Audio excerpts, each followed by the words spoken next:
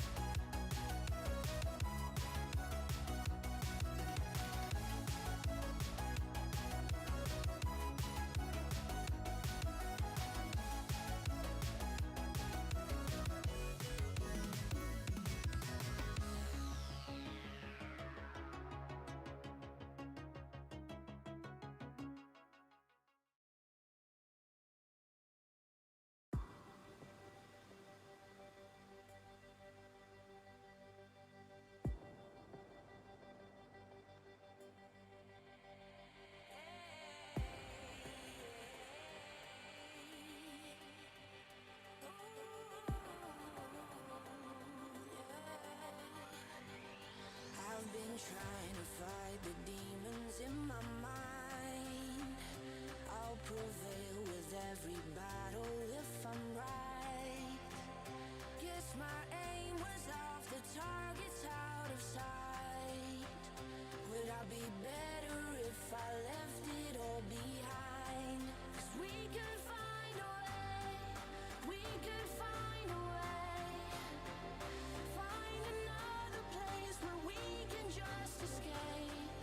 We could find a way, we could find a way. Find another place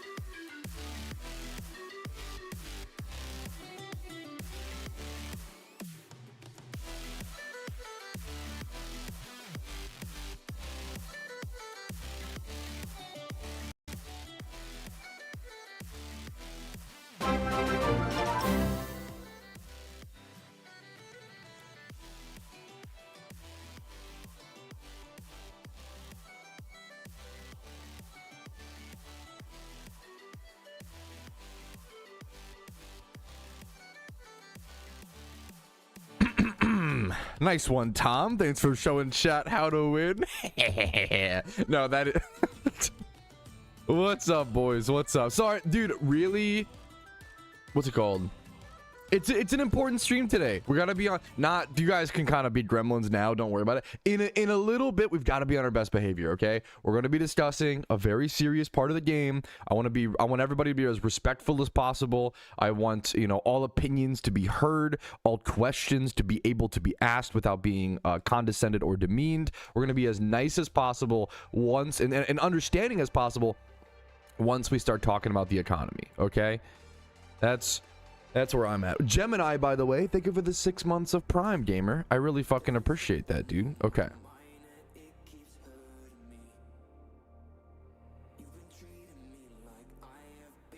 Bro, what's about my mom? You complained about the stream intro length. That is deserving of a mom fuckery. That is written in the contract for the stream. It's under the don't be a silly goose clause. Therefore, your mother must be fucked. All right, is that fair? All right.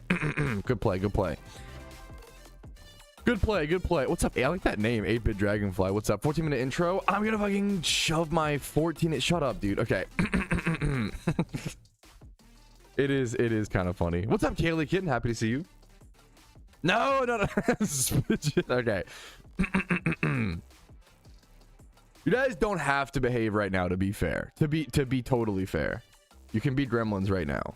Once we start the economy discussion, please behave. Thank you, thank you. Yeah, it was fair. Think it's economy time. Yeah. All right, we first got to do the intro, and that I'm not cooked up for. Okay, let me. Gotta lock in a little bit. What the fuck is this shit? Oh, okay, that's what that shit is. Okay, goated. How many times can I clear my throat to imply the starting of the stream?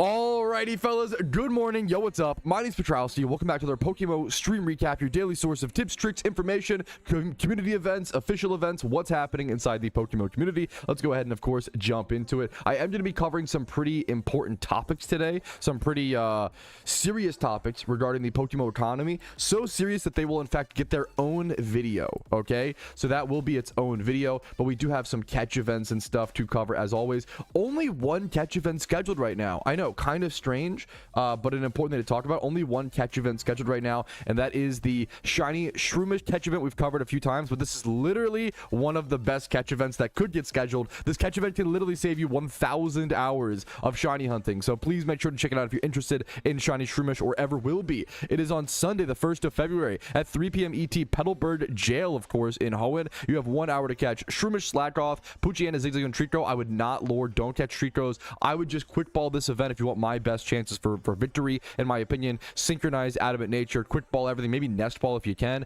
and just see how it goes and roll the odds, right? There is a shiny Shroomish, a 1,000 hour shiny hunt on average up for grabs. I think it should be a nest ball. You're right.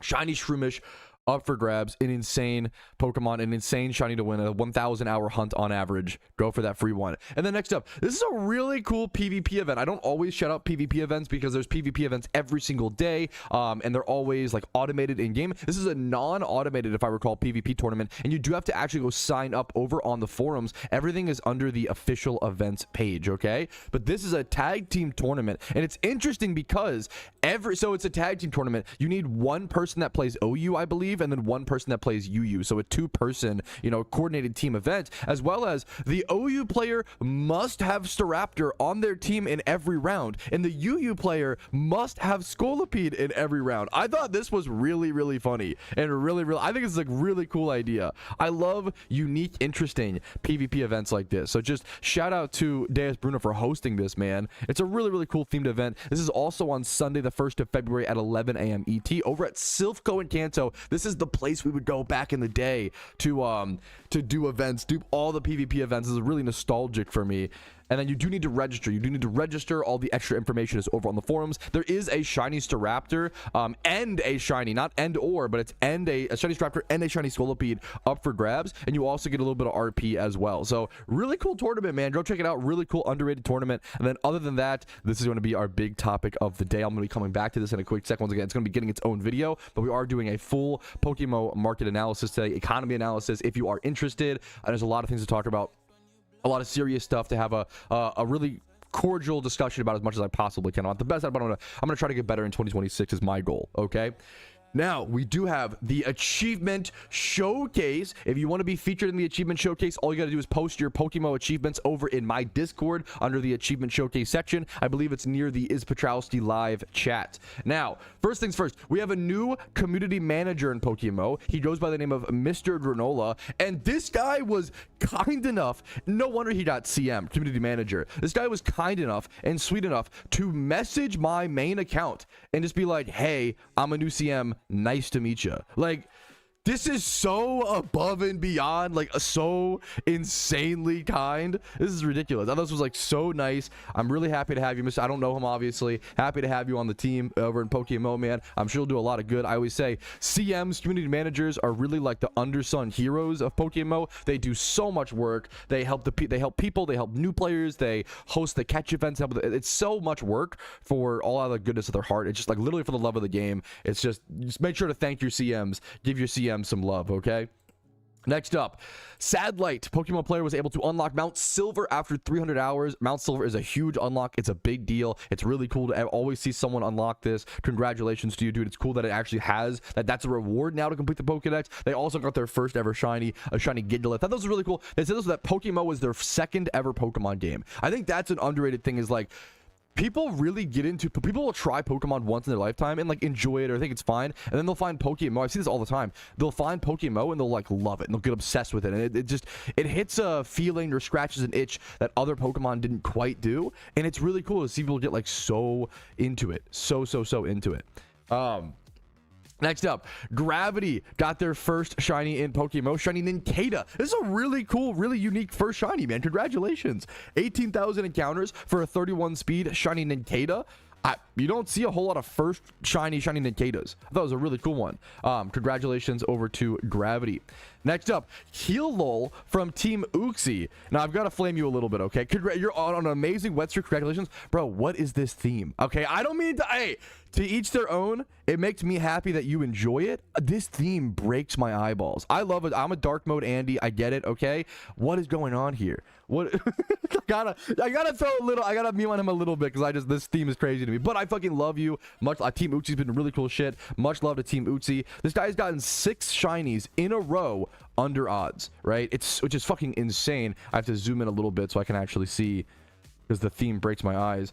He got it. Now, before the wet streak, he did go 48,000 encounters for a Smeargle, so you gotta give respect where respect is due. 12,000 encounters for a Rapidash. Is that 18? I can't even read it on the 18k, 10k for the Vulpix, 2k for a Krokorok, 97, almost 10k for a Lantern, 2k for a Pokeyen, which is probably single encounter, and then Starly at 22,000. Like, this is a sick wet streak, man. This is a sick, like, you gotta appreciate. I respect him appreciating the wet streak when it happens. That's just when you shut in for a long time, like what I'm guessing he has. When you shun for a long time, you just learn that you go on these streaks of wet and dry. You gotta appreciate the wet when they happen, get through the dry when they happen. That's kind of the TLDR. All right, next up, we've got a crazy one, man. Shout out to this gamer. Talk about first shinies. How about crazy? What's the craziest first shiny someone could get as their first shiny? What do you guys think? Do you think a shiny Charizard from a Swarm is up there? Because I do. First ever shiny from O Biggins, just under 10,000 encounters. He was watching another PokeMMO streamer, watching Miro. Miro's been goated, by the way. He's been a huge up and comer and coming up very, very fast. Miro's awesome. Check him out over on Twitch. He's watching Miro MMO stream, and he heard him mention that there was a Charizard or Charmeleon Swarm. And he was like, wow, it'd be crazy if someone got one. And this viewer went to go check the Swarm because he called it out.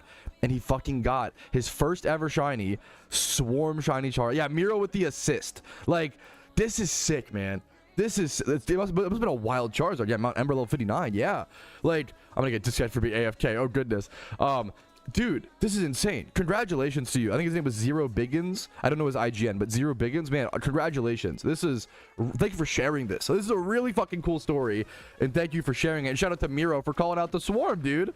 The layers, the elements, the assists, for those shinies. So sick, man. Congratulations to him. And then next up, we've got a really cool dude. This guy clearly puts so much love. I don't know if this is from Egoist, who recently got that Shalfa Bagon, or if it's just a teammate of his or a friend of his naming his shiny after Egoist. newest. I do that a ton where I name my shinies after friends and teammates. So that might be what this is, but I'm not sure. But T-Star got himself a 5 times. He got a shiny, Drillbur Excadrill. He bred it up. He put so much love into it, so much Pokeyen. A lot of people, myself included, get a shiny Pokemon, throw it in the box, move on to the next shunt, right? That's why, because I do that. I have a lot of respect for people who put the next step, the next many steps, that extra love into the shiny, making this a secret shiny, giving it hidden ability access. That's like 1 million Pokeyen right there from Prismatic Pearls, making it 5 times 31. I can't imagine how much this probably cost him, like 60 to 80 mil, maybe more for the secret. Like a ton of Pokeyen was pumped into this, maybe 100 mil or some shit. Like a ton of Pokeyen was pumped in this, a ton of love, a ton of like,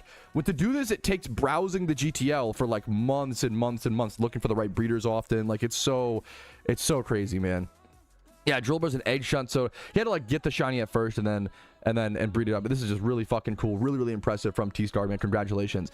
And then, boy, am I excited to share this good news, fellas. I think I talked about this story. I hope I did in a recent stream recap. There was a story. Yeah, I did, because I showed the clip. There was a clip recently that might have been the saddest clip I've ever seen in PokeMMO history of Phil Radish getting a shiny Apom and then spamming his keyboard and just quickly releasing it. And if you haven't seen the clip, go watch it. It's insanely fast and sad, and it's unbelievable. And he's so excited. He's so happy. He's celebrating.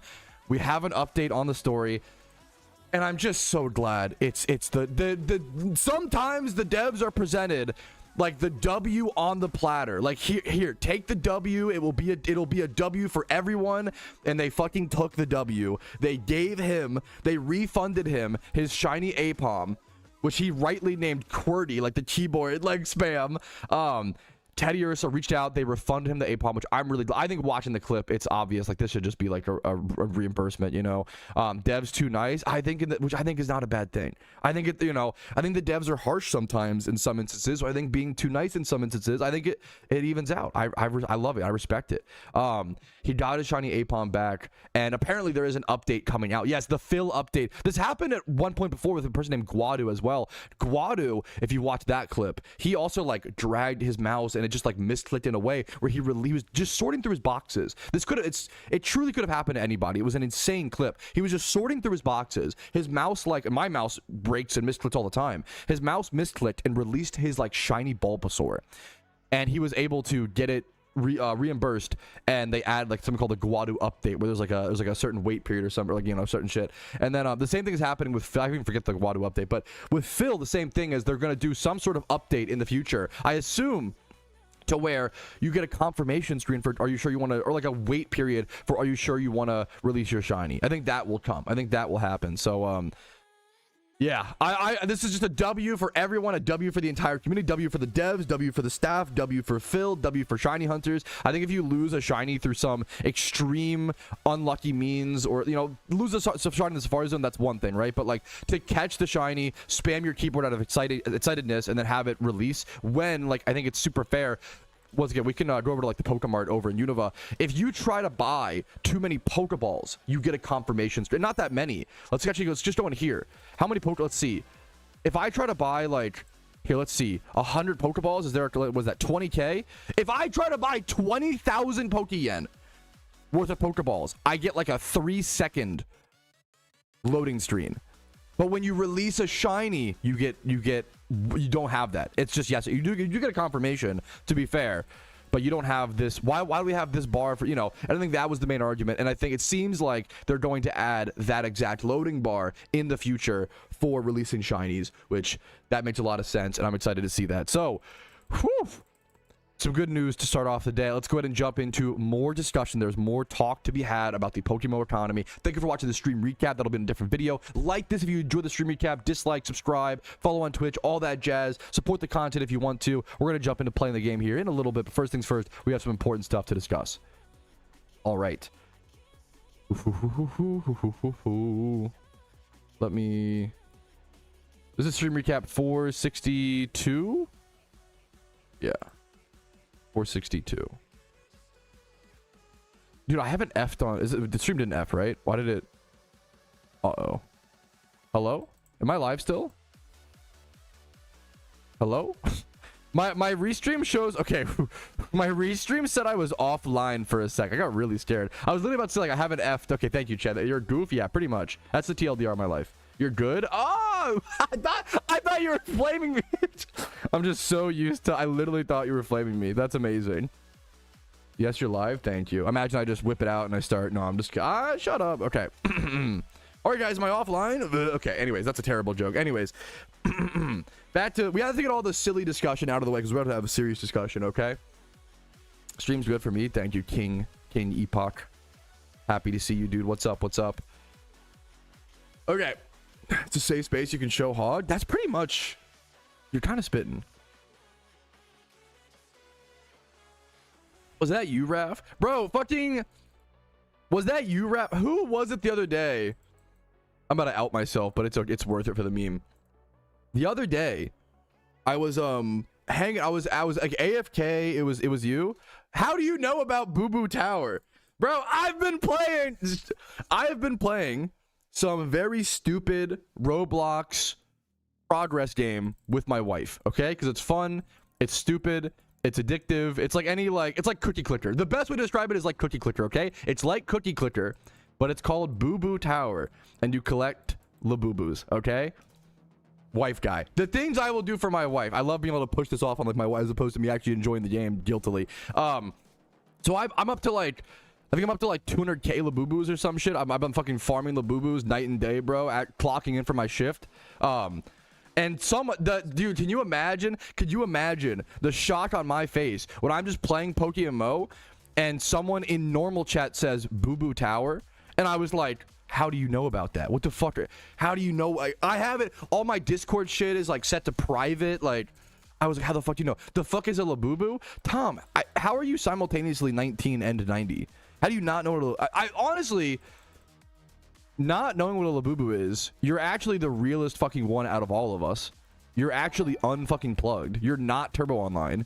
You should be proud of that. You hit over 1 million Labubus today. Oh my goodness, congratulations, sweetie. You're gaming. You're such a grinder. Okay. I'm getting really warm wearing this, but I feel like I need to have a little decorum today. Okay, we're gonna head back to the,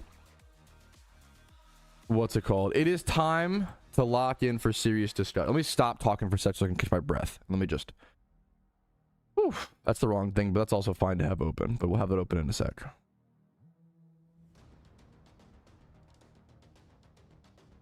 Where's the, hello? Hello? Here it is. Oh, hi, hello, hi. Hello. Hi. Do you know that cat meme? Hello. Hi. This is a niche pull. Anyways. Shut up, chat.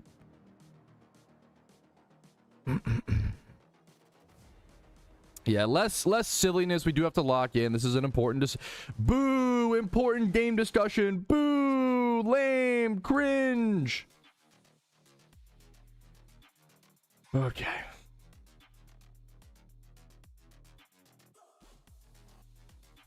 The Ginger Manifesto.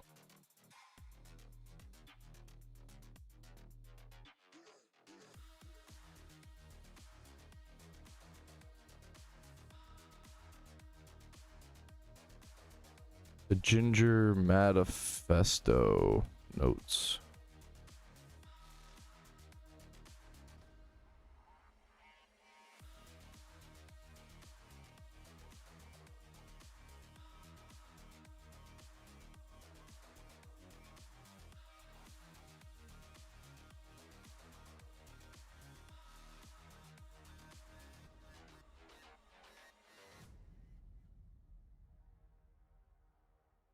Okay. We're doing the full shebang. Okay. We're doing it, fellas. We're doing it.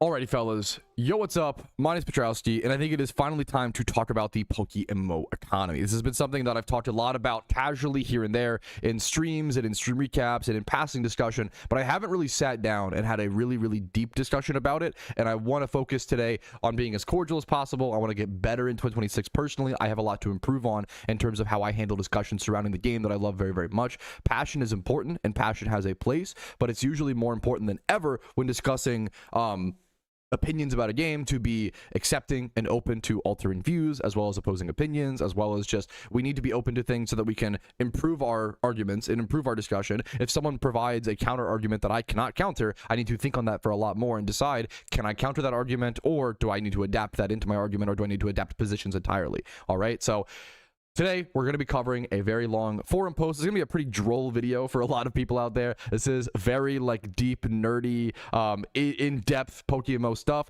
regarding the PokeMMO economy. If you're a newer player and you're having fun with the game and you don't even notice this or care about this, hell yeah, more power to you. That is awesome. But I do think that this still affects you. I think this is honestly, I think this affects new players more than endgame players. It affects them more, but it affects them for less time because they might leave the game, as opposed to endgame players will be here for, 10 years or whatever, right? So there's a lot to discuss.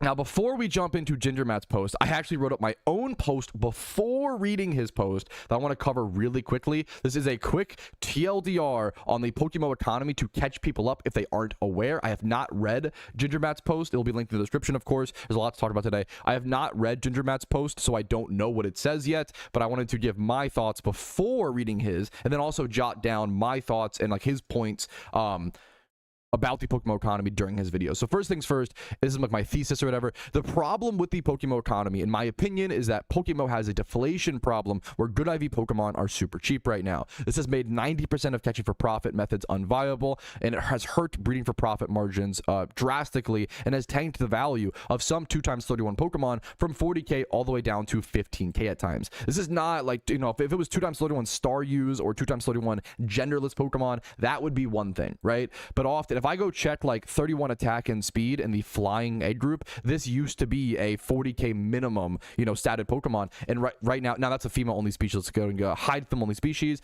18k, right? For an alpha. This is not a female only. This is also Xatu is a desired hidden ability Pokemon. Now, it does not need that physical attack stat, but you could always use this as a breeder. That's the whole point of PokeMMO, is that the 31s should always have value because you can breed them onto other things. These Pokemon used to be 40k minimum. They are now 18k. They have dropped drastically in value over the past 2 years when alpha Pokemon were added to the game back around mid 2023, if I recall correctly. But even then, they were only beta tested, and they weren't permanently added until later 2023, or was it, maybe it was 2020? I'm confusing dates. It was around 2022 to 2023.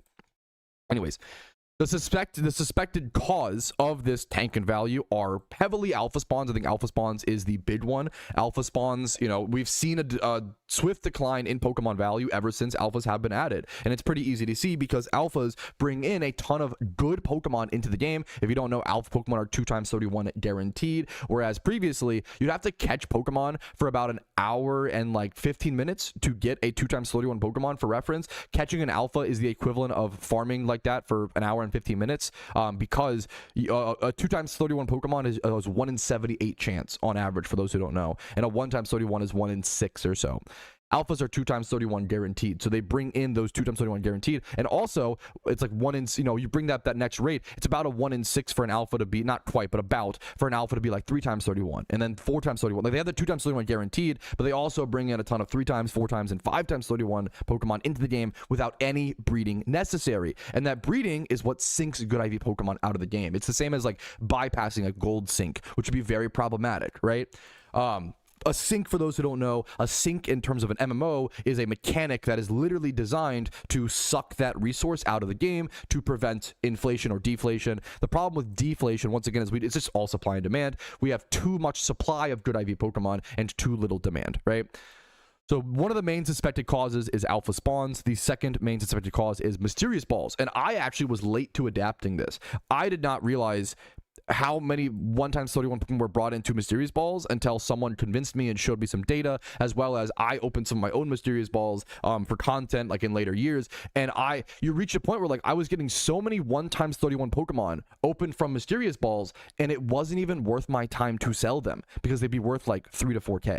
And it's literally better to just go do higher end. We would just release those and go do better money making methods and make more Pokeyen per hour than selling the 1x31 Pokemon that you have, which is really, really crazy in my opinion. The third suspected cause is a lack of demand. We do not have enough permanent raids. Now, I think with the addition of, the Meloetta raid recently, the Cresselia raid, the Heat, I want to give credit where credit's due. We do have 3 permanent raids right now in PokeMMO, which is very, very good for the game. Very good for needing endgame content and PVM Pokemon. And as well as, I think the rotating holiday raids are I would say they get better. They're not great. They could improve a lot, but they still are good. They still you need like 30 Pokemon built. Like raids, imagine this problem without the raids we have right now, and that's a really interesting discussion. We need to appreciate that when we can, right? Like this problem would be so much worse if we didn't have holiday raids, and that's a scary thought, right? If the demand was still only certain endgame activities like gym runs, the red refight, there was still PVM, but raids is like a next step, a next level of PVM. Let's be honest, right? So my solution for this is to nerf alphas, nerf Mysterious Balls, and add permanent raids, potentially rotating every single month, right?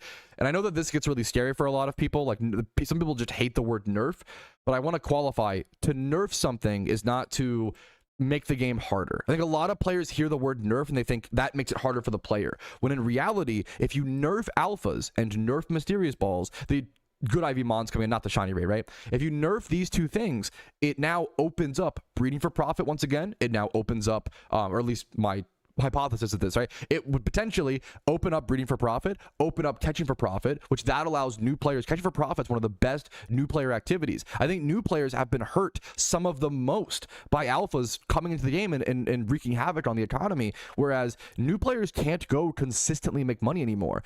I had a challenge series called Making 1 Million Pokeyen from Scratch, where I was able to make a new account and make 1 million Pokeyen catching for profit on a brand new account in one day, right?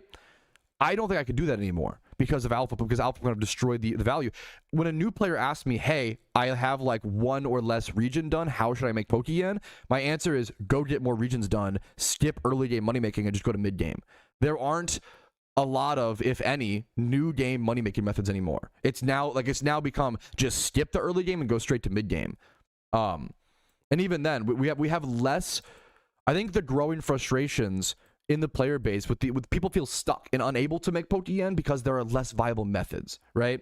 Because people are pigeonholed into trainer reruns, gym reruns, pure yen methods. We can't rely on catching for profit, and catching for profit it's so many Pokemon. That's the beauty of it. If you go watch my old videos, I have catching Pidovs for profit, catching Pidgeys, Spearows, Dinos, Torkles, Pikachus. You could catch any Pokemon. That was the beauty. You could almost catch any Pokemon in the entire game and make like 150k plus Pokeyen per hour. It was a really cool time. You could go catch your favorite Pokemon, make decent Pokeyen, shiny hunt, and have a good time. And then mid game players, the early game players would catch for profit. The mid game players would buy those catches and breed them, and then the end game players would either like flip them or EV train, XP train, or make profits there, or the mid game players would do that with the end game players. Like it was like a really beautiful, legitimate instance of like trickle up economy where players.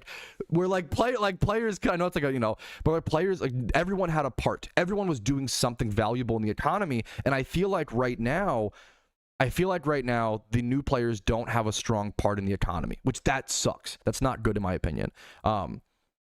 Anyways, so in my opinion, these 3 changes would be really helpful and really important. And the impact would be, it would make catching for profit come back. It would make breeding for profit come back, giving newer players and mid-level players more consistent money making, as opposed to just going to catch the alphas every 6 hours, right? And even then, like with the alphas, like you might wait 6 hours for an alpha spawn. It'd be a Kangaskhan, and you go make 5k, 15k. Maybe you lose money on timer balls, right? Like versus catching for profit, breeding for profit, giving you more control in your money making process as a newer mid game player. It adds a more it would hopefully had the positives of the impact have a more sustainable endgame content and economy. Hidden ability Pokemon would have an increase in base value since less people would go to alphas. And alphas, I think alphas being nerfed from like 2x31 either to 1x. There's a lot of ways to nerf alphas. You either nerf the frequency which they occur and then increase the duration. So for example, right now you have like 3 alpha spawns a day. And they last like an hour and 15 minutes each. You could reduce that to 1 alpha spawn a day and then have it last 3 to 6 hours to make sure that people who aren't online at that time have a chance of going to get it. Or you could just hard nerf the IVs and take it from 2x31 down to 1x31. Mods, if anybody's like not having, once again, if anybody's not having charitable discussion, yeah, feel free to handle whatever you see fit. It's really important to just have open discussion and not insult others for any, we're just trying to have it good. Not that, yeah, not that, I'm just saying, just in case that happens. I haven't seen that happen yet, thankfully. Thank you, chat. Now a big problem right now as well is like it is a positive. Now I will say, I want to counter argue myself. A positive of the current PokeMMO economy is that it is cheaper right now for new players to buy things. It's cheaper right now for new players to get into PvP, to get into PVM, which is really, really important and super, super worth noting. However, a lot of new players are building these Pokemon, building these Brelums, building these Starmies, building these competitive and PVM Pokemon, and then their value decreases. They consistently lose value because at this current rate, once again, we just have too many good IV Pokemon coming into the game too quickly, and it's not enough demand, not enough sinks consuming them from the game. It's going to cause good IV Pokemon to go down in price infinitely for the rest of time, in my opinion. That's the fear, right? And there are some outliers, like there are some mons that are doing well, like the 31 attack IV Adamant Crocodiles are like probably 40 to 60k. There are things doing well. It's not all doom and gloom, but I think there's a massive lack of variety right now in money making methods, which that makes MMO players feel very, very stuck and burnt out, in my opinion. Now this is on both sides, actually. This is the positives of the change. One of the positives and negatives is that it would nerf alt accounts that farm alphas. I think this is, once again, both a positive and a negative. To finish up, we're going to move on to GingerMatt's post. I'm going to get that in a quick sec, but to finish up the negatives of my potential changes, so to argue against myself, right? Less people would go to alpha spawns as they are less profitable. Less newer players would be, getting free competitive Pokemon from Mysterious Balls, and then getting into raids and PvP becomes, I think it's really important, it becomes as expensive as it was before. It's not that if you have the perspective of you join, like right now, you can buy a 5-time, I think visual examples are really, really important. You can buy a perfect Starmie right now for a stupid price. And now this is kind of a niche outlier because Star Me's and Star U's were just brought into the game at a ridiculous pace due to the Xmas event, but they should not be able to be this cheap. 5x 31 Star U is under 185k. We've reached a point where these Pokemon are cheaper than the cost of braces, right? It's kind of like if RuneScape, imagine if in old school RuneScape, a rune plate body was cheaper than the high alchemy value. That would immediately be like, oh, what the crap is going, what the fuck is going on, right? That's a huge problem. You can just go buy those and alch them, right? But we don't really have that alch process in PokeMMO, Mons have lost value, and it's good in a way for new players to get into the game, but it's not good for sustain. It just kind of shorts the end game content. It's fun and it's nice for new players to be able to get into PvP and raids quickly to some extent. Accessibility is important and must be mentioned, but too much accessibility is a problem. You don't want players buying all of the raid Pokemon, all the PvP Pokemon, doing the activities, and then beating the game in like a year and then quitting and moving on. Like, PokeMMO is meant to be a long-term grind. I think it's okay for players to spend a while to build up their Pokemon and spend a while to develop their resources. That's the fun of the game. If you don't enjoy that, I understand that, but that's a lot of the fun is developing your account, right? It's kind of like in World of Warcraft. I hate that you can buy a level 60 character, right? I understand the arguments. I feel free to disagree respectfully. I understand, but the real content is raids and blah, blah, blah. I personally respectfully disagree. I like the leveling process in World of Warcraft, and I think having that I think being able to skip that is a huge detriment, the same way I feel like this is happening a little bit here. Not that it's pay to win, not that it's that bad, So that's my notepad document, my overview, my quick overview of the economy. Let's now finally jump into what GingerMatt has to say. I have not read this. I'm going to go ahead and we're going to go through it step by step. I'm going to have a notepad document up over on the side where I will be writing down notes that I find relevant. Okay. Let's go ahead and not start a new topic. Let's go back. Okay. Thank you for the follow. Hello, I am GingerMatt, and I play this game and many other MMOs way more than anyone should be considered healthy. Over the years, I've built up a lot of experience in how MMOs work, how they're played, and how different games have different successes with their economy. When it comes to PokeMMO, I've played 14.5k hours since I started in 2022. This game has taken over and become my main game / obsession. So there's two ways you can view. Wow, what a no life loser. Someone was just saying he like plays a lot while working. Like he's a very healthy individual, even though he plays a lot of games. I'm a big advocate of saying like you can play a lot of games or do a lot of. You can spend your hours pursuing whatever passions that you have, as long as you're not hurting anybody, as long as you're taking care of yourself, as long as you're doing your work, taking showers, eating well, as long as you're taking care of yourself. I'm a big advocate of I don't care how you spend your time. If anything, spending your time to pursue your passions is a really important part of being human and a really important part of like feeling alive. So I'm a big fan of stuff like this as long as you're doing it healthily, right? I doubt the shower part. Yeah, understandable. Okay.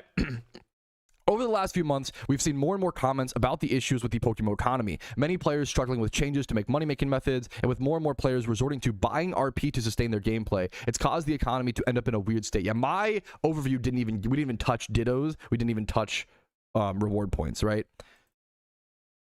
It's caused the economy to end up in a weird state with lower profits for money-making methods, lower RP prices than ever before, but still a high demand for resources like dittos. Yes, I think we're crunched on multiple sides, which is the problem. I'm not saying I have a foolproof method to fix the economy. This is very, very important. I'm not saying that I know better than the devs and other players. Very important. But I do have some thoughts on how we got here and some ideas on how I think we could improve the economy. One big disclaimer, this is purely from a Shiny Hunter's POV. Any PvPers who would like to comment on some of these changes would affect their side of the economy, I would love to hear it. This qualifications were already off to a really good, responsible conversation start. I started the game in July 2022, just after a 10-year anniversary event had ended, and in my eyes, the game's economy was in a much better state at the time. I couldn't agree more. There was a big issue of things like PvP or Jimmy Run teams being expensive for newer players, but as a newer player at the time, there were plenty of money-making methods around to grind on. I also in 2022, I'm trying to think, in 2022, things were decent. In 2023, I can speak on this. When Cyndaquil got moved to Johto, I did a video showing newer players because people complain about the cost of Jimmy Run's teams. And I understand because, it's a big barrier. It's a big, thing to unlock, right? Jimmy Run teams used to cost around 600k. I think now they cost 300k, and they could do it for even cheaper. I did a video in 2023 breeding up Cyndaquils and showing you how to make your own Jimmy Run team, and I was able to make my own Jimmy Run team for under 100k Pokeyen back in 2023. So there were ways to make them cheaper if you took your time and bred your own Pokemon, for example, put in more work, right? But I think it's also okay to have a big unlock. It's also okay to have a big unlock like a Jimmy Run team, which changes how you view Pokeyen to be a difficult unlock, in my personal opinion. That those progress, benchmarks should be there. Not everything should be super easy. Also, not everything should be super hard. It's finding that balance, right? Shortly after joining, I think the Halloween 2022 update introduced alphas, and to me this was the first step towards the issue we're seeing today. There were people who thought that alphas were going to ruin the economy, right when this update happened, and I was a big advocate of no, don't worry about that, it's way too soon. I see what you're saying, maybe. My opinion was I'm sure the devs have thought about this, and if it ever becomes an issue, I'm sure the devs will change it. And unfortunately, I do think I was wrong there. I think the devs have let this slide for too long. I love that, respectfully, I think they've let this happen.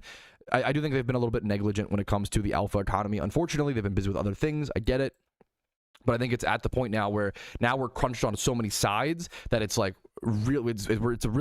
economy. I think if we made a nerf to alphas back in 2024, in the event season, late 2024, if we nerfed alphas, I think we could have avoided so much of the exacerbated problems. But I think now we've got a lot more problems. Yeah, the first alphas were tested in the anniversary event in mid 2022, and then the later ones, and I think the Halloween, I could be wrong as well, my memory is not amazing. I believe in Halloween that's when they introduced the 2x31 ones, but I could be wrong.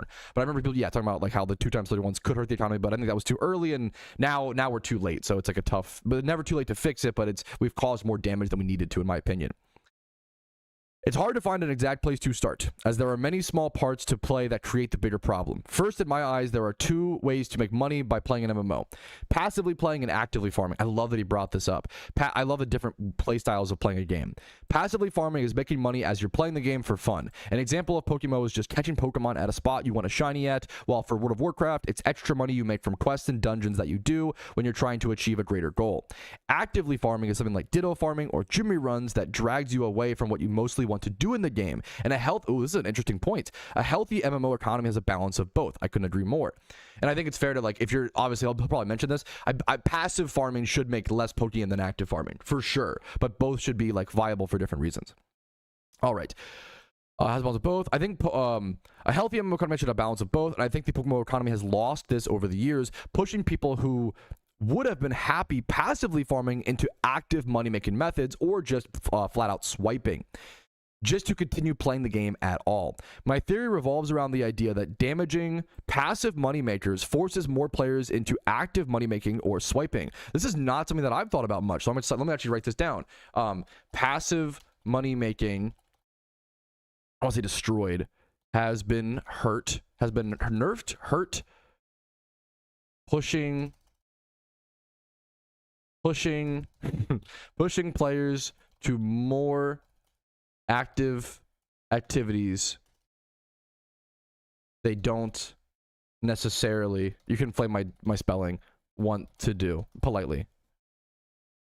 I think that's a really important point. When I talk about catching for profit, now you could, like, go to PDubs, you could just go to wherever, you could do many things and make decent money per hour. And I'm sure he'll mention coming up, I think he talked about, if I recall, like, I think he mentions Dratini and, like, that payday spot. We'll see that here in a quick sec.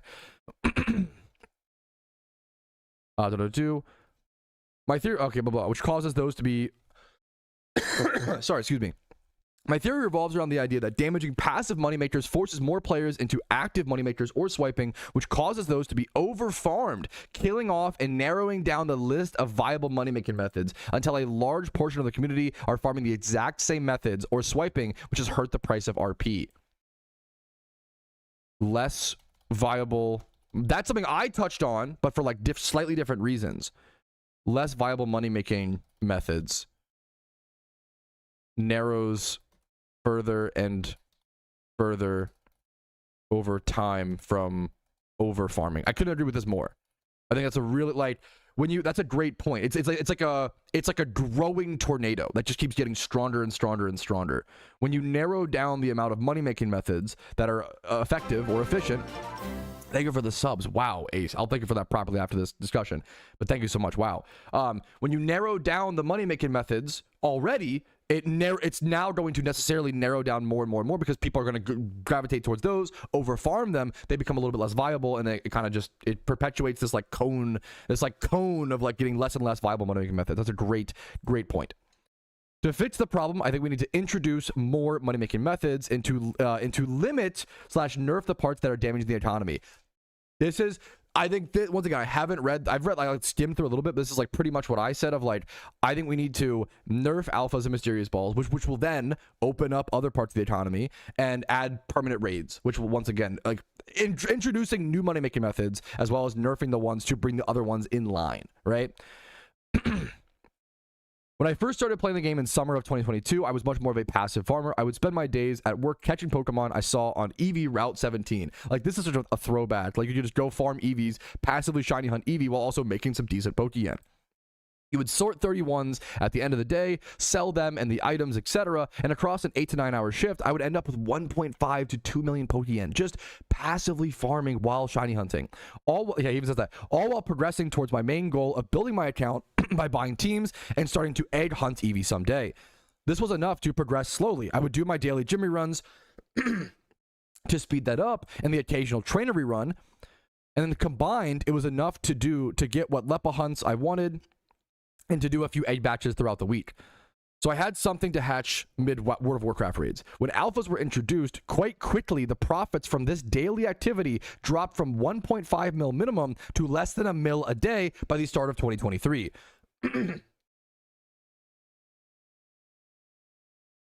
Alphas introducing guaranteed 31s on Pokemon killed off the regular 31 market over time. The chaos of 31 IV Pokemon, I'm going to write down. His EV farm went from 1.5 mil to 1 mil a day in how long? In like 1 year, by the start of 2023. But not even that. That's actually, so summer of 2022, let's see.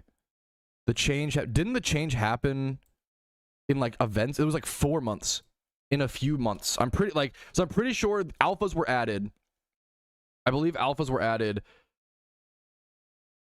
late 2022, late 2022, and then it says by the start of, I think, event season 2022 was when they were added, if I recall correctly. So like, yeah, someone said 6 months. Yeah, like a few months. Let's say 3 to 6.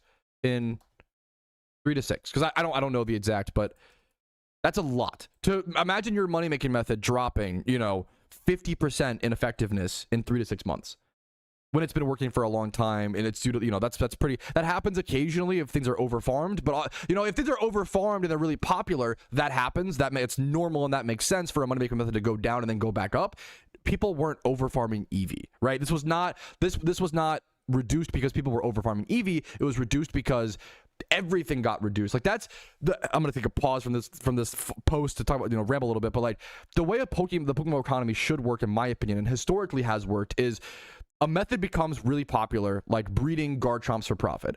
Everybody kind of like slowly learns about that. Everybody starts breeding Garchomps for profit. They make 300k Pokeyen per hour breeding Garchomps for profit. Everybody finds out about that. Slowly, there's less pieces of the pie as more people try to do it. That profit goes down. But while everyone's breeding Garchomps for profit, well, all of a sudden, people forgot about Ferrothorn, and Ferrothorn's popping up in the OU metagame, Poggies, you know? So people, you know, Ferrothorn, really easy to catch. All of a sudden, Ferrothorn becomes really good to like breed or catch for profit. So that is like trickling up as people focus on Garchomps, and then people move on to that, and then that goes down, and then basically the same thing happens over and over and over again. And then, you know, you go through a few cycles. Let's say you go Garchomps, the hype Pokemon, Ferrothorn, this, blah, blah, blah. And then eventually, yeah, no, hopefully I'm not, he wasn't just catching Eevees. Hopefully that was clear, but apologies. If I came off like he was only catching Eevees, yeah, that's not, yeah. I'm assuming he was just catching Pokemon on that route. That's what I assumed, but if I didn't make that clear, I appreciate the correction. That should be, yeah, not just farming Eevees, but farming at the Eevee route. Let me say his Eevee route farm. Sure. Apologies, that's, you know, my apologies. But like generally how it works is, you know, Garchomps, the like main focus, then Ferrothorn, and then Conkeldurr and Volcarona, and then while, you know, then Garchomp goes back up. Garchomp goes back up over time if people forget about it, or, you know, let it reset. So that happens very often. But what alphas did is that, so like usually in PokeMMO, it's one money making method going up while others, you know, or one method trickling downward as it's over farmed while all the other ones go up. What alphas did is they made everything go down. Literally everything started like trickling down all at the same time, and that's why it's so scary, because it affects everything. All right, because alphas are just every age group. It's not just one economy. It's every age group. It's every Pokemon. It's absolutely everything, right? Which is also why it's so scary versus like if just one thing was. It's why like alphas need to be balanced and Dittos need to be balanced, because Dittos can breed with every Pokemon. If good IV Dittos are too cheap, that's another thing we'll talk about here in a quick sec. But if good IV Dittos, let's go check. If good IV Dittos are too cheap, it means that necessarily almost every other Pokemon has to be cheaper, right? If a 31 HP Ditto is 5k, every other 31 HP A group breeder has to be less than 5k, which that's really bad. So we need to implement changes to where good IV Dittos go up in value, and here's the tricky part, but also Shittos either go down in value or stay the same. And that's why we're crunched from both angles, because how do we make it so if you make it harder to farm Dittos, okay, that frustrates the player base, number one, which is important to factor in. Number two, it might make good IV Dittos go up if you slow down the catching of Dittos. But then, if you slow down the catching of Dittos, it's going to make Shittos go up in value. It's one of the craziest parts of the Pokemon economy is that a 31 HP IV Ditto is almost the same cost as a Shitto. Not even, look at this. If I look up the cheapest, no, it's not even almost, it's the same. These 31 attack IV Dittos are literally the same price as these Shittos. For those who don't know, Shittos are used for rare shiny hunting, so they'll always have a good base value. Because of that, they should not be the same value as the IVs. That's insane. That shows me that, like, there's just, once again, way too much supply of good IV Pokemon and not enough demand to suck them out. Dittos, I don't know how to, the problem is, once again, I don't know how to fix that. One's really, really hard. I think that one's one of the toughest changes, is how do you make good IVs more valuable, as well as, it's a really, really tough call, as well as make Shittos not explode in price because they're already so expensive. I think repeat balls could be buffed. I agree. Buff max catch rate of repeat balls to 3 times and nerf the entrance rate of tips and alphas. So yeah, I think yeah. Okay, let's continue on. We're back to the Ginger manifesto. Alrighty, where were we at? Is the sorry for losing track, but I was doing the EV farming. Alpha's introducing guaranteed 31s, kill off all 31 markets over time. The Chaos 31 IV Mons were selling for. So he specifically cites a specific example. The Chaos Egg Group 31 IV Pokemon I was selling was for like Grimers over at the EV spot, 12 to 20k. They are now worth 5 to 8k. Look at that difference. Everything's been nerfed by like over 100% or over 50%. I'm terrible at math, but like from 12 to 20k each IV mon now to 5 to 8k, killing off a huge part of the profit. This pushed me into more and more active money making methods. So frisk thieving, payday pickuping, and finally ditto farming. Alphas being introduced solved a problem of expensive PvP in Jimmy Run teams. I love that he mentioned, like, you have to argue against yourself. To truly have a strong position, you have to be able to argue against yourself and then overcome those arguments. But it also started to kill off any passive money-making methods that the game had. The idea of simply catching Pokemon for small profits was mostly gone. I think removing guaranteed 31 IVs from the alphas would be among the first steps to fixing the Pokemon economy. There is a downside that catching alphas wouldn't be as profitable as before, and that is a popular way of making Pokeyen. I think a big portion of the alpha's current value isn't just the IVs, but also in the shiny hunting aspect of it. People will still breed alphas together to shiny hunt, yes, so that certain males of egg groups will always hold a base value. Taking them out of the economy and over time, I don't think base alphas would take too much of a hit. As a bonus, I have no idea. It'd be a tough one to predict. As a bonus, after a while, alphas with 31s would be worth more than a base mon with 31s if there are less 31s coming to the game. Yes, this is how it should be. An alpha Pokemon that has stayed its alphaness and has hidden ability access should be worth more, and that's how it was when they first came out, should be worth more than a random 2x31. That has changed over time because alphas come into the game so fast that they're actually cheaper than like bred up 2x31s or wild caught 2x31s. Okay. If there are less 31s coming into the game from alphas, regular 1x31 Pokemon value would slowly increase from the current low. It would take time. That's the other thing, is like, if we make these changes, it's not going to happen overnight where like catch for profit comes back and everybody gets mad. You know, it's going to take time. Markets take a long time to adjust, right? The second issue with 31s at the moment is ditto farming. And that's one I'll admit I've been a culprit of, farming dittos on 3 to 4 accounts. But you got don't hate the player, hate the game, hate the balancing, in my opinion, right? Not that you actually hate it, but, you know, don't take issue with the player, take issue with the balancing of the game. Is that fair? Ditto farming has remained one of the best money making methods in the game throughout the last few years, as other methods saw their profits decrease, and even after nerfs, ditto profits have remained relatively steady. Although ditto box prices have gone up, the profits have remained similar. This is simply supply and demand. And with egg shiny hunting, dittos have arguably the best sink in the entire game, and that's protected ditto farming from the issue that has plagued other methods like payday and pickup. Over time, this has led to more and more players ditto farming, especially on their alt accounts, which has brought with it more 31s into the economy. It's once again, yes, I like that he talked about this snowball effect of one problem exacerbating other issues, and it's snowballing and snowballing and snowballing, which on the bright side and on the positive side, it also means, in my opinion, once you make the positive changes, like nerfing alphas, the positives will snowball. So even though it will take time, I wonder if I'm overestimating how much. I wonder if it'll actually fix decently quickly because of that snowball power, right? Currently, when pricing dittos, I check for 2x31 and 1x31s with good nature. Anything with a 31 HP, defense, def, or 1x31 unnatured, I just sell as a shitto for egging. I would literally lose profit if I tried to pull them out and sell them separately. A noticeable consequence of overfarming dittos, it has started to affect the 31 IV shiny market with an overabundance. I haven't even thought about this. This is more in depth that, you know, let's write this down here. This is a good one to write down. Alphas and ditto problems snowball into every other IV economy. And then 31 IV dittos not worth selling separately. There's just so many problems here. A lot of the big points. And then I haven't thought about this. The 31 shiny IV economy has been affected by the overfarming of dittos. All right.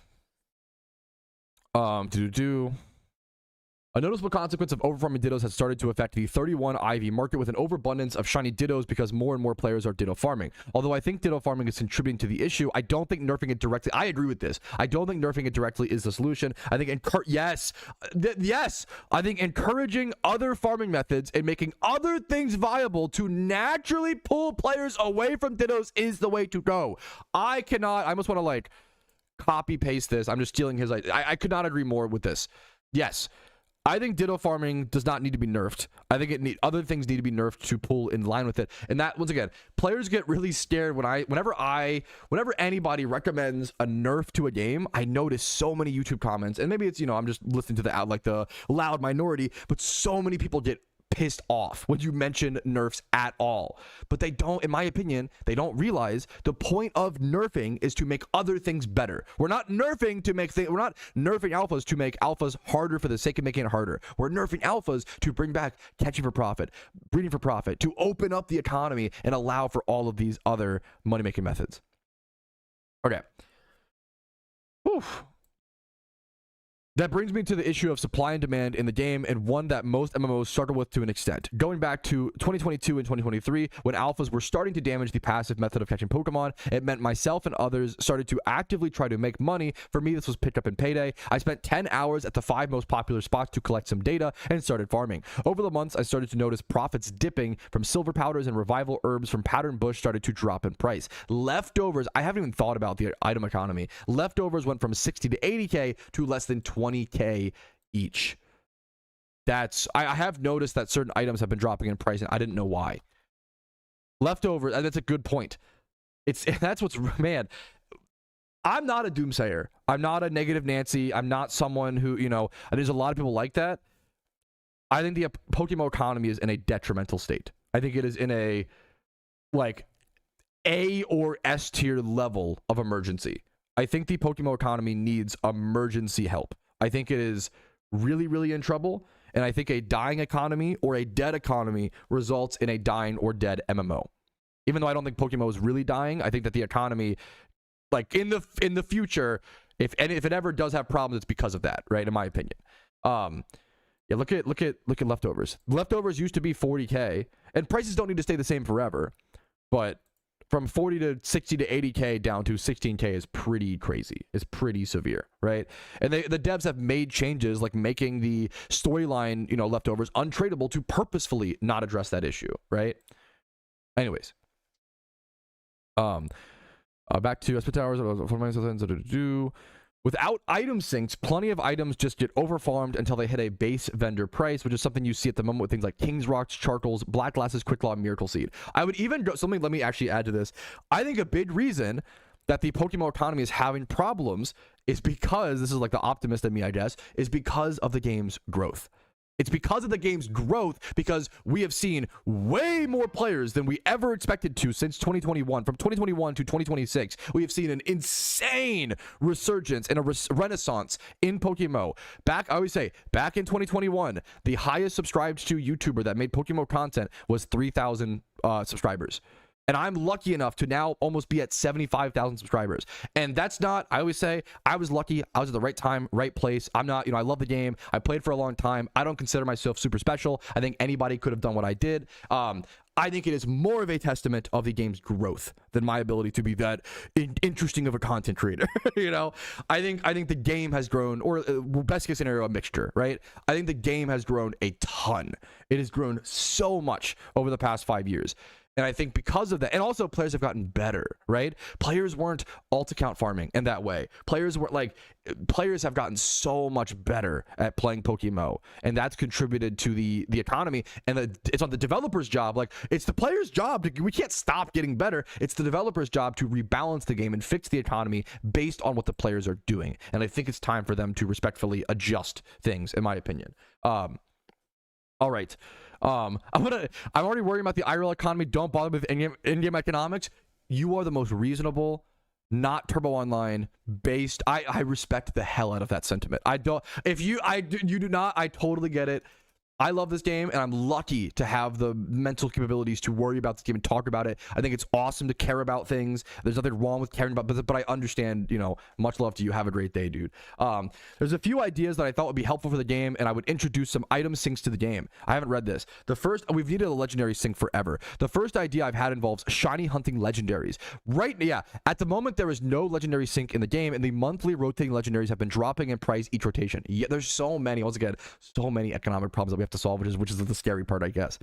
We have to just take it one step at a time, one nerf, one buff, one update, one patch at a time. We can fix this. Let me qualify. The PokeMMO economy is in a emergency state. Personally, I believe it's been worse. I think back in 24, the PokeMMO economy is in a bad state, a straight up bad state. Having said that, the game is still remaining decently popular and still doing well. This was not the case back in like 2014, 2015, 2016. I witnessed the game actually almost dying, the economy actually in shambles, and the player base actually like fucking turbo declining.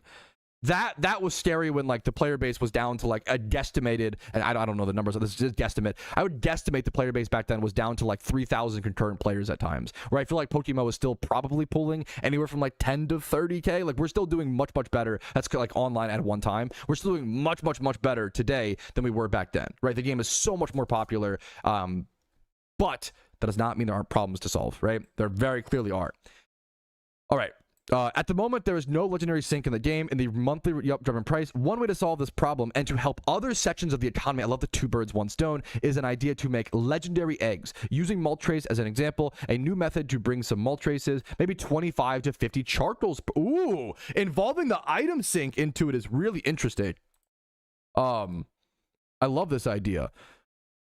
Imagine taking 25 to 50 charcoals per egg over to Mount Ember. You consume 2 Moltreses and some charcoals to get a Moltres egg. How special would that feel as well? I love that. Over time, this would help. I've never thought about this. This would help Moltres prices from dropping while also introducing a reason for players to go out and farm charcoals on the side. It's also insane. Right now, you can't farm. Some players might say, oh my, that'll make farming legendaries so expensive. Right now, you literally can't do it. Like farming shiny legendaries, excuse me.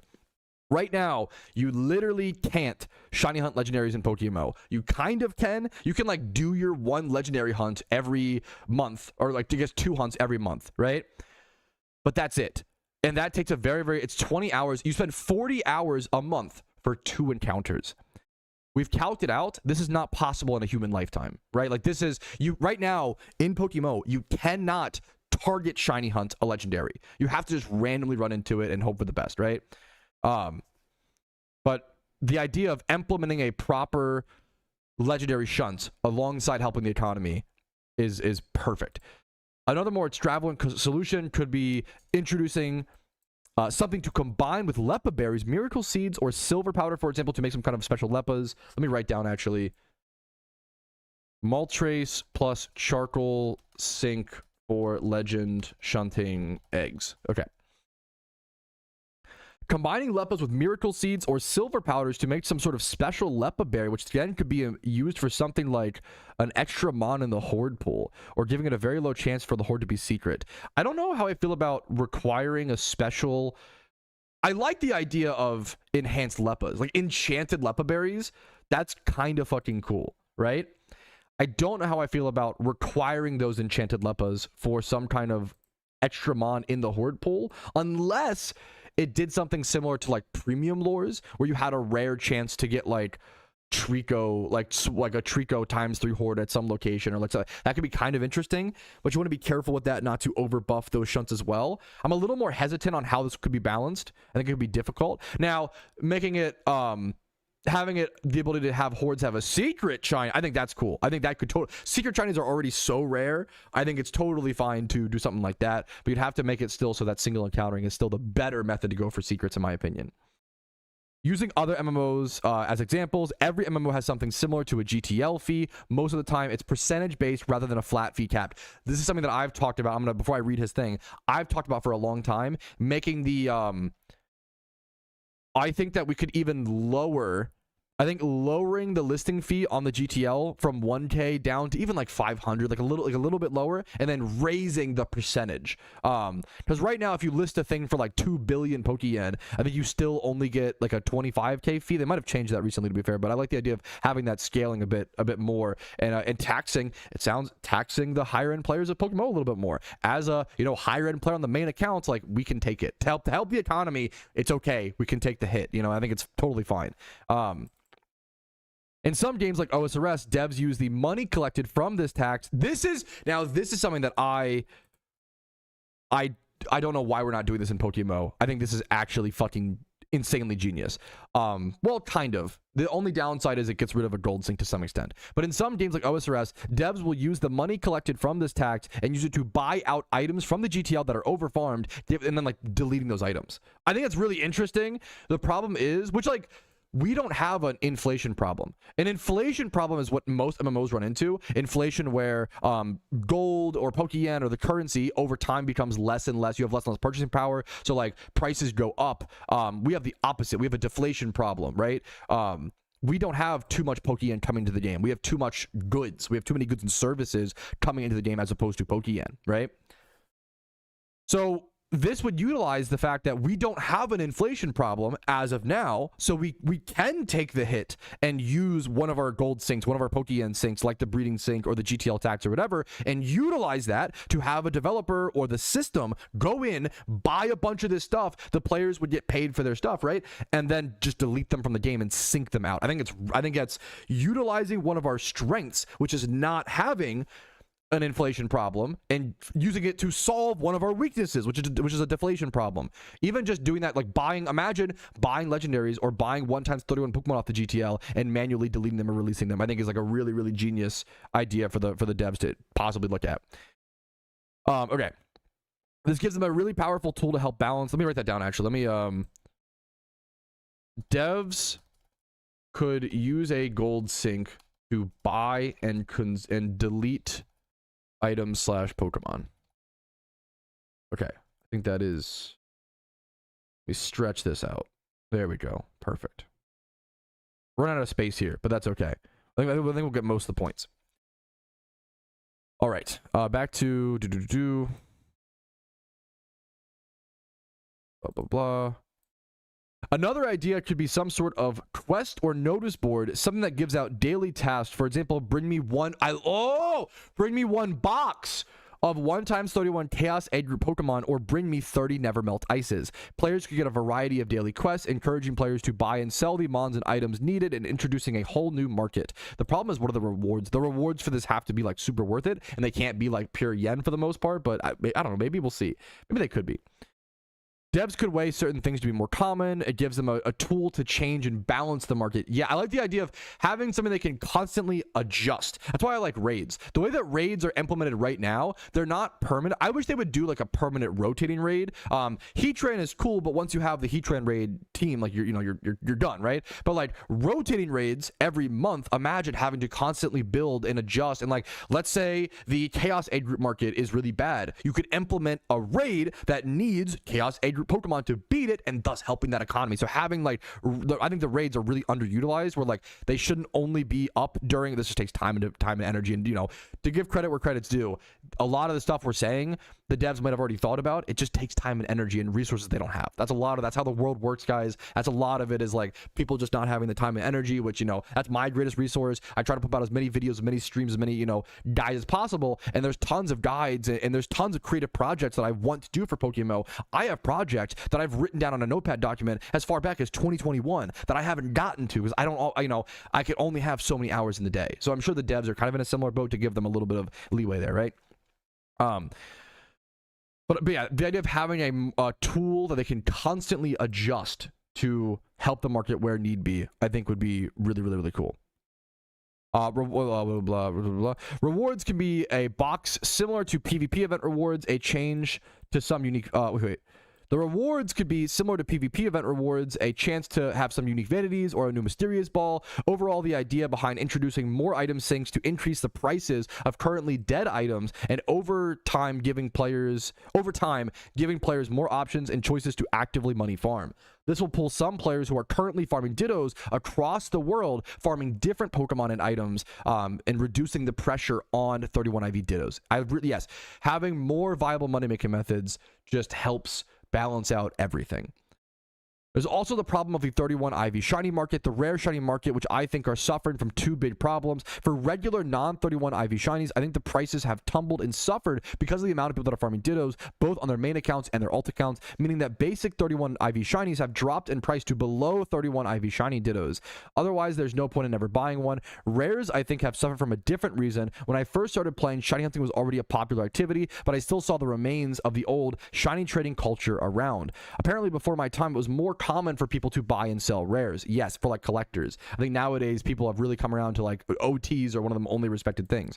By the time that I started playing, having an OT rare was worth more to most players, and by now, if it's not OT, most people don't really care that much at all. The culture of buying rares has changed. This has led to rare prices falling further and further over time without any real resolution. Personally, I'm not sure how big of an issue this would be over time, but I understand why some people will find it alarming. I do have a couple ideas on how to possibly fix this, like completely revamping prismatic pearls, but I'll say that for another day. Okay, I'm not too worried about, I agree, I'm not too worried about the price of rare shinies because most of the time people are shiny hunting, it's for their own personal accomplishment as opposed to selling it on the GTL, right? My last point is about RP or reward point prices, which have been slowly falling since I have started just after the 10-year anniversary. I don't know if I have many thoughts on this. I don't know if I don't buy RP. I don't really follow the RP economy. I know that it's tanked a lot and that's scary. I don't know why it's tanked. I don't know enough about the details. So I'm curious to see what GingerMatt has to say. Just after the 10-year anniversary event, 1,000 RP prices were around 3 mil or so. Between then and Halloween, prices dropped to about 2.5 to 2.7 mil Pokeyen per 1,000 RP, which was pretty typical for most of 2022 and early 2023 outside of events. I noticed that by mid-2023, these prices started to drop below that 2.5 mil barrier. I always said for the longest time, the cheapest I had ever seen RP was around 2.2 mil. That was like back in the day, that was the cheapest I had ever seen. We have now blown past that. I compare the quote-unquote value I felt buying the 1,000 RP to, oh yeah, this is a crazy, I have heard this statistic is so crazy that I've heard this quoted. To compare the value I felt when I bought 1,000 RP to make some eggs back then compared to now in 2022, I could sell 1,000 RP for 2.7 mil Pokeyen and buy Ditto boxes at 180k each, getting 15 Ditto boxes for 1,000 RP or $10, right? Now in 2026, I could sell that same 1,000 RP for 1.7 mil, buy only 6 Ditto boxes down from 15 at 300k a box from 180k a box, you know, a few years ago. I am now getting 40%. This is the craziest stat in the whole thing. You are now getting 40% of the same value that you got back in 2022. Even though new things have been introduced, such as shiny charms, premium lures, and chum buckets, prices still continue to drop. To me, the big reason is the amount of swiping these days compared to 2022, both more people and higher amounts. I'm not trying to judge anyone, but I've spent an absolute wedge on this game, and I have no regrets about it. But when I compare the amount of people I know as a rough average that swipe compared to other MMOs I've played, this game is in a world of its own with a much higher percentage of players swiping as their main money-making method. This is anecdotes.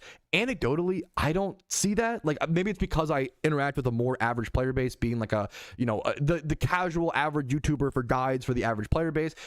I think it's important to differentiate, I guess. Like, it's still a problem. I don't want to say it's not a problem. I'm speaking my anecdotal experiences versus his and the difference that those could compare. I think that if a bunch of high-level players are all swiping, that is a red flag, right? It's you know, some are going to, and if you want to, more power to you. You know, not to judge anybody. I've spent, I think, $20 in PokeMMO over my entire PokeMMO career, and I take great pride in the fact like I've swiped very little, and I think I like to keep my in-game accomplishments separate from IRL. That's just me. That's not like a, you know, that's just my personal, that's what I like to do for me. I don't care about, it's different for other people, right?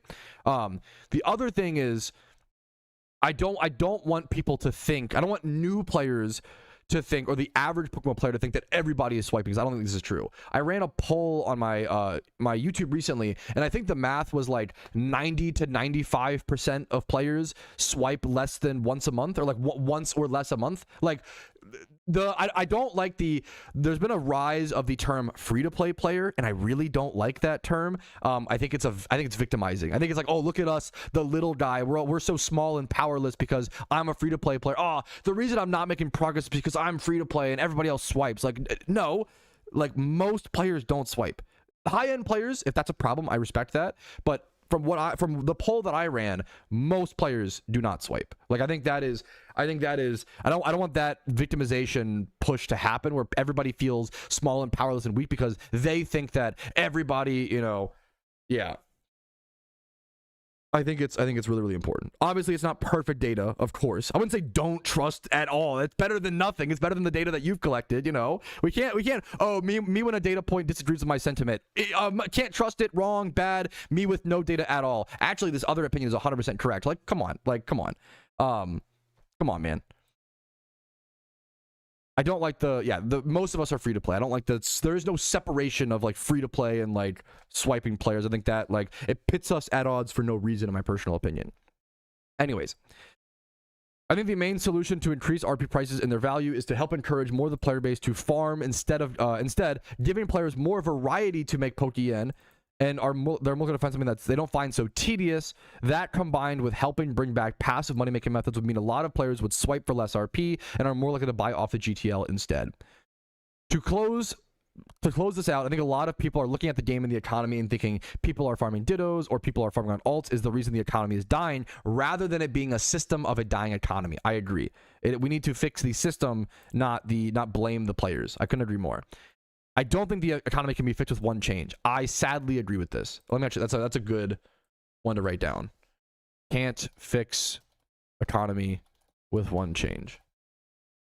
I think back in 2020, if we acted quicker, like back in 2024, I think if we just nerfed alphas during like 2024 event season, I think we could have avoided a lot of this. I think it didn't have to be just one change, it could have just been one change back in 20. I think now it's more than one change. I agree. Sadly, I think it's gotten to that point, right? It would take multiple changes, both reducing the 31's incoming and item sinks, and a good bit of time for things to get back to a healthy spot. But I hope some of the general theory and ideas that I have presented might spark a conversation into what the game really needs. And as you could probably tell, I love this game and I love this community. And I think the majority of people wouldn't be here if they also didn't love the game. I'd love to see the game in a healthier state for everyone, newer players and hardcore players alike. If anyone has any ideas, criticisms, or general thoughts, I would love to hear them. Thanks for coming to my TED Talk. With love, GingerMatt.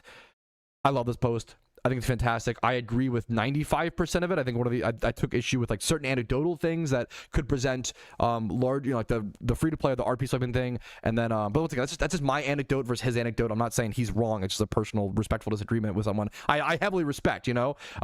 Hopefully you can respect my opinion. That's the we've got to respect each other's opinions. The amount of times I see in YouTube comments of people being like, Patrouski, the only reason you think this is because you're stupid or you're dumb, or even not even fuck me, like who am I, right? The amount of times I see other people arguing with other people on the forums or comments of people like, oh, you're wrong because you just don't know enough, or you're like, if ever anyone is saying your opinion is wrong because you just don't know, this is a logical fallacy. This is appeal to authority. Do not respect these people.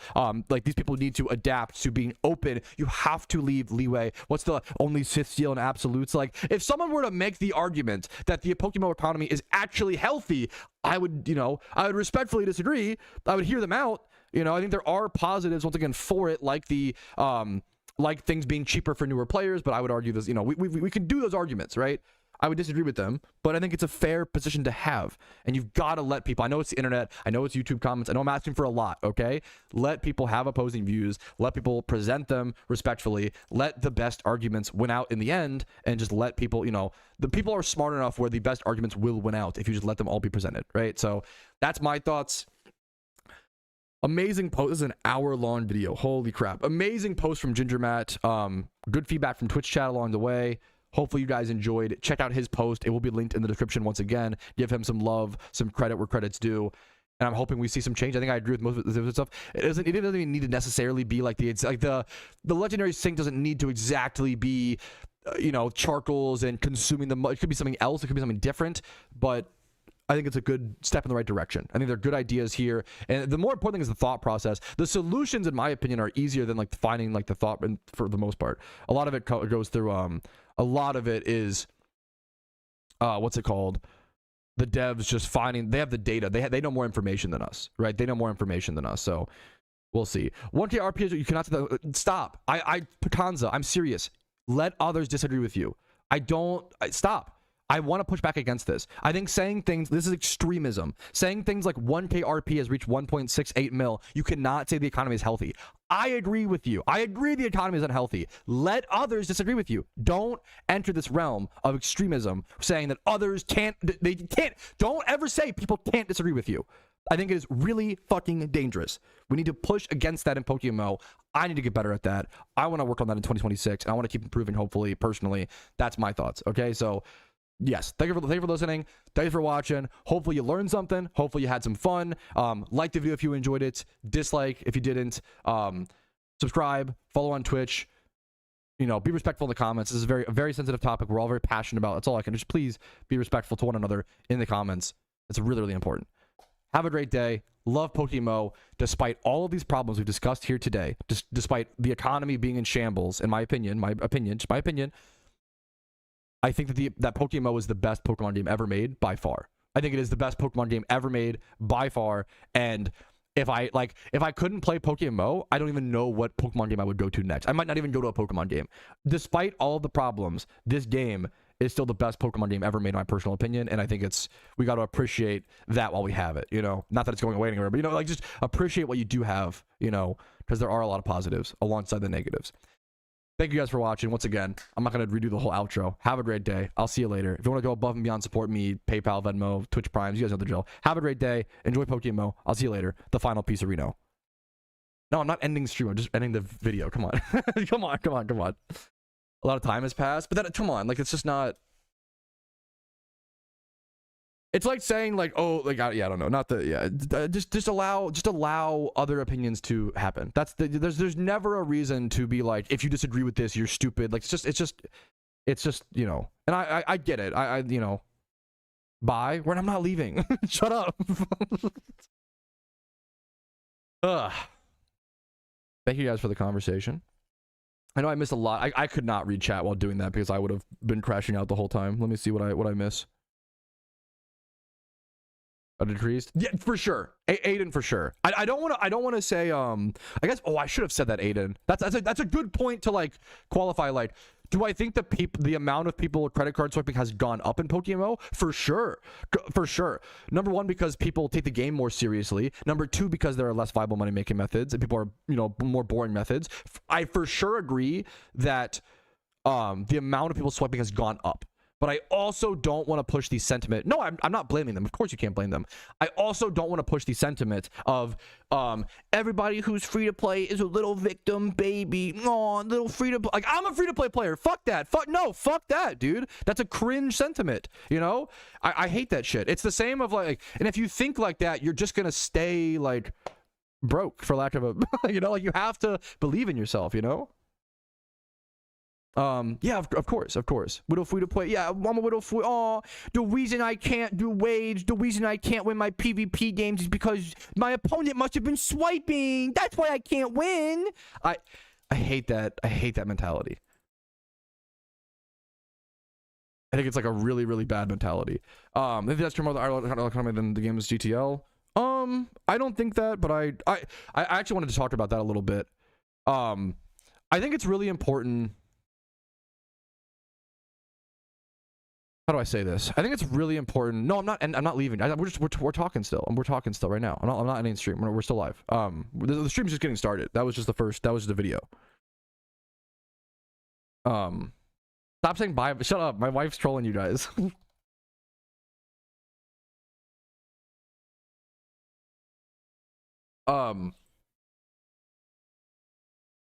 Shut up. Stop saying bye.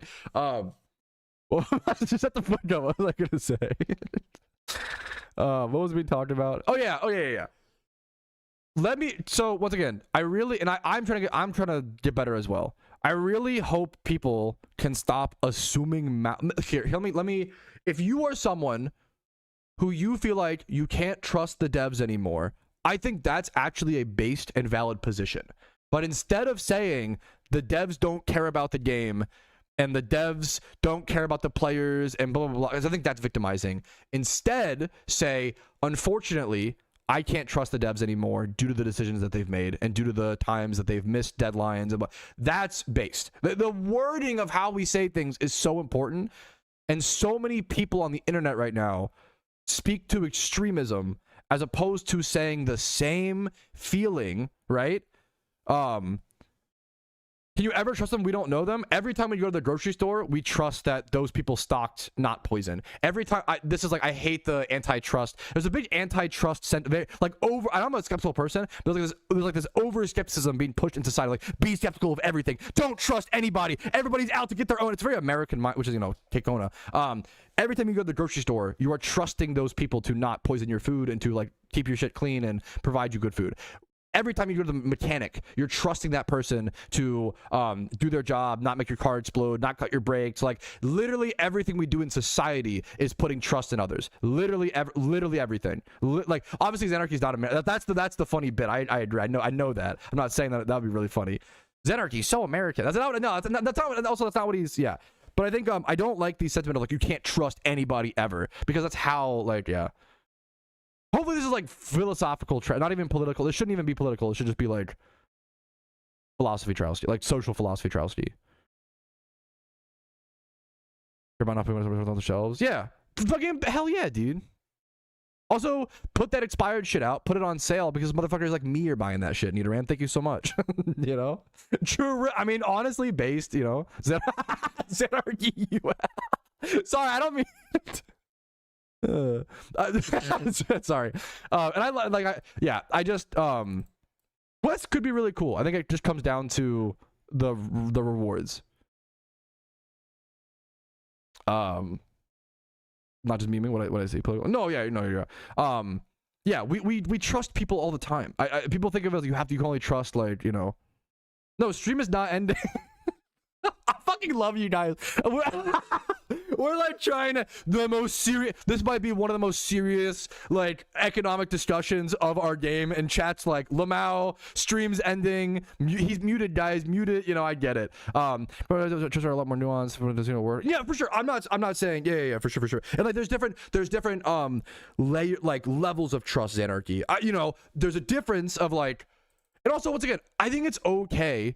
If your opinion is like, it should be a sad thing. The problem is, and I'll compare, like, I had this exact same problem, and I'm only, often problems that I talk about are problems that literally I have or have had, right?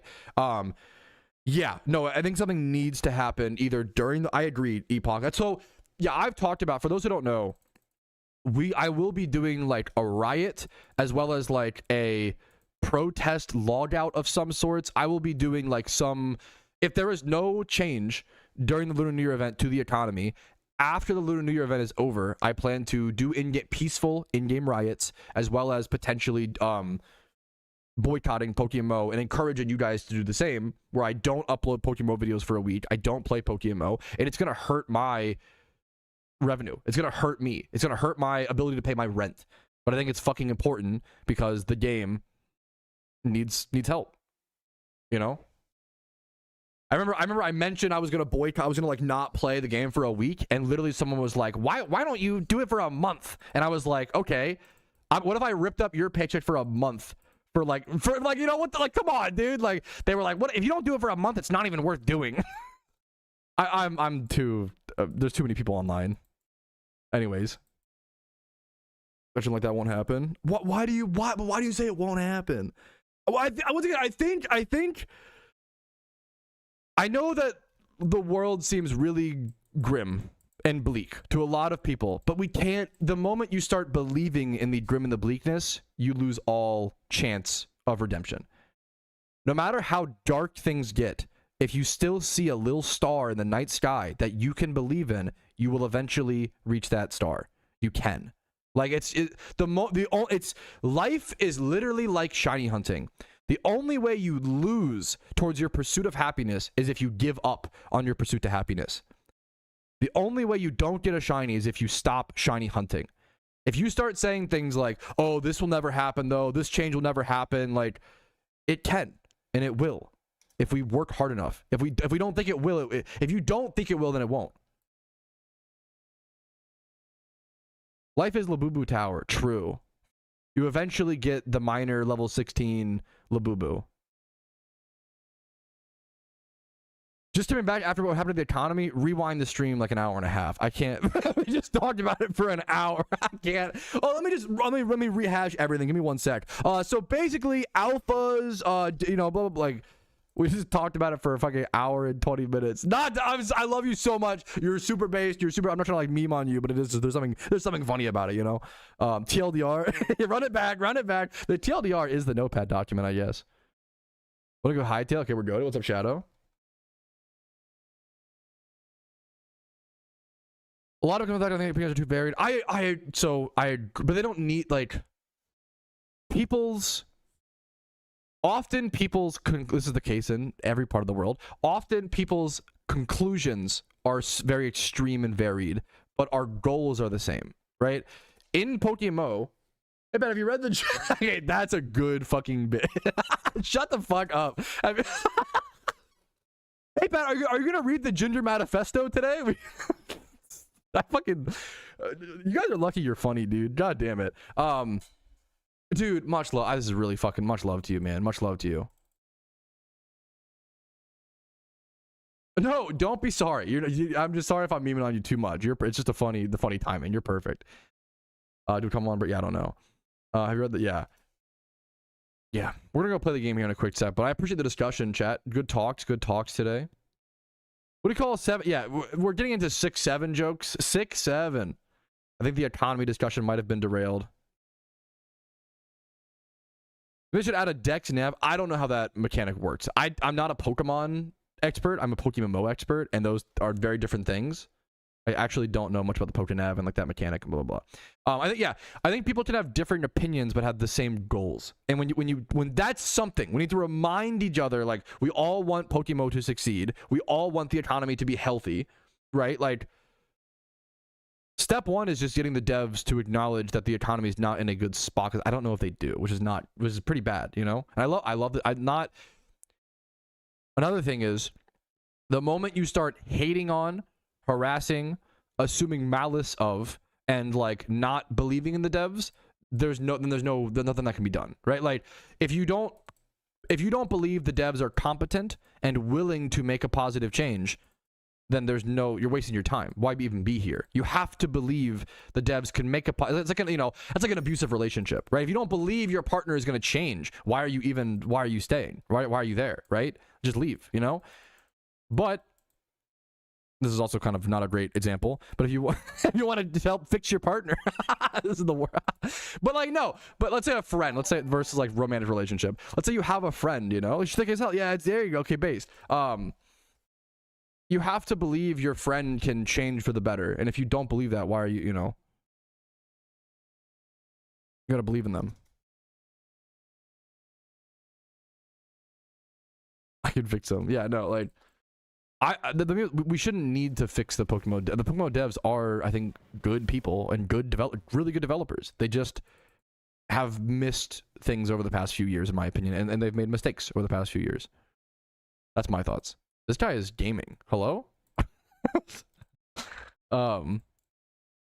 If she thick, she worth the fix. Pretty much. PokeMMO is thick. Is the TLDR?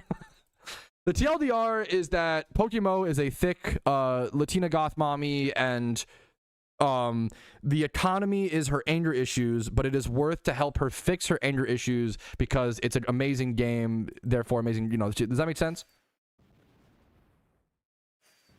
Does Twitch chat understand now? You guys did maybe not, maybe you didn't get it before, but now you get it.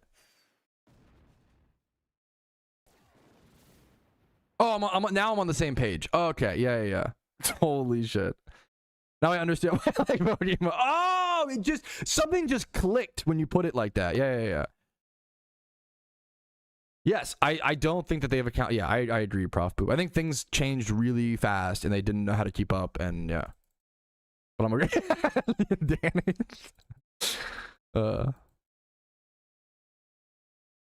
Kind of based. Sounds like the one. Yeah, it's like the Lego. Like, whoa, I can save her.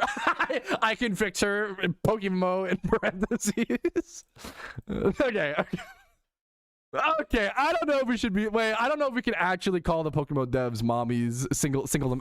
That feels a little like a little harassy wassy. I don't know if we can do that. That's called wetsual harassment, I believe. We can't. I know. You know. I know we mean it. Us gamer guys mean it as a compliment. We cannot be calling the developers of our game mommy. I think unless they're okay with it. But like, I would ask for consent first. Terraria update. True. Based. Other games. Oh, but we gotta trust the ones. Yeah. Yeah. Exactly. I couldn't agree. Yeah.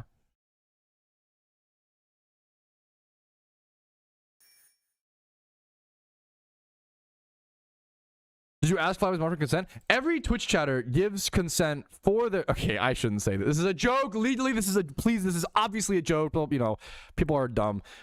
Every Twitch chatter legally gives me consent to their mother's body whenever they backseat me or annoy me or are cringe in some way. That's the rules. I don't make the.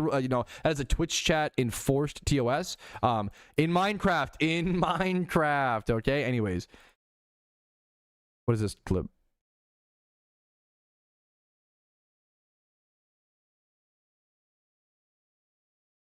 PokeMMO is a thick Latina goth mom. I mean, am I wrong? Anyways, okay.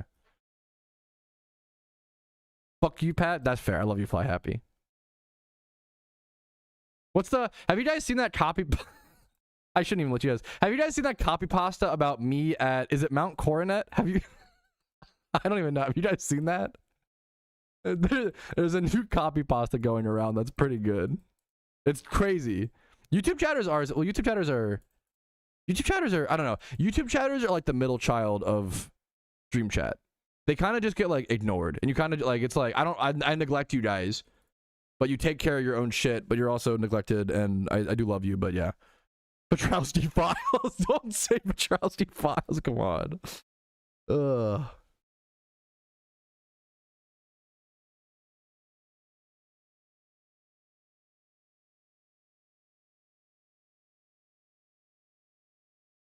Why would you ask something like that, Lady? If you're, it's what I'm thinking of, Lady Jesse. Why would you ask something like that, man? That's not okay.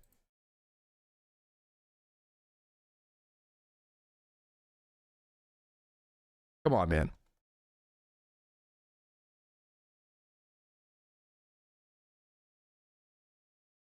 Yes, we did, Danny. We did.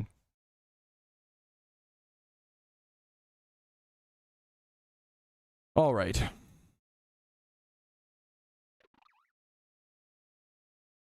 We're gonna move that over to other videos. Are we ready to actually start the stream begins now, Poggies? Alrighty, fellas. Can the stream start?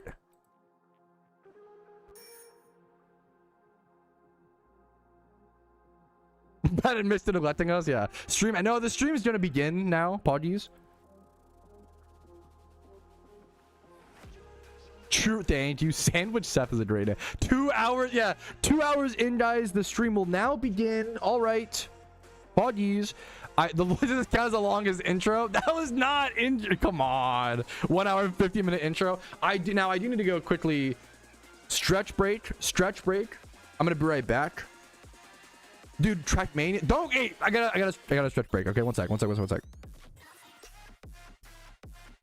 We stretch break, boys. I'll see you very soon. No, not stream. Stream is not ending. Ha ha ha. I'll see you guys in 5 minutes, okay? Quick stretch break. We come back. We start the Iron Man grinds. We do our gym run with Shiny Hunt. We get a shiny Jigglypuff on stream. We're manifesting it, true and real. I'll see you guys very, very soon. Don't say bye. Fuck off.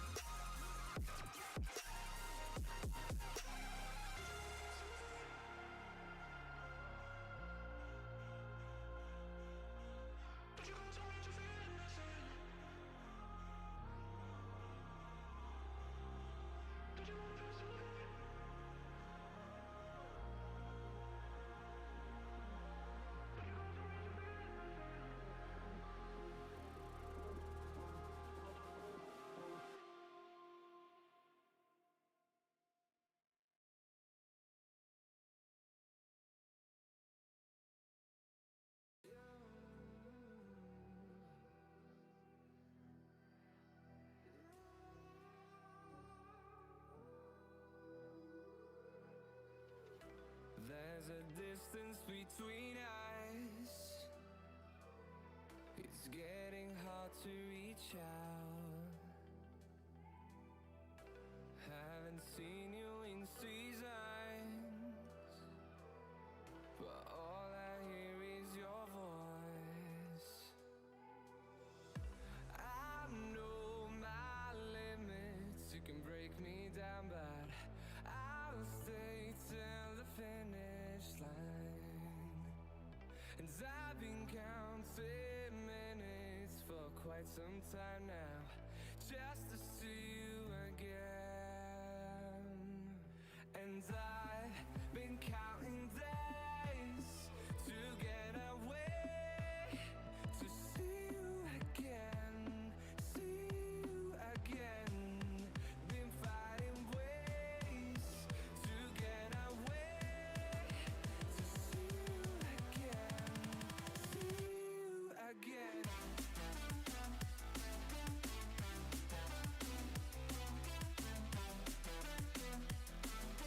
See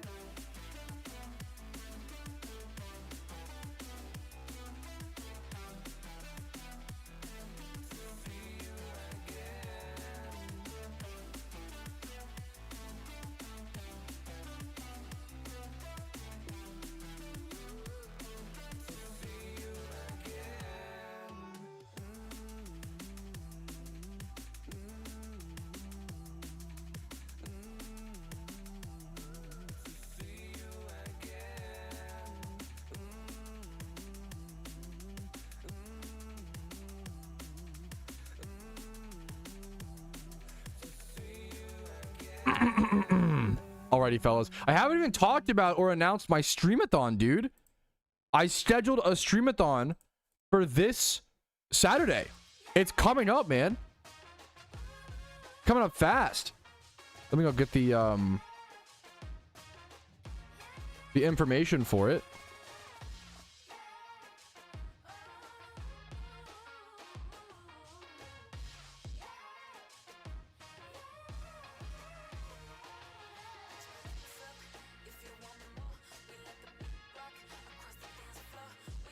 Let me go download this. Let me show my...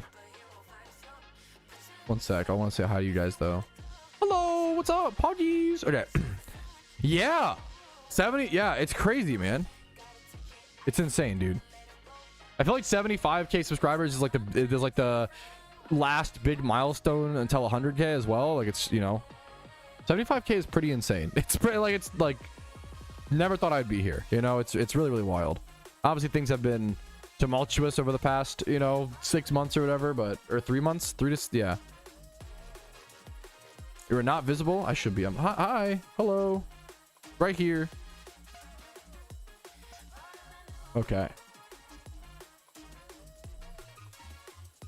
How big is this? Good luck to you, Pounder. First shunt is tough. First shunt that dry is so tough. All right. This is quite a, I wish I had a bigger, what's it called?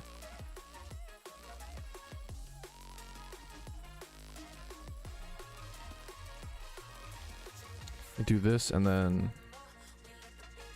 get a screenshot of my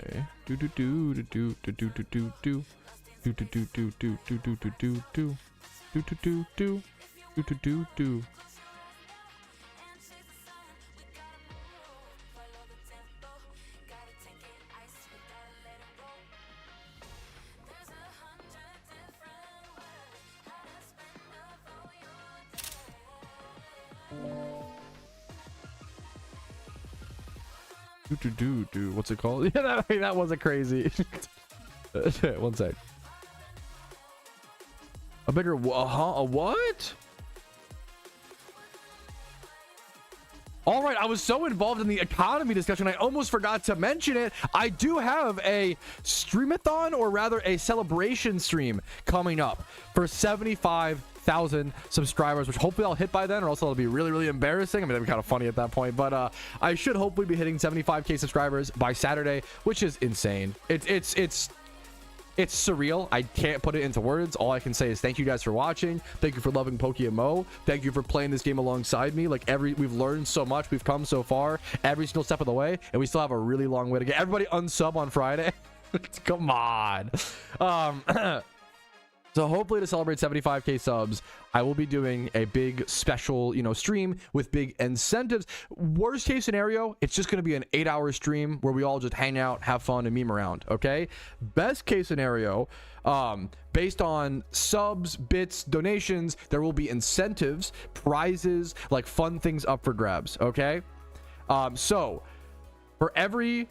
Now we're going to be doing total sub rewards. These rewards are for the total number of subs during today's stream, not today, upcoming on Saturday. They do not need to be gifted by one person or at one time. So it's like a collective. Everything counts into a pool, right?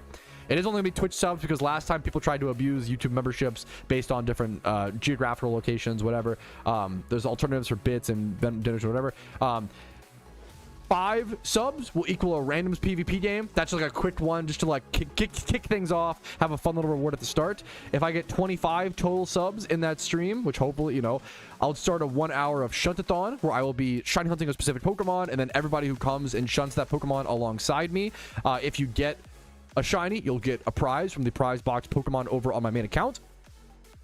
50 subs, I will be hosting 5 games of hide and seek for prize box Pokemon. 75 subs, I will have the Lego Yoda death sound in the background for the rest of the stream. At 100 subs, I will be doing personal MS Paint drawings of people in chat with their character. And it's like I'm terrible at art. That's the joke. Like really shitty little MS Paint drawings for each individual person in chat, signed by Patrouski, the artist, of course. And then at 125 subs, another hour of shuntathon. At 150 subs, we will do a movie night with chat. 200 subs in one stream. Once again, this is going to be like This could be 200 people all subscribing once or gifting one sub, right? At 200 subs, I will eat beans on toast while listening to Brits on Top, the song, on repeat. At 250 subs, I will chug a beer and do a gritty. At 300 subs, I will do Voltorb Flip on the Iron Man account until I win. At 400 subs, I will try to do the Pokemon rap until I get it correct. And then at 500 subs, we run it back and we do another 8-hour stream on Sunday with the same rewards up for grabs. So we'll see. I'm just hoping to have a fun time. I'm not really expecting anything. I'm hoping just to stream for 8 hours, shiny hunt, make some Iron Man progress, have a blast, and hopefully we'll see you guys there on Saturday. This is once again just a stream to celebrate and have some extra incentives for viewers who want to go above and beyond. But really, it's just an 8-hour celebration stream. I will see you guys there to see what craziness we get into on Saturday. All right. I hopefully you guys like I put a lot of effort into thinking about the things and stuff. Every 50 subs, and the problem is after two beers I'll be cooked. I'm a fucking insane turbo lightweight, which is kind of the meme, you know. Eric, it's true, Spidget, it's true, man. Is it it's a good question. Is it arrogant or is it the ugly ego? Ooh, that's the real question. That's the real question. You don't know the whole poker rap? Nah, fucking by heart, bro. Hell, I would love to learn it. I think it'd be fun. Broby, 18 months. What's up, man? Thank you so much, dude. Patropog. Or no, Patropaw. The fucking furret, bro. Thank you. Thank you, man. Okay. Move this Broby Pod. Now, all right. I think we can finally go ahead and start our Iron Man progress. A lot of yapping for today, but that's okay, as expected. I'm gonna go ahead and pop my amulet coin. Typical normal stuff, I know. Another amulet coin popped, another Jimmy run to do. We're down to 9 amulet coins. Our Absol now, the important thing is our final Lunar New Year event raid Pokemon will probably reach level 80 today, which means it's effectively done, right? So once this gets up to level 80, we're fully ready, aside from Pokeballs and Pokeyen and things like little item stuff for Lunar New Year event. But this will mark the completion and the full preparation of all Lunar New Year event raids, which I'm very, very excited for. Like the French poker rap especially. Okay, I would try it a little bit for the bit. That would be fun. How different is it? That's like, I mean, it's a different language. Like, I can only imagine. It'd be fun. What happened with what catch events? What's happening?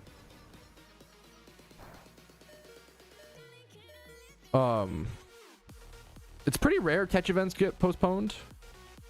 Brillium event not on the official events page. Let me go check.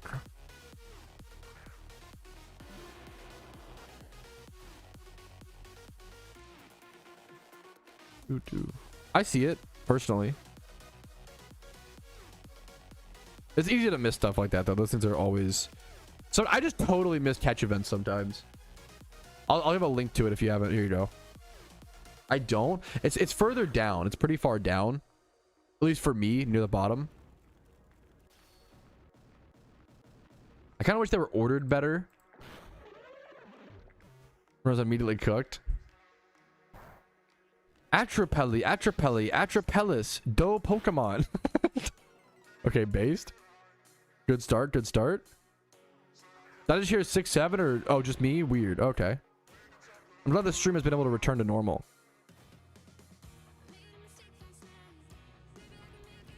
That's really crazy, Supa. Obviously, it's a lot easier to click the subscribe button versus buy a ticket to go to a Ravens game, but not to like downplay. Like, it is really crazy, man. That is really, really cool. It's weird.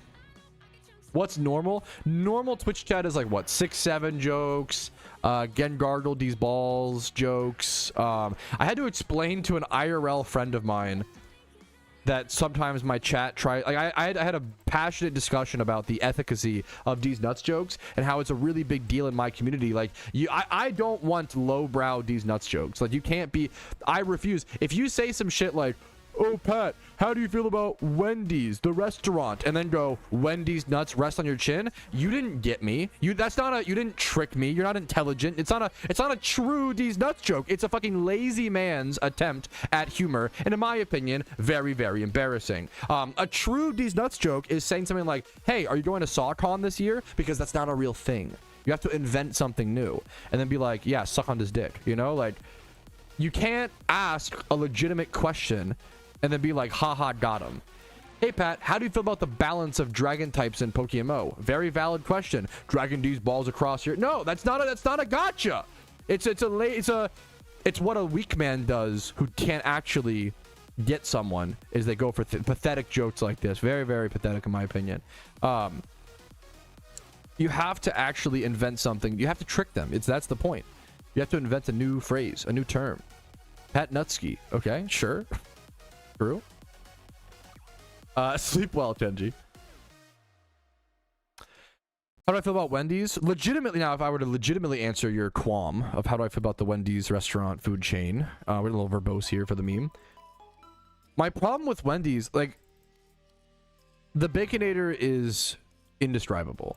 I would go as far to say, if you are in the US, one of the #1 things you should go, if you're not from the US and you're visiting the US, you should go to Wendy's and say, can I get a triple Baconator, please?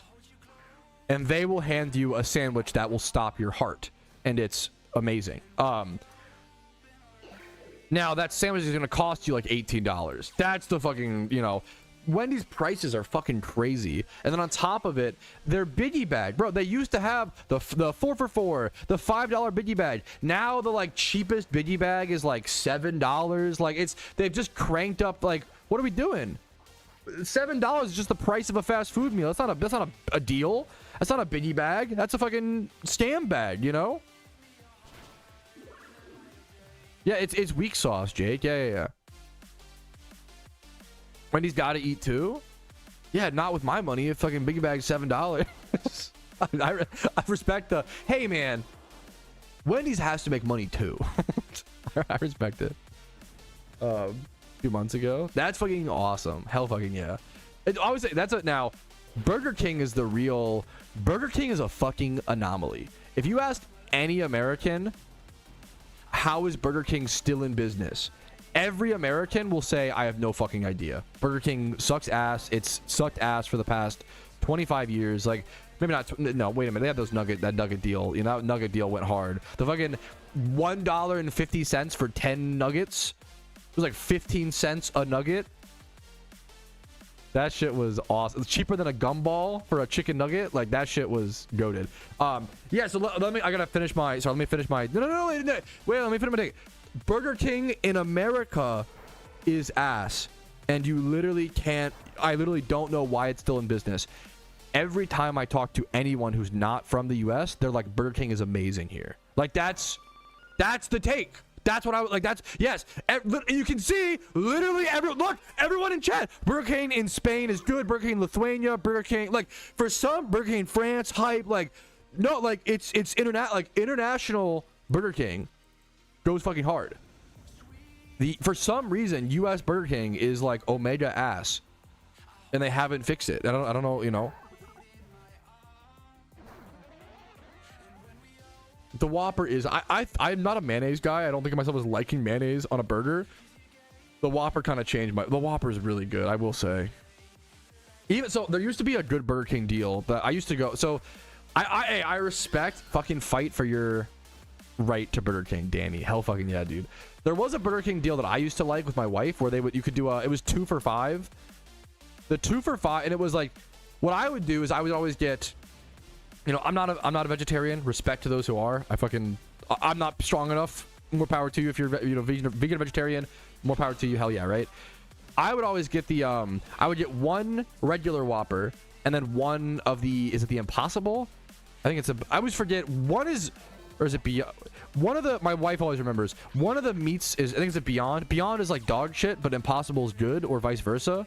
One is like one of the, like, I would always get one regular Whopper and then one of like the vegetarian Whopper, and I liked, both were very good for different, I'm not even vegetarian, for flavor profile. Both were very good for very different reasons, and I would fucking double fist Whoppers, and I would go, peculiar. That one's tastes a little bit more greasy, a little bit, you know. Wow, that one has a bit more depth of flavor, a little more layers. That one has the lettuce complements the real meat patty a little bit more, you know. Like, dude, it was fucking, it was so fun, dude. I loved it. Fun, dude. I loved it, man.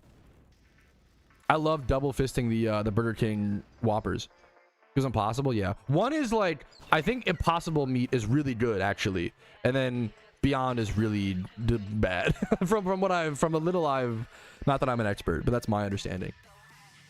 I don't know if I've ever had Zaxby's. That might be out of my wheelhouse. So fucking goated. We have those like impossible meatballs. That shit's fucking good, man. Like I'm not even like, once again, to each their own. They just taste good. Like they just are flavorful, you know.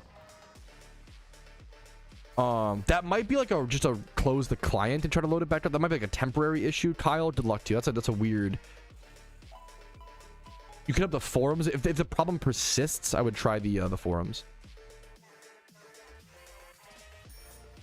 Better. I think I kind of agree. I like the morning. There's a Morningstar. I remember I had like a Morningstar black bean burger when I was like really young. And I was probably like 8 years old. I was like, I don't want a vegetarian burger. Gross. And it was really good. Like the fucking black bean burgers are really good. I don't care, you know, I don't care what something, I shouldn't say totally what it's made of, but like I'm just, you know, if it tastes good, it tastes good. And also more power to you. If you want to fucking, more power to you, you know. It's it right. The Morningstar black bean burger is fucking good. It's like, it's just flavorful. And I'm not even like a huge, like, I don't really like beans that much. I feel like beans can be made to be good though. I don't know. I don't mind I love a baked bean.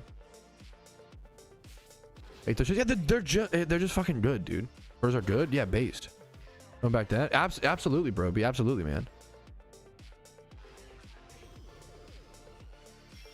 Is that to be global? Now, my regional fast food of choice. Where am I? Is it Southeast? Where are my Southeastern nerds at? Where's my South Carolinians, my North Carolinians, all the Carolinians?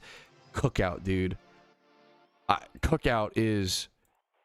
I wish I had. Well, part of me wishes I had a Cookout 5 minutes away from me, but dude, I'm already large. I imagine, dude, I would be like 400 pounds. I'd be like fucking huge. If there was a Cookout, I'd be like fucking, maybe I'd be fucking massive, bro. Cookout is scary. Like, it's so good. Cookout is also like the last fast food place that has good prices. Like, I could get a barbecue platter for like $5.35, and it's like 1,000 calories. It comes with like a scoop of pulled barbecue, hush puppies or some shit, you know, fry. Like, it's fucking awesome. What's Cookout? It's the most beautiful place you've ever seen. Look up Cookout restaurant. It's only, the problem is that it's only in like the Southeast US. It's so like, Cookout restaurant map. Let's see if I can like see. It's literally only in the Southeast US. It's so limited. Why am I running from the Jimmy run? Dude, my Jimmy runs they've gotten worse and worse, but it's kind of funny. Like, here's a, like, which should be kind of a red flag. Cookout locations.png. Here's like the Cookout location map as of there are some, like, I thought the same thing, Viz, but I think there are, like, look at this. Now there's a Cookout in like Delaware. Is there multiple Cookouts in Virginia? Maybe we need to look or some shit. Like, they're kind of spreading. Maybe I need to reassess. Yeah, no, I need to fucking look this up, Viz. The problem is the states are so large. But even though there's a bunch, I feel like the nearest Cookout for me is still like pretty far, unfortunately. Yeah, like the closest one is still 3.5 hours from you. Yeah, I'll see you in 8 hours. Yeah. It's so good, man. I fucking love the fucking milkshakes. Like, the milkshakes aren't that, the milkshakes shouldn't be that amazing, because it's very obviously like a powder ice cream mix. I could be wrong. Maybe, but with like, they just like crushed candies. They have like 63 milkshakes or whatever, but it's literally just, they just like keep Butterfinger candy bars on hand and then just like crush them up, and that's the, you know, milkshake number 1. And they do the same for like Heath, and like there's like all these different candies, and well, it's fucking delicious. Like, they shouldn't be as good as they are. Aren't the milkshakes also like $4 or like $6? Like, maybe they're like $6, which is like, well, that's like it's fair. It's not like cheap, but it's like, I don't know, $6 for a milkshake is like pretty, like, and they're big. Poor man. Yeah, I'll take a poor man's DQ. Yeah. Dude, I fucking like. I shouldn't go to this gym actually. Yeah, it's fantastic, man. It's so good. I think West Virginia. No disrespect to all my West Virginia viewers. Me and my wife have literally debated moving to West Virginia for like the prices and stuff. But like I think they would not like. And maybe I'm hoping that there are like some. I'm hoping there are some suburbs or cities in West Virginia that are like getting developed that like have a really cool community. That's the goal, right? I'd love to have like a pocket of that in like every state essentially. But right now, I think West Virginia literally just got voted least happiest state in the U.S. Like it was ranked 50 or ranked whatever the fuck, like 52 or whatever. No, yeah, dude, Baklava, like yes. Also, I love your name has milkshake in it, which finally the milkshake expert has stepped into chat, guys. I didn't even notice that. That's fucking awesome. Baklava milkshake is so awesome. Yeah, no, that's a fucking valid. Yeah. Finally, guys, the milkshake expert is here to weigh in on his thoughts. Thank you, King. We really need you to split the divide, you know? All hail the milkshake king. Yeah, West Virginia got voted like least happy state in the, which is really sad. I'm hoping it's better. I don't know, you know? I guess one state's got to be the least happy. What was the, I think was it Hawaii? I think Hawaii was the ranked #1 happiest state, which makes sense. Maryland, was Maryland ranked 2? I think Maryland was really up there. Maryland rank for happy state US. I think it was ranked 2. Bro, I fucking love, I always say I loved growing up in Maryland, bro. Maryland is ranked 2 out of 50. Maryland literally the second happiest state to grow up in, boys. What a time to be alive. I fucking love Maryland.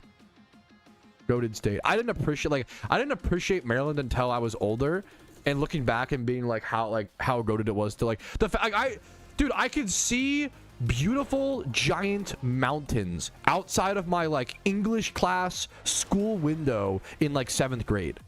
It's that kind of shit you don't appreciate until you're older, and you're like, bro, I could literally just see like beautiful mountains like while chilling in school.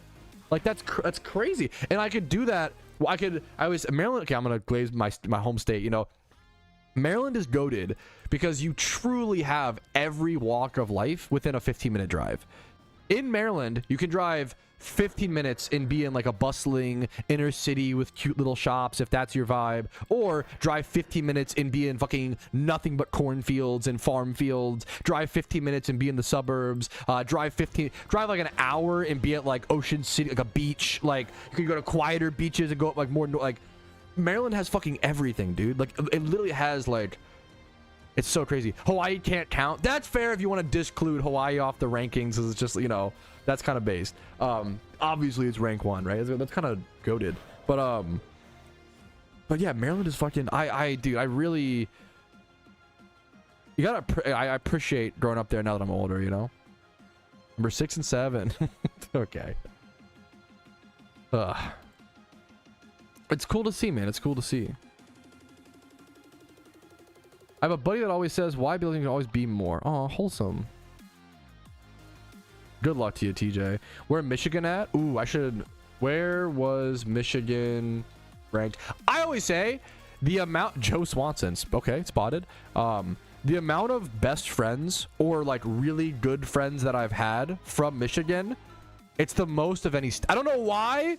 I really vibe with my homies from Michigan. I don't know what it is. The amount of like, I've met so many fucking friends from Michigan. I don't know why. Maybe because I like the cold and they like the cold. I don't know. That's all it is. Michigan seems fucking goated. The amount of fucking nerdy guys that I've met from Michigan who both love sports and like Warhammer 40K, like the ultimate like male combo. I've met so many fucking cool guys from Michigan, dude. But what's always sad is that people from Michigan always go back to Michigan because they miss it so much. Top 50 US happy states. This is like a child trying to Google this like data. What are the happiest states? Yeah, New Jersey somehow got ranked number 4. Now that could be copium. You know, maybe New Jersey is ranked so high because if you stay in New Jersey, it's like like people from Jersey Shore. People from Jersey Shore are like, hell yeah, I'm from Jersey, bitch. Like, well, this is my Jersey accent. They love it because they're, you know, they stayed and it's copium. But how many people, like most people I know who like grew up or live in New Jersey, like leave New Jersey because they fucking hate it so much, you know? So like everyone who hates New just moves, you know? A cross between Morty and thank you, not bad.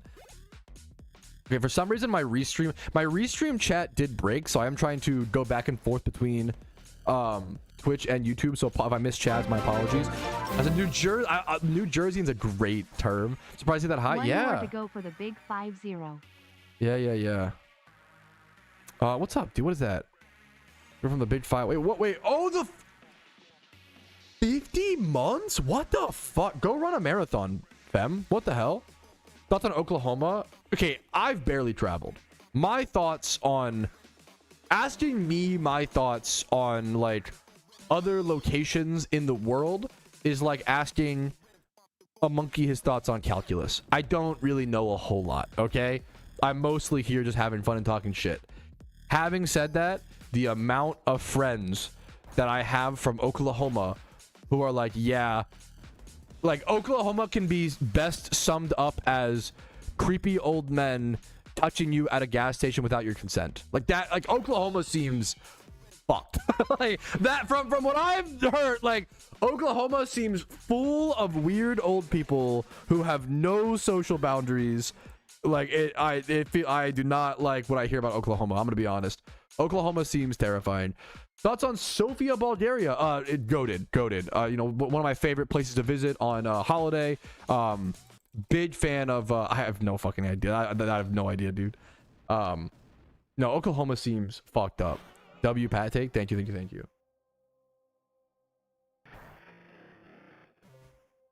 What was the rank 1 was Hawaii. Rank 2 was where? What did someone ask? New Jersey was ranked 4. Michigan. Someone asked Michigan. Where's Michigan at? Let's see. Michigan's at 35. I'm shocked. I think people from Michigan seem to love Michigan. Rank 50. Let's see. Also, like the difference between rank 1 and rank 50 is pretty extreme. Like I don't know what is this percentage of people who are happy? Hawaii has a total score of 65.5. I don't know what that means, what the total score indicates, but West Virginia has a 32.04. You know, and that's not, you know, if you live in these states, that doesn't, you know, it's probably still very likely you're happy. I'm not trying, you know, it's not a shot. But the least happy states, according to this, you know, this one study, West Virginia ranked 50, Louisiana ranked 49, Arkansas 48, Alabama 47, Alaska 46, makes sense, no sunlight, but you know, Tennessee 45, New Mexico 44, Kentucky 43. Not even the fried chicken can save them. Damn, so you know it's fucked up. Mississippi 42. A lot of the, you know, generally the southern states are, you know, less happy. You know, it sucks. I wish them the best. I'm rooting for them. Ohio ranked 38 seems kind of high. I guess they got college football to raise their happiness. That's kind of goated. I kind of respect it. What are some ones that I'm shocked to see? Washington State at 24 is honestly seems, I'm surprised it's not higher. South Carolina at 25 is also, I would think that South Carolina and North Carolina heads are pretty happy, it feels like, in my opinion. Yeah, South Carolina at 25 while North Carolina at 28. I don't know how I feel. I don't know which one's happier. I'm not sure. Thank you for the bits, Jake. New York at 16. I would expect New York to be, I would expect New York to honestly be at 25 personally. I would expect to be dead in the middle. Because the thing is, a lot of people that move to New York move there because they want to, you know, be in a place like New York. New York is my nightmare. Not because people fear monger, blah, blah, blah. I just get scared of tall buildings. Your parents are scared of New York because of the crime rates. I'm scared of New York because of the tall buildings. We are not the same. Like, you know, like, I'm scared of tall buildings. I hate fucking tall buildings. They freak me out. Thank you for the gritty Shakespeare. Thank you so much, King. New York is my nightmare literally because I am terrified of looking up at tall things. I get like vertigo or some shit. I don't know. They're funny. I really like them. They're a good bit. What else I miss? Finger is great though. Yeah, I don't know. Once again, I'm not well traveled. This is a turbo online man's conjecture. Idaho at rank 10 is shocking. I get like that's kind of base. I kind of love that. Like all you need is potatoes at the end of the day, you know? I'm just drawing like incredibly offensive broad stereotypes as I've never visited these locations. That was a big one. My wife talked about Utah is rank 6, which that's like is that the Mormon state? Is that the, you know, which like more power to him, I guess. If you're happy, more power to you. Whatever gets you through in this tough lifetime, I guess. Will Mom Talk survive Utah being ranked 6? I don't know, man. We'll have to see. Delaware ranked 12. Okay, I can see it. Florida at rank 14 happiest. I call bull. This whole list is a sham. Bullshit. Florida at rank 14. Also Pennsylvania at rank 18. No, I've never met a happy Pennsylvanian. No shot. No shot. I've said that for a while. Florida, Ohio. What are the other states that get a lot of shit? You know, things like that. I think Pennsylvania is secretly the most unhinged state. I mean, Pennsylvania, don't at me. Do you love Pennsylvania? You know, I'll you know, I'm gonna give I think Pennsylvania is fucking unhinged, and it's definitely not because I'm a Baltimore Ravens fan and just hate the Steelers. Copium. Pennsylvania is fucking unhinged, dude. I live in the western side. I don't know where the bad parts are. I have no idea. I have no idea. I've also never been to Philly. I feel like I would like never been. I've never been to most. I've traveled through Pennsylvania. Where the fuck am I going? Tech W. I've traveled through Pennsylvania to get to other states or go to Hershey Park because fucking hashtag chocolate. You know what? Oh my! What? It's like a fucking. What am I? A mom? A fucking middle-aged mom? Hashtag chocolate. What is happening here? Oh, whoa, oh, whoa, what? Hold up. Ooh, little, is this ooh, we just randomly ran into look at this.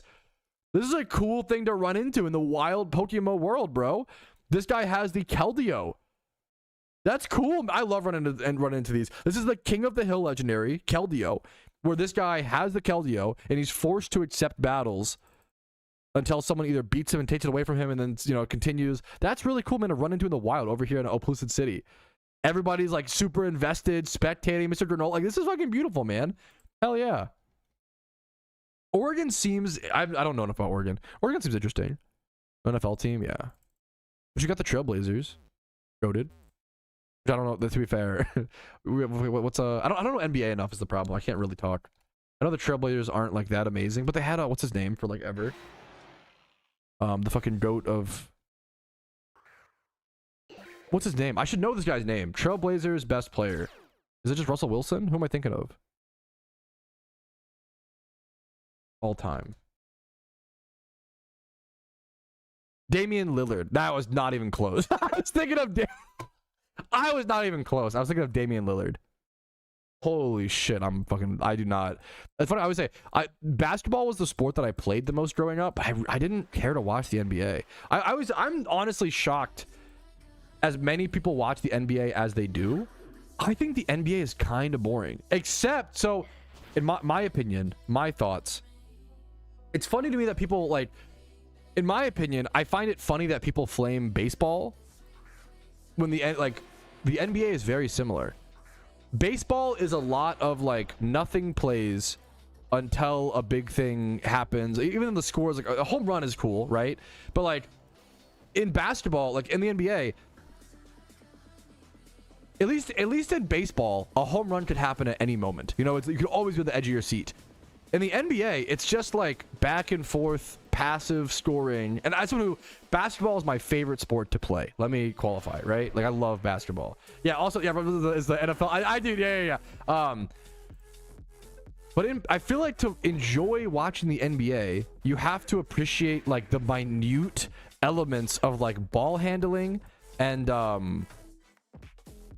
like pass it. Like I feel like to appreciate the NBA, you have to really have a deep understanding of like players setting up picks and like play call design. Like I feel like to enjoy NBA at a base level, you have to understand basketball to a pretty deep degree, right? Which that's what's so impressive to me about it, is I'm surprised, like, because I think basketball until the final 2 minutes hit, like I think it's kind of boring. And I love basketball. It's my favorite sport to play. But unless you're watching, like most people that watch sports watch casually, right? Like, it's not there. Okay, Pollard. Like I know a lot. You know, the complaints about football are like, to me, and there are good. I love football. Football's my favorite sport to watch. But the complaints about football are, you know, every play is like there's like a 30-second break between every play. I get it, but at least with every play, like anything could happen. A Hail Mary touchdown, a big interception for a pick six, like a fumble. Like I think it's more exciting to have sports where like anything could happen at any moment. Whereas like unfortunately in basketball, it's like this. It's like very monotonous until the final 2 minutes are amazing. Don't get me wrong, but it's very like, you know. And unless you're watching like the ball handling and the footwork of like, oh shit, like he fucking stepped on his right foot, dribble with his right hand backwards towards his right ankle to throw off his to like be able to take a step back three. Like unless you're like watching the details, I feel like watching basketball is like pretty boring. Sadly, I love the sport. I'm not trying to, you know. I feel like for the casual eye, basketball almost doesn't get enough. But I don't want it to get shit because I love the sport. So it's almost like, you know, what's my point here? Yeah, which is like kind of crazy. Like I don't know. At least yeah, I don't know. That's just me, but I understand. I don't know. But for some people prefer that like constant little action versus football. You know, it's you know, a lot of the plays are like just making small incremental progress. Like, but so I guess I don't know. I'm just yapping. I'm just over here yapping. Why is my restream chat broken? That's pissing me off. NASCAR is fun. I used to be one of those people who made fun of NASCAR. The older I get, the shitty thing is, the older you get, the more you empathize and understand people, or you should hopefully, and at least for me, right? Like, and hobbies and activities. The older I get, it's fucked up. The older you get, the less things you have to make fun of because you start to empathize. It fucking sucks, dude. Like I used to love like that South Park episode. Like, oh, I can't fucking play NASCAR. I'm not stupid and poor enough. Like, I fucking love that. But like NASCAR is so fun to make fun of. Like, oh, you just go around in circle. But like, when you actually watch like documentaries or like the mental and physical toll and training that goes on with these men and their bodies and like the pit crew and like, it's actually really interesting. And like, and that's the fucking reality of life is the more you understand things, the less you have to make fun of. And that's boring, but it also is probably nicer to most people, you know, it's kinder, right? But like NASCAR is actually, it's same with like I always say with golf. I love making fun of golf.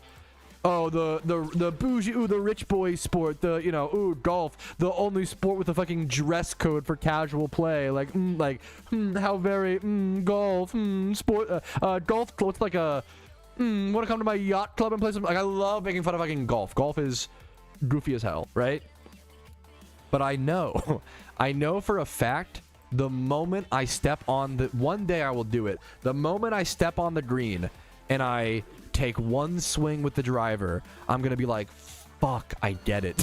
I know that if you think about it enough, you're like, you start to like golf, like you can make fun of it. It's all perception. You can make fun of it and be like, oh, like Lamau, like golf, the only sport you can drink during, but you know, the only sport you don't even have to walk. Like you could, you know, you can just fucking use a little golf cart to carry your fat ass around. Like you can meme on golf, but I know for a fact, the moment that I actually go play, I'm gonna be like, wait a minute, this is really fucking fun, and I understand the like interesting, you know, is watching it. My beef with golf is the barrier to entry. The barrier to entry, well, to be fair, let me qualify.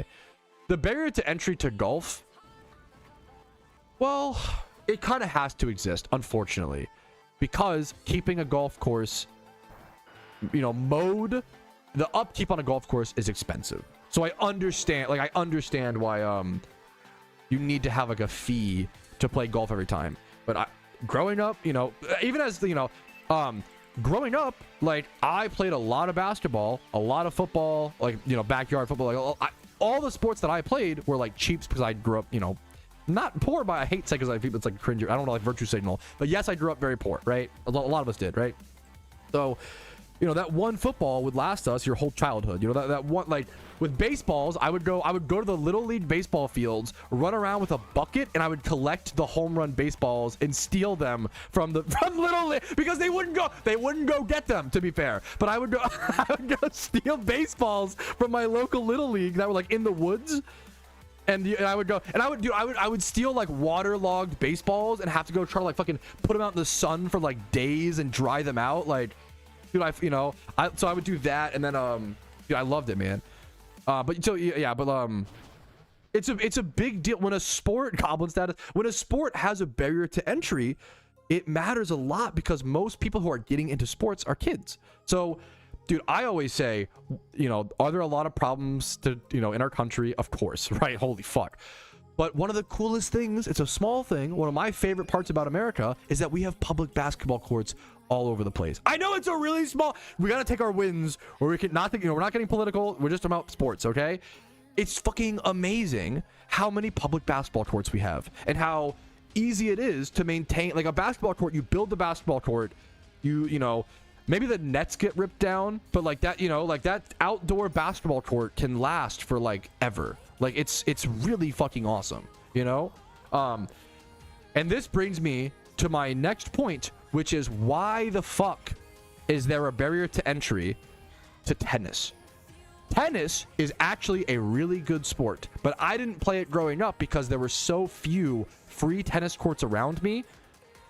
And why is there still this pretentious aura to tennis? Me and my wife got into tennis, I think back in like 2023, 2024. And at least the online tennis culture is so bad. This is very bad to play, but it's not to get into it. That it doesn't need to be. Me and my wife thrifted tennis rackets, thrifted some balls, cost us $20 to get into tennis. And we had a free local court we could walk down to and play. And that was amazing, right?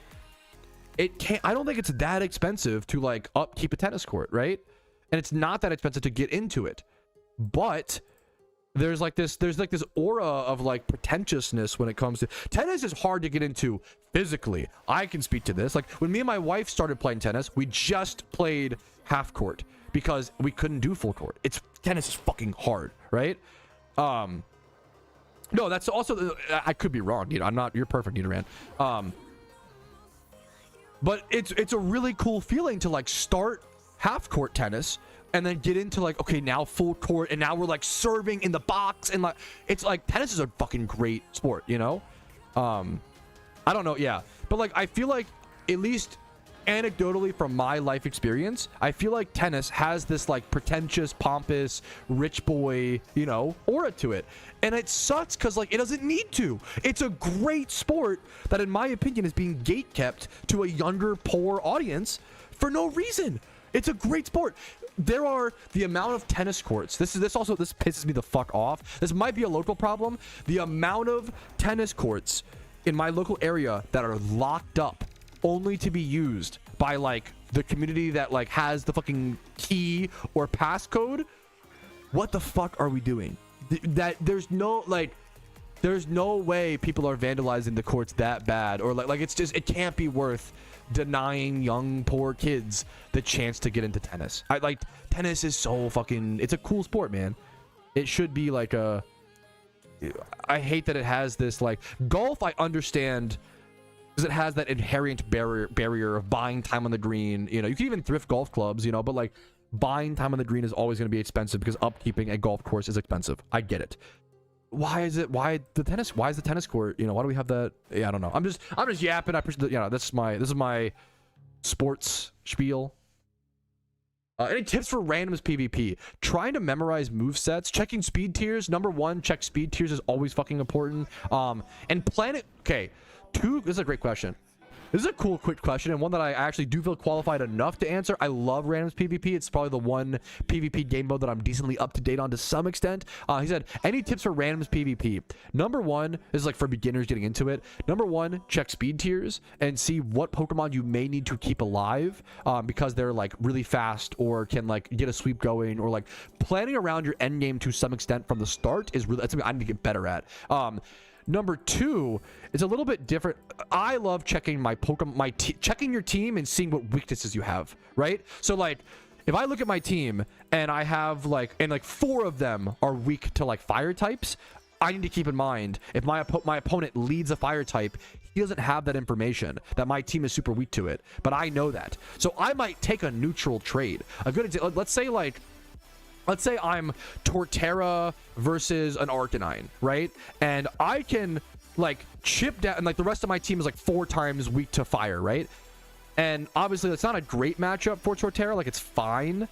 Like, he gets the Intimidate proc off. I can obviously throw off an Earthquake, but he's gonna get off a Flamethrower. Like, let's say his Flamethrower does like 70% to me, and my Earthquake does like 60% to him, but he's faster, so he'll 2-hit KO me. It's actually more valuable, in my opinion, like if your team is really weak to fire, to like take that trade, even though it's not beneficial to you on the surface. But getting that chip damage, chipping certain Pokemon down, is more valuable than going 1-for-1, or thinking of not all Pokemon are made equal in randoms, and you have to assess that, right? You could be up. You could have all 6 Pokemon alive, and your opponent has 2 left, but that you fucked up your typing, and you didn't think about your end game, and now you lose. Like, that happens, you know? So it's really important to... I'm really bad at playing on my end game, but from the start of the match, looking at your team, seeing what you're weak to, seeing what you're strong against, and then being willing to sacrifice or willing to get chip on those, and then keeping an eye out for threats, you know? Just assessing your team's typing overall, super important. Hopefully that helps. That was, for me, that helped me a lot get better at randoms. I think it's a fantastic format, if you ask me. I think it's very, very skill based, even though there is inherently more RNG in randoms, but it's still a very, very skill based format, in my personal opinion. If you haven't played randoms PvP, try it. It's a lot of fun, in my opinion. I love randoms PvP. I think it's my favorite. It's so fun, dude. My favorite Pokemon format. Yeah, the holiday randoms, they're a bit different because you have more information.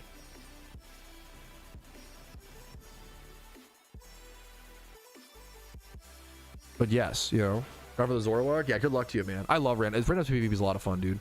Randoms PvP. I've been mumbling a lot recently. Sorry about that. I gotta work on that. Gotta get back to enunciating a bit more. I gotta blow my nose. Give me 1 sec. Doo-doo-doo-doop. Secret memes.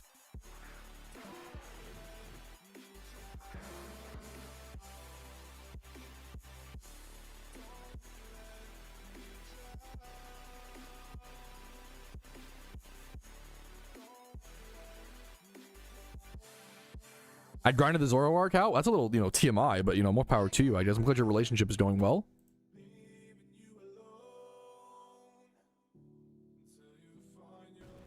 All right. Go on stream. What's up, Kuroshi? What's up, Kuroshi? Check what I whispered you in game. My first breed? Let me see. Modest. Dude, nice. Congratulations. This is a beautiful first breed, man. Your first breed, 6x31, modest Zweilous? Eventual Hydreigon? That's fucking sick, man. That's a perfect Pokemon. Congratulations.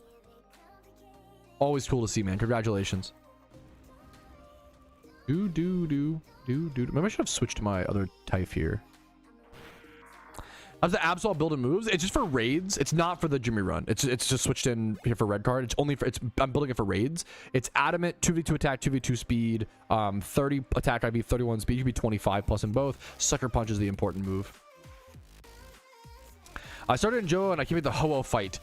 Using any sort of rock type. I know it's kind of basic, but it's just so good. Rock Slide, especially Rock Slide, because it spawns ads. So like any rock move, Ho-Oh's 4 times weak to rock. You gotta be able to abuse the 4 times weakness, you know? I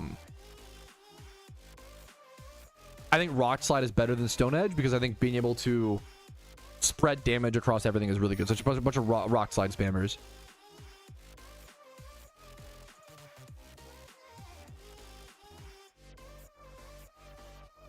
Go Hoa next. Of course. Good luck to you, man. Good question. Good question. Is my restream fixed? Okay, now I can read chats much more effectively. Apologies. The monologues, the voices. What's up?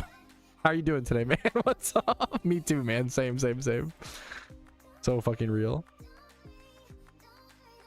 Happy to see you, Karoshi. Okay, Milkshake still in chat. Is that invisible wall is your arch nemesis? Dude, I just don't pay attention. My Jimmy runs are so casual at this point. Like it's either I don't care about my Jimmy runs and I just fucking make not that much Pokeyen, but still like good, you know? And I just talk to chat and have fun, or I just don't do them at all. Like for me, like talking to chat, streaming my Jimmy runs makes them way more doable for sure. Ursa rings. Ooh, I wouldn't have thought that. Ursa rings is a cool strat. Takedown or double, wait, really? That's awesome. What the hell? Are they like easy to catch in the wild or so, like high level or some shit? Dude, congrats. Ditto boxes, we talked about earlier today, one of the best consistent, you know, money making methods. Congrats, man. Power jump, that's a cool option. Power jump call might Espeon. Dude, that's a huge, dude, congratulations, card. It's a huge fucking step, man. That's a huge, like a really cool step, dude.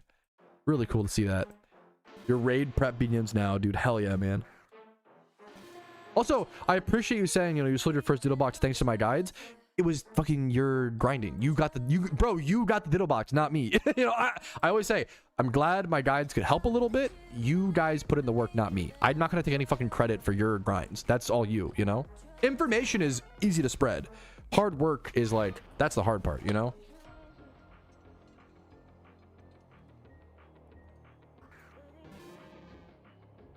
Renegade Gods, yeah, not a good budget option, sure. I do need a little bit more. Gotta re-up my Mountain Dew. Yeah, so the problem is Kangaskhan's are one of the biggest Pokemon affected by alphas, and Kangaskhan's were always cheap, to be fair, because the reason Kangaskhan's are so cheap is because they are a female-only species, so they can't be used to breed with other Pokemon. I think Kangaskhan is kind of underrated in PvP. I think Kangaskhan actually can be a pretty interesting NU Pokemon. Fake out last resort Kangaskhan is kind of a meme, but also kind of wickedly powerful if you can like set it up properly. Like if you like set up Stealth Rocks, if your scrappy ability set up Stealth Rocks and then just go like fake out last resort, or even like don't even go fake out, just go like last resort with like Choice Band or some shit, like you can kind of go bonkers. And Magic lately, it's a really sweet question. I don't know if I've been buying a little bit into you might have seen in my I've been uploading some Patrouski MTG videos. I've really been trying to, you know, learn about Magic the Gathering content creation, number one. And number two, I've been getting into pre-modern and exploring I always say, I have to be honest with you guys. I love Magic. I've played a ton in the past, and I've been a grinder at the past, you know, in Magic. But not anymore, dude. I sit at home. I buy cards in the mail. Like, I don't even have a local shop that I love anymore, sadly. You know, I collect cards, I build decks, and I goldfish. That's where I'm at. I'm a fucking boomer. I'm a boomer unk in my Magic. I do play a lot of MTG Arena to draft. I don't love it. I mean, I'm a legacy player. I'd love to become a vintage player one day when I can sell my house and I don't have a house and have enough to buy a deck is the joke. Would love to be pre-modern. Seems really up my alley. Pre-modern seems awesome. Best Jimmy run strat. The biggest thing is a more optimized run. I don't know if I like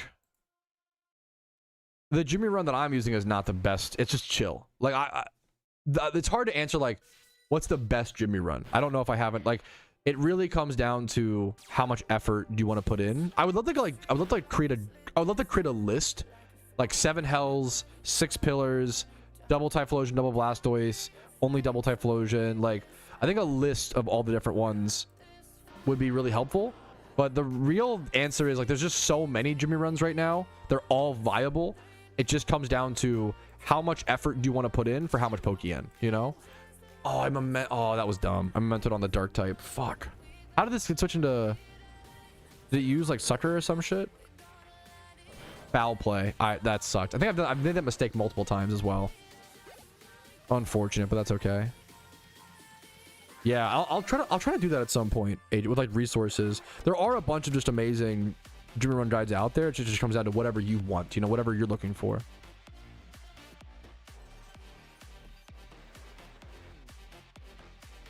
The Magic channel. If you guys like my content and you may or may not like Magic the Gathering, a huge goal of mine in 2026 is getting to 1,000 subscribers on the Magic channel. If you want to go support that journey, I really fucking appreciate it. If not, you know, only subscribe to content you actually enjoy, you know, I get it. Let me go link the well, there should be a thing in Twitch chat called channels. I do also have a retro, like a non-PokeMMO video game channel. But I haven't been uploading on that as much, unfortunately. But I love, you know, and that's just for like whatever I want to do. Like, it's for, I played Mega Bonk on there, is fantastic.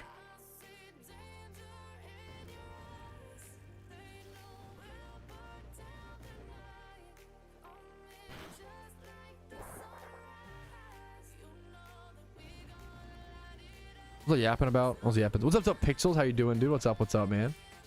How you doing today? We're doing our Jimmy run in 11 minutes. We could run a gamble. The problem is I won't be shunting too much today. I want to tell you guys that now.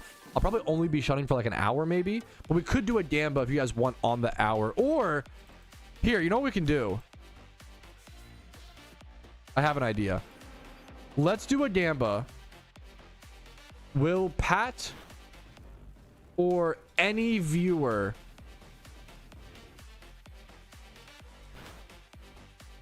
get a shiny Jigglypuff today?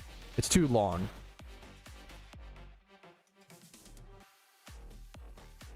Yes, I'm hunting. Or yes, Hoggies. No, Dan's game.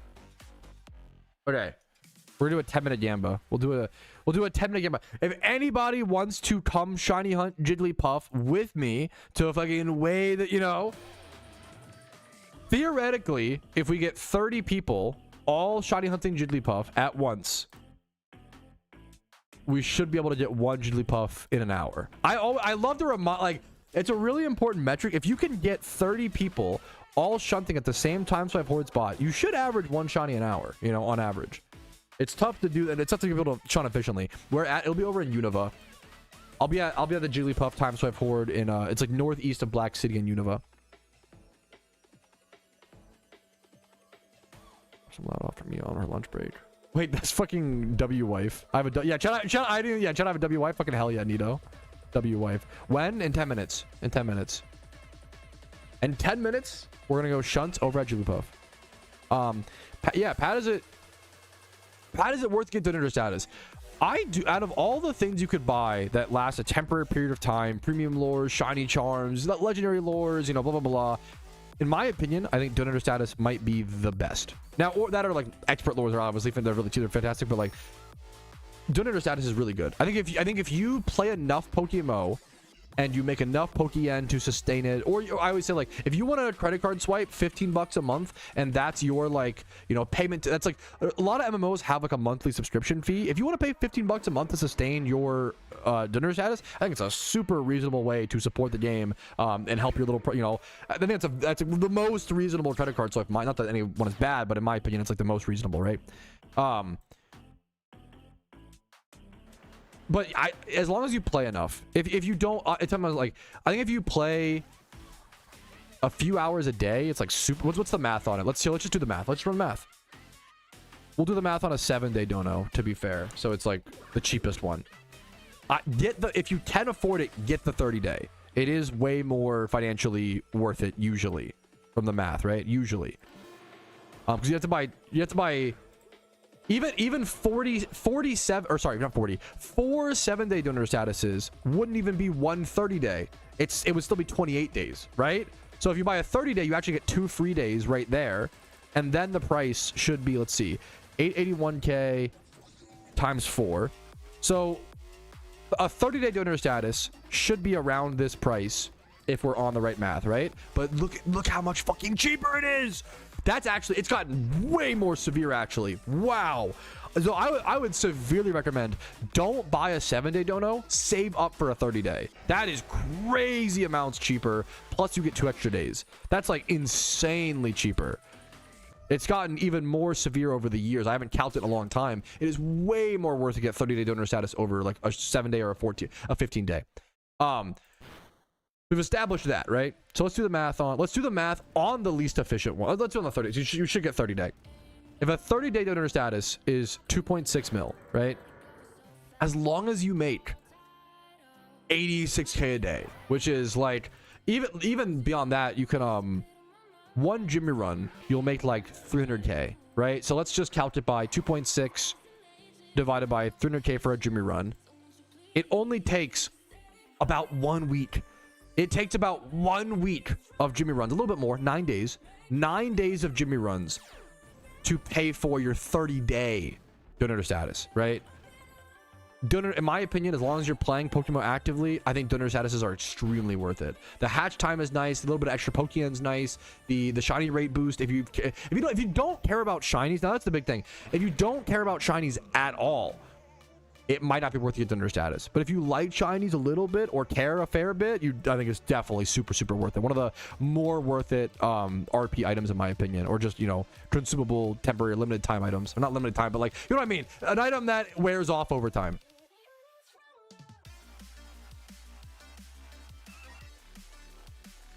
What's up, Lone G? How you doing, man? Yeah, donor statuses are fantastic.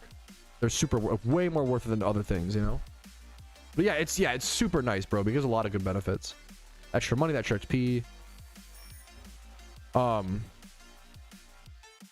This is legitimately a good question. Someone said, why do people list things like super potions on the market that can be bought at a PC for cheaper?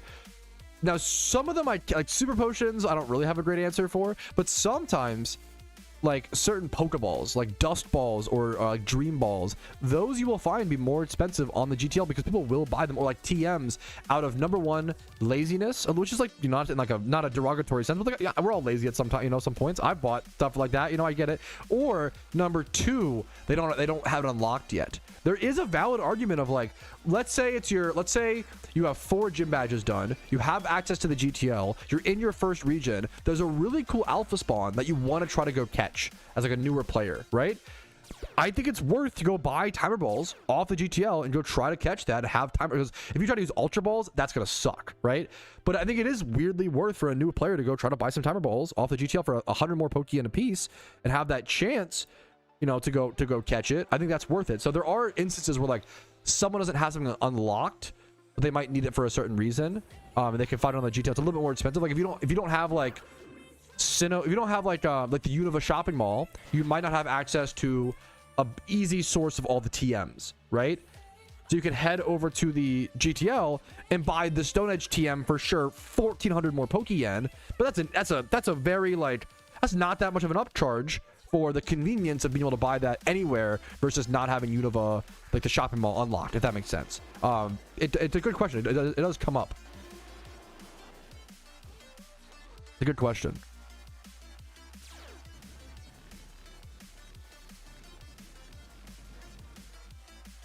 Yeah, no, when you're doing a rate, no, for sure. Lazy almost isn't even the right word. Like you're paying for convenience. It's not even that you're being that lazy. It's more so like you're like paying for, you know, we pay for convenience all the time, right? Whenever we ever order food, whenever we go to a restaurant, it's paying for convenience, you know? Whenever we buy like a Hot Pocket, it's paying for convenience, you know? Dude, hell yeah. Happy to have you, John Martin. Welcome, man. Great question. There is not a OT star Pokemon now count for OTs for raids. Great question. That used to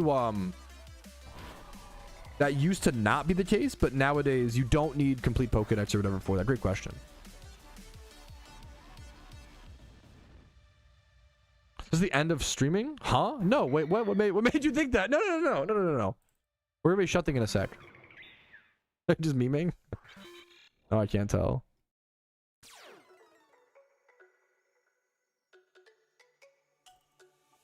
The Jimmy run will end in 2 minutes. We're gonna go shiny hunt over at Jigglypuff. If you want to come shiny hunt alongside me, you could influence the current Twitch Gamba. There is a current Twitch Gamba on whether or not I will get a shiny or someone else will. The Gamba ends in like 3 minutes or 2 minutes. So get your Gambas and your bets and your gambles. Stream is not ending. No. Don't get baited. Chat loves that joke for some reason. I've been egoing you. Wait, wait, what is this? What does that mean? That's like ignoring me? That's amazing. That's fucking amazing. Pat, the UK banned PokeMMO. I don't think that's true. I got anybody in the UK playing PokeMMO right now? That would be insane news. I feel like someone would have told me about that. I don't think that's true.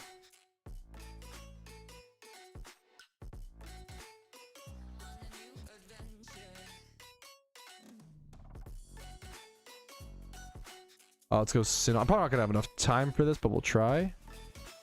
Finally, Brits on bottom. Yeah, I think I would have heard about it from like everybody in the world. I'm a criminal yet? True. I'm sorry if you're having a technical issue. That fucking sucks, but I don't think the UK has banned PokeMMO. Logged in right now. Is anybody from the UK logged on? Number one, that doesn't mean they banned. Yeah, I'm in the UK playing right now. Yeah, thank you. There's no way. Like, not, yeah. I'm sorry if like maybe some people are, some people are having a issue logging in. That does not mean we jump to it's been banned, I'm gonna put in contact for all this. Dude, thank you for watching and thanks for loving the game. This game's fucking sick, dude. Yes, dude, it's one of those unlocking a method like ditto hunting. It's one of the coolest feelings in PokeMMO. Unlock the method and just get like obsessed with it for like for a little bit and like fully it's a fun feeling, man. Hell yeah, dude. Welcome, dude. It's happy to have you, man. Honored to have you.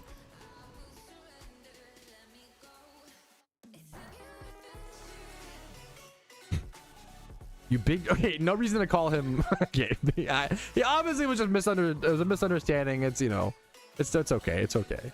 He didn't mean anything by it. Lamau. What are we shunting? Jigglypuff, the puffiest of the Jigglies. Or the Jigglypuffs of the Puffs? I don't know. One or the other. Pick one. Whatever you prefer. I am going to do a quick stretch break here in a picosecond when this gym run comes to an end. True. I believe that. I mean, the real news, when will England ban beans on toast? That's the real. Not that it needs to get banned. I mean, it'd be funny. Are you drawing? Dude, hell yeah, Fernando. What's on Domino's? Domino's is really fucking good. For some reason, my family never ate Domino's. We were a Pizza Hut family, and I love Pizza Hut, but growing up is acknowledging that Domino's is like the best. It's not even close. Like, it's not even like Papa John's is kind of ass. Pizza Hut is nostalgic and fun. Domino's is like the best chain, like main chain. I'm sure obviously there are, other niche ones or whatever, but like out of the big, well, is the big three Pizza Hut, Domino's, Papa John's? Maybe you weave in little I love Little Caesars. Little Caesars pizza is not tastier than the now, but if we're including like every price and like, I love Little Caesars. I fucking love Little Caesars. Will always fucking forever be my goat. Okay, I love Little Caesars. It's trash. It's one of those interesting things.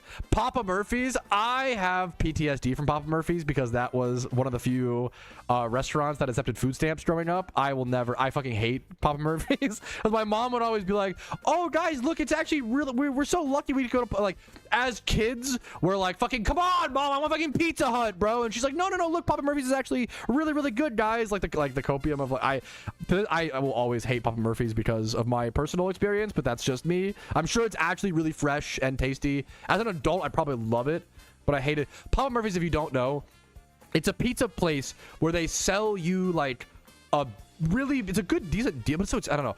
They sell you like a raw pizza and you have to go home and cook it yourself. So I fucking, as a kid, I was like, I fucking hate that shit. I want a fucking hot pizza. Like, why would I, as a kid, my kid brain was like, why would we ever do that when you could just go buy a pizza that's already cooked? Like, but it is like really fresh and like, there are like, as an adult, I probably would really like it, but it's one of those memes. Do do do do do do do do do.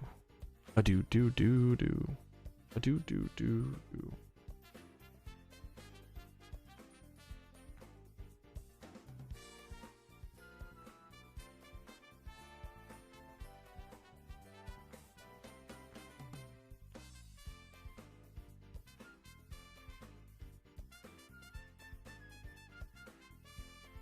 The first time, yeah.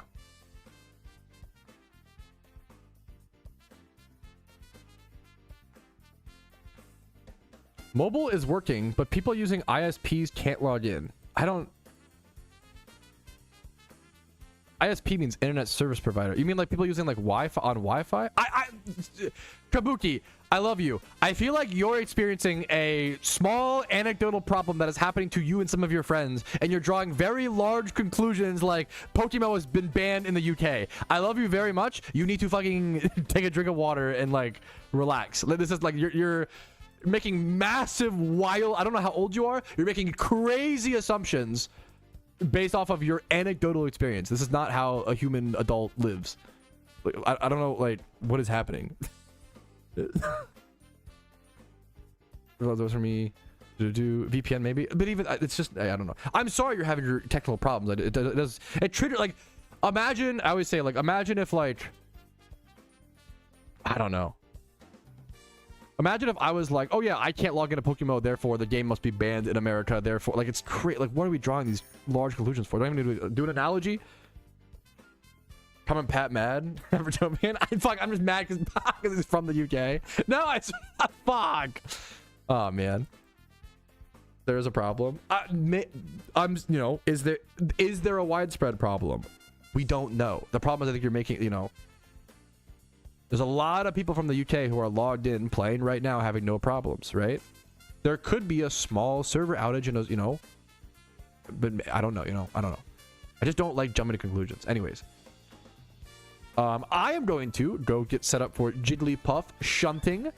I'm gonna go quickly fill up my little solo cup of little Mountain Dew, as all gamers, of course, stereotypically do. It's Diet Mountain Dew, okay? It's healthy.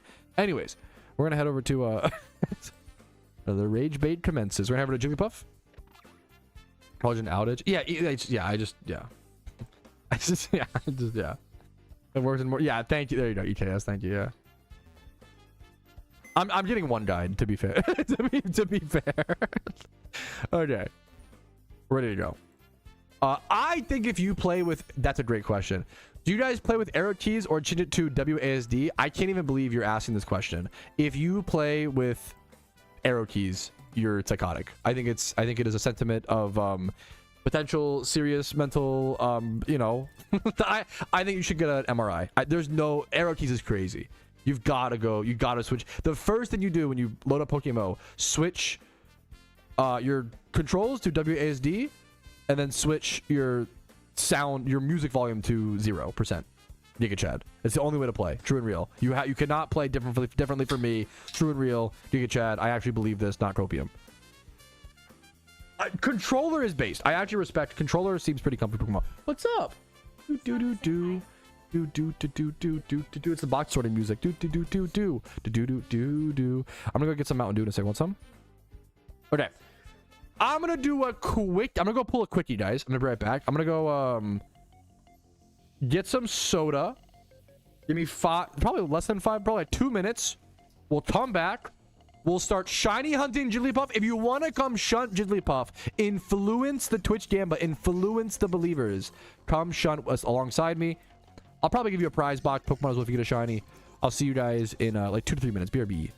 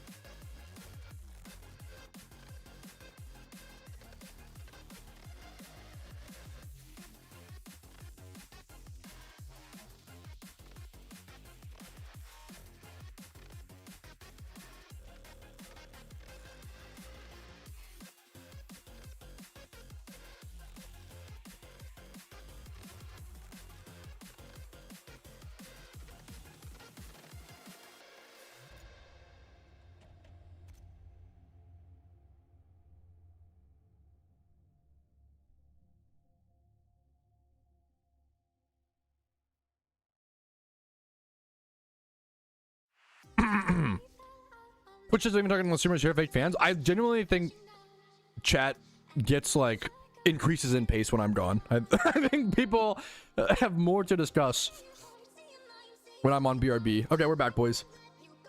Oh, thank you for your patience. Alrighty, fellas.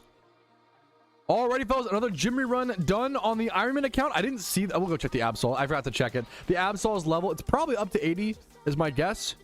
At least 78. We're 2 levels away. That's okay. We're almost there. It is time to begin our Jigglypuff shunting for the day, though. We're at 40,336 encounters. We did not get many encounters yesterday. I'm just very casually going for it, having fun, talking to Twitch chat, and making some encounter progress along the way. Maybe we'll end at 41k encounters. Surely we can do 700 in an hour, right? That's the real goal. Wish us luck, though. We're gonna need the luck on this one. What's up, Topaz? Okay. Sinnoh's my favorite region. Uh-oh, we're gonna have beef. I hate Sinnoh, but I respect it, okay? I respect you for loving a stinky, sinky, poo-poo region. True, true, true. Dig it, Chad. What was this? Flip. Flip. Do you guys play with arrow keys or change it to WASD? I can't even believe you're asking That clip. Yeah. All right. Zapdos. It's a cute shunt. It's a cute charm shunt.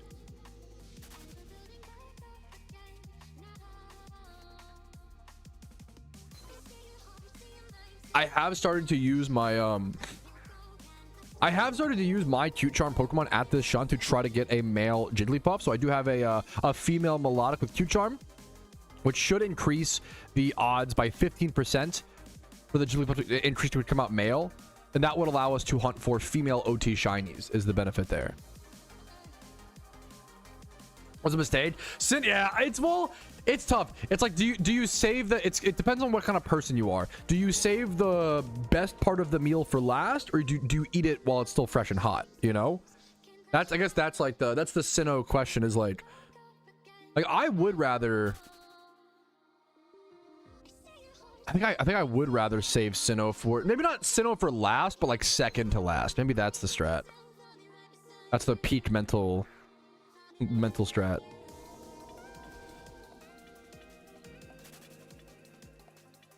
What level do you need to EV train max? You don't waste stat from our growth. What is it? Get your EVs are what they should be. What level do you need to EV train max so you don't waste growth on a Pokemon?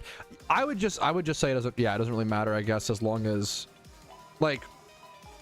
Maybe I'm dumb. I know that things change, obviously, but they also get scaled down often. What level do you need to EV train max by so you don't waste stat growth on a Pokemon? I don't know if I also don't know if I understand the question. I might be misunderstanding.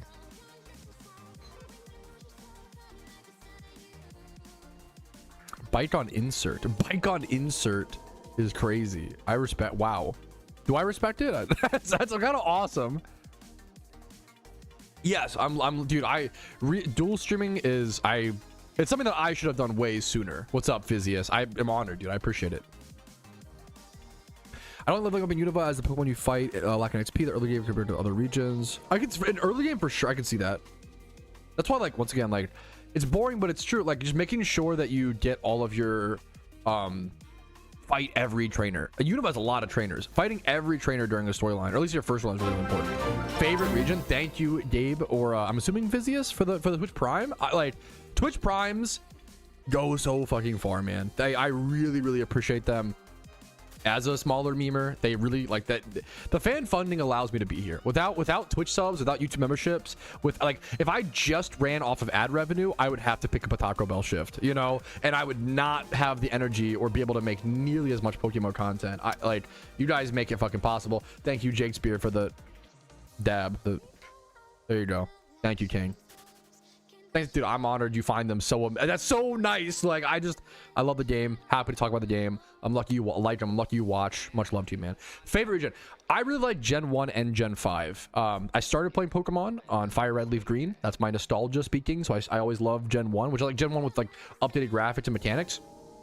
And then Gen 5. I always say, I think it's funny, like, people hated Gen 5 when it came out. There were a lot of Gen 5 haters. I think Gen 5 is the closest generation to Gen 1. You know, you can't access any of like the other generations Pokemon until you beat the like main storyline. I think it added at like 150 or 151 Pokemon, like pretty exactly comparable to Gen 1. Like Gen 5 was had a lot of parallels, like the Rock'n'Rolla and Gigalith line to compare to Geodude and Golem and stuff.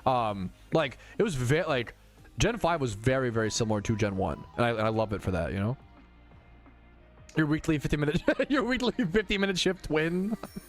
Okay, twin is pretty good. Do you need to hit 252 EV? Do you need to hit 252 EVs on an EV for a certain level? You do not. Great question. I thank you for also the rephrase made that. Thank you. Sorry for that's my my lacking for not understanding the first question. No, you can just EV train whenever. EV train whenever. Yeah. Now EVs equal different like stats at different levels. So I think at level 100, I think it's at level 100, it's 4 EVs equal 1 stat.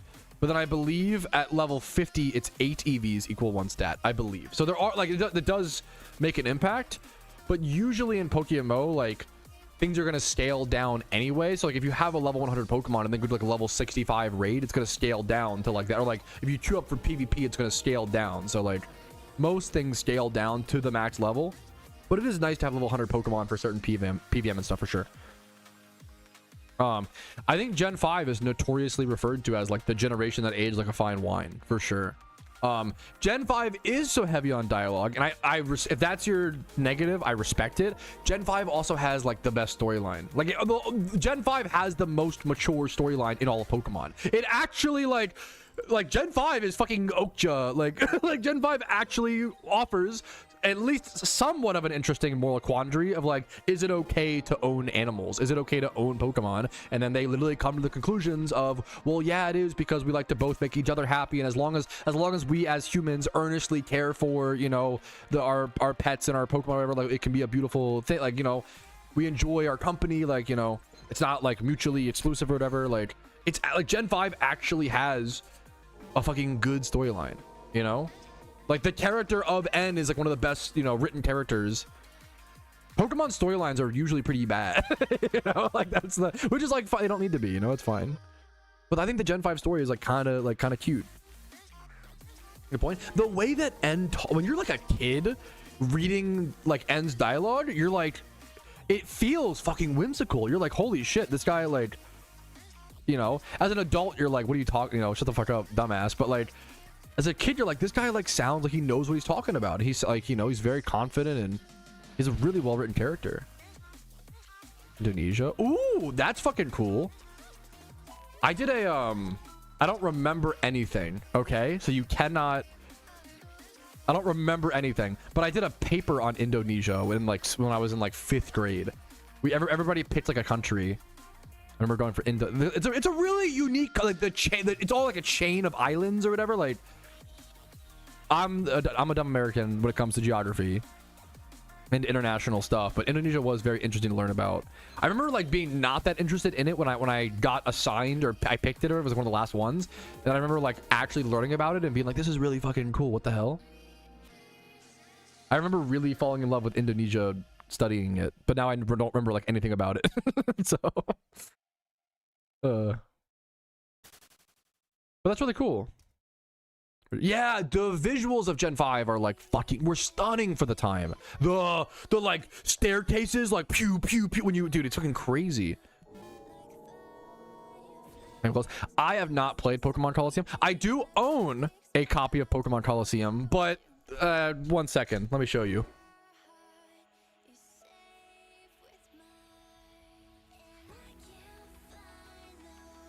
I own a copy of Pokemon Coliseum, but it's in Japanese. Because hear me out. I love the fucking the GameCube Japanese boxes are so fucking sick. They're like small as opposed to here. Let me find a PS2. 1 sec. Let me find like a normal GameCube. 1 sec.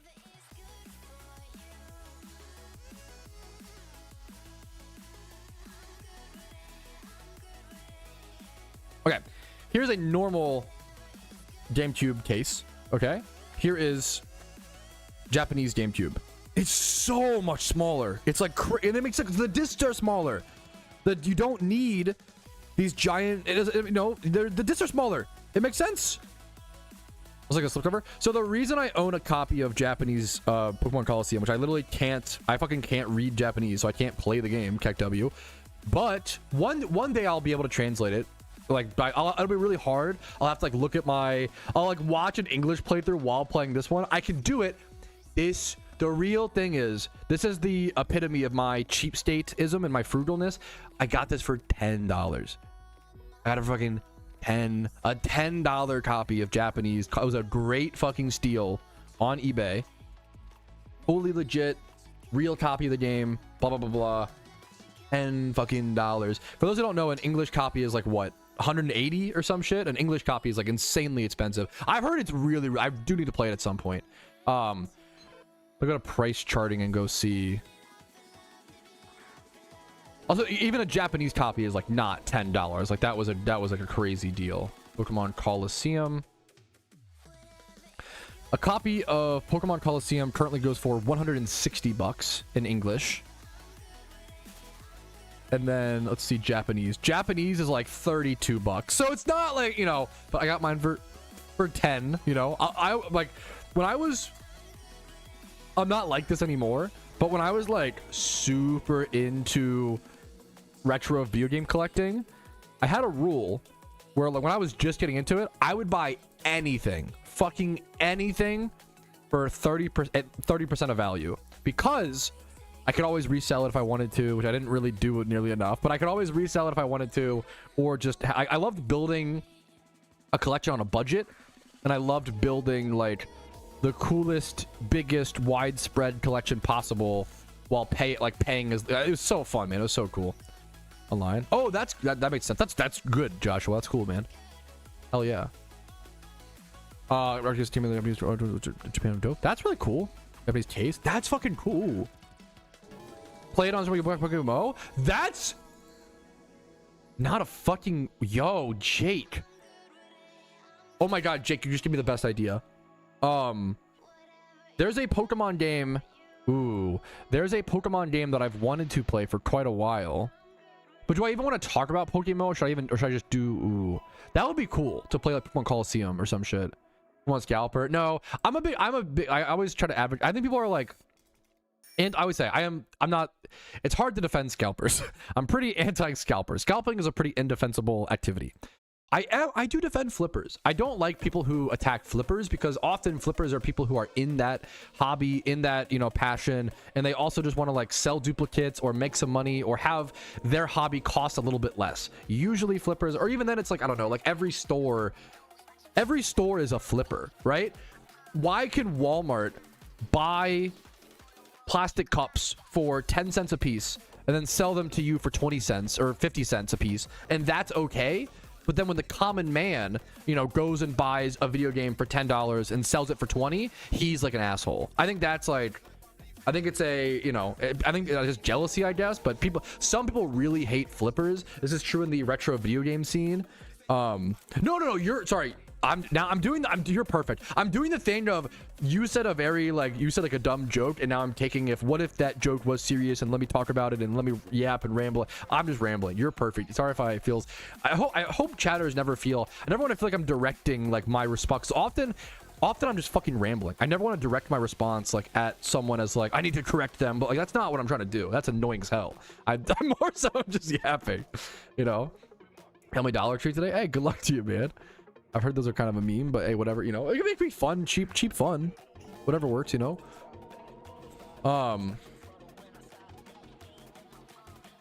There's shinies you can find in hordes less valuable among fellow shunners, grants, peon tentacles, I mean, for sure, like tentacles, one of the most, there's like common shinies, you know. No, I've loved you in chat. You're perfect, EKS. Tentacruel, you know, there are common shinies for sure, like Tentacruel, Rapidash, but like most shunners know like any shiny, it's easy to lose track of it. It's easy to, yeah, fuck, I don't want to come off. That's fuck, Shadow. Am I the two? God damn it. That's kind of a good bit. God damn it. That's actually too real. I think any shunter knows like every shiny is rare and valuable in PokeMMO. Like every shiny Rapidash, every shiny Tentacruel, like shunting is just fucking hard in PokeMMO. Like even times 5 hordes, like getting a time swipe horde shiny, the easiest shiny in PokeMMO, takes like two times the time it would take to beat Spyro 1, right? Like, to get one shiny, to get one common average shiny is like 2 times the time investment as beating your average, you know, storyline game. That's difficult. That's challenge, you know? Any shiny is respectable. Any shiny is hard. But it's easy when you play the game for so long to lose perspective of that. It's the same way like speedrunners. How many of you guys know a speedrunner who like, and most people, I think I would say there's this 2-year ego that happens in most hobbies. When you're new to something, you're like, Pog, shinies are so rare, Poggies. When you're 2 years into PokeMMO, you're like, Lamau, only shiny Rapidash, Kek W, you're so bad. And when you're 4 years into PokeMMO, you're like, Poggies, all shinies are rare. Congrats, new player on your shiny Rapidash. You're Giga Chad. Like, welcome to the game. We love you. Like, it's like that, you know, it's like that horseshoe almost meme of like, when you're new to the game, you're like Poggies, all shiny, you know, it happens in like almost every hobby. It's very, very interesting. Number one, does I just like it, Teal, as number two is it's a good cute charm. It's a shiny that I will literally use to hunt like all my other shinies on the account. Like it's a big deal. Even though I know a lot of people don't really care for shiny Jigglypuff, but I think it's pretty underrated. It's grown on me over the years. It's really grown on me. First shiny hunt, any time swipe horde near a PC. This, you know, I could give you some examples. Wooper, I love Druddigon. Druddigon is a really cool, if you either love or hate Druddigon, I think Druddigon's a very cool first shiny hunt, IMO, but I'm biased. I love it, you know, the colors are so, you either love it or you hate it. I love it. Druddigon's a good first hunt. Wooper, Nido King, you know. I would recommend Shroomish. Like, if you're gonna do a single encounter hunt, Shroomish is not a bad idea, but like, yeah, Eevee, okay, like, any time swipe horde shiny near a PC, do a free for your first shiny hunt, and for most of your shunts, do a free shiny hunt. Don't pick super expensive hunts. Don't pick super long ones. You know, ease your way into it. Shit, Ninja, you guys are fucking trolling right now. I love Druddigon. It's a fucking great. The fact that shunt is free is kind of crazy to me. Linoon kind of under the orange. I could see that. Yeah, my chat's just Coach is just memeing. They're just memeing.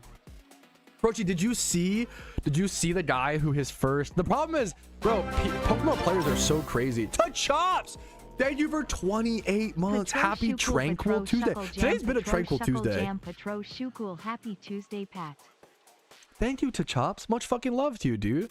Thanks for what 28 months is insane. Thank you for the fucking consistent support, man. It's insane like what impact one person priming for 28 months can make. You allow me to be here, man. You make the difference. I could not be here without you. I really fucking appreciate it. What was I gonna say? Kuroshi, dude, people are, do you see the person who got like a Shalfa as their first shiny ever? Like, people are getting fucking crazy shinies recently as their first shiny in PokeMMO. Someone got a Shalfa as their first ever shiny in PokeMMO. This guy, Zero Biggins, got a fucking swarm.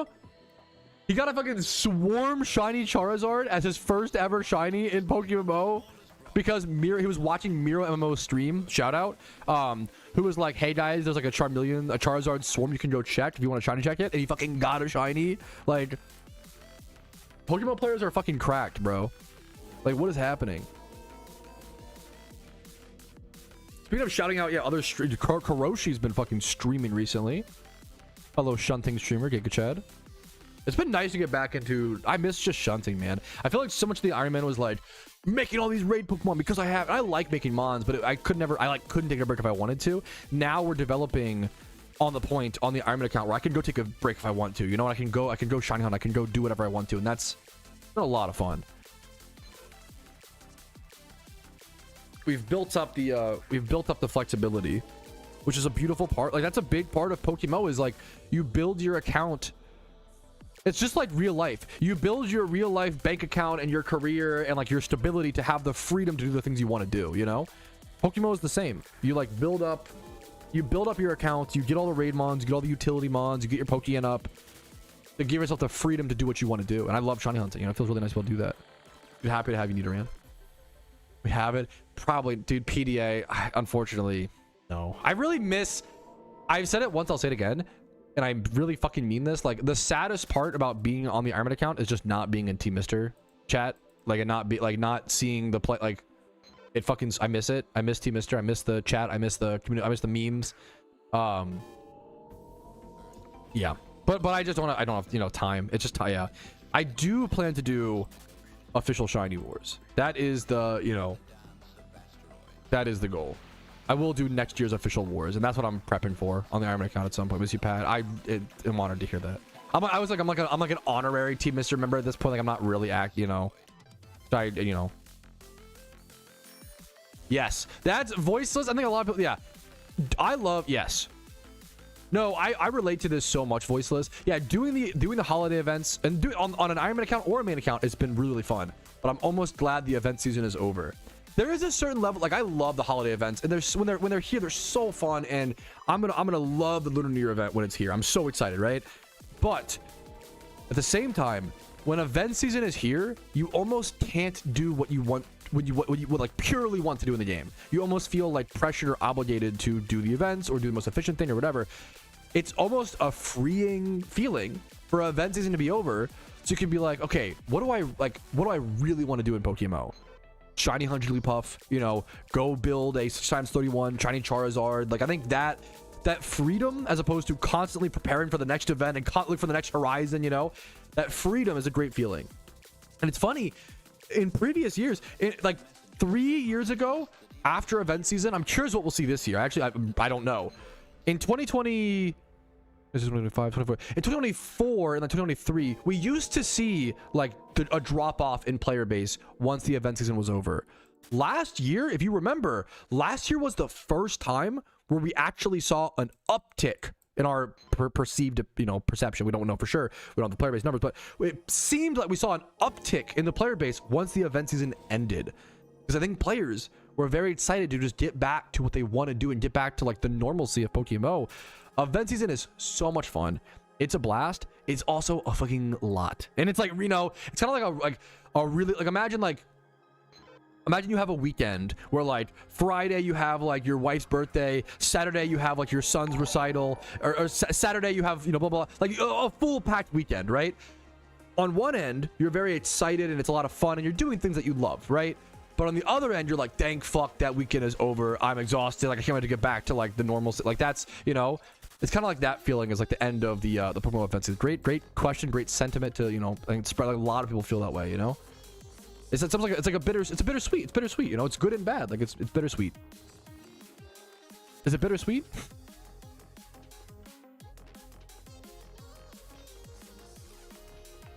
No, I think there's a really valid discussion here, Wookman. As I get about the we might say everything to the point where doing fun is crazy to me. Let me. So it's just, yes. There's a lot of depth to this. Number one, humans are susceptible to just feeling the pressures. It's like min-maxing in MMOs is just like people who dedicate their lives to getting money and fame, right? That is, for some people, that's actually is their categorical desire. For some people, that's actually what they just want to do, right? And it does make them happy, right? I always say, for some people, playing PokeMMO 100% min-maxed is the fun, and there's nothing wrong with that. I think sometimes casual players go too far and they shame people for playing min-max, but I do agree with you. There are a lot of people who are like, oh man, I'm min-maxing so much and it's so like, people are miserable. There are people who load up PokeMMO every single day, go, ugh, I have to do my Jimmy run, ugh, then I have to do this, this game fucking, I'm miserable, this game fucking sucks. And it's like, what? Go do something you enjoy. What do you like? I agree with you. There are, it's like the bird in the cage meme, right? You're speaking to something really, really true, where there are players that do that, but you gotta just try to trust, I guess. Some people that play efficiently do it and complain about it nonstop. It's okay to complain about it a little bit, you know. It's nothing wrong with complaining about something you enjoy, you know. Thanks for the Shakespeare. This fucking image. Does that make sense? Does that, you know, I agree with you. I think gamers in the current era have a huge problem with min-maxing the fun out of everything. Some people, that just is the fun, which there's nothing, I think shaming that is stupid. It's the same as like when a min-maxer shames someone else for not min-maxing, dumb, right? When a casual shames the min-maxer for min-maxing, also dumb. When a player is like, hey, are you enjoying the game? You seem to be min-maxing a lot of things and then complaining about those things and then not enjoying them. Like, are you okay? Like, that's not dumb. Not dumb. Valid, right? I love Pokemon. I love playing. I would say, like, everyone also plays. Most people play on a scale of 0 to 100% in terms of efficiency. And you have to find, I always say, find your percentage. For me, my percentage is probably anywhere from 60 to 80%, and that percentage is going to change depending on the day. If it's Shiny Wars, that percentage better go up to like 90 to 100% for me, right? Like, if it's Shiny Wars, that percentage should go up. If it's a casual Saturday, maybe that goes down. If it's, you know, a catch event, maybe it goes up. Like, I think, yeah, find that percentage, you know? For sure. I couldn't agree with, sorry if I'm like, I've got to include the nuances, Wookman, and like the, you know, all the caveats, because as a content creator, I think it's my responsibility to try to cover every ground. But I couldn't agree with you more. I couldn't agree with you more where too many people do instantly search for guides in min-max and then are like, why is this not fun anymore? You know, for sure. I think it happens. I think it's also just like, it's a tough mix. It's just tough. I don't know. I need some new cringe. Ooh. A recent Patrouski food take. What's a recent Patrouski food take? Try to think. It's not on my like list of priorities, damn it. At some point, I would love to do like almost anything on the Ironman account at one point, but it's pretty low on my priorities damager, but I would like to, for sure. It's a fair question. Recent Patrouski food take that could make you cringe is tough.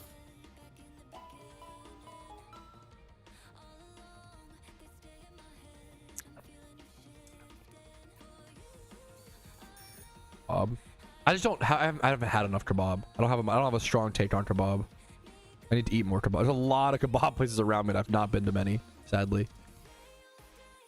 I need to get, me and my wife need to get better about like, me and my wife, how many of you guys do this? Me and my wife always plan what restaurant we want to go to before leaving the house. And then we get to that restaurant and we look over at some other restaurant that isn't on Google, isn't on DoorDash. Like, I'm like, that looks, we should go there sometime. That looks really good. And then we never go there, right? So like, I think, and this goes back to the min-maxing conversation. I almost feel like me and my wife, and maybe some of you guys have the same problem, we need to just get in the car and just fucking drive to like just drive and just until we see a restaurant and go, that looks good, let's go there. So often we like rely on Google or rely on DoorDash to like find restaurants to go to, when a lot of these local restaurants aren't going to be aren't on there, you know? So like, it'd be cooler to just drive and fucking wing it, you know?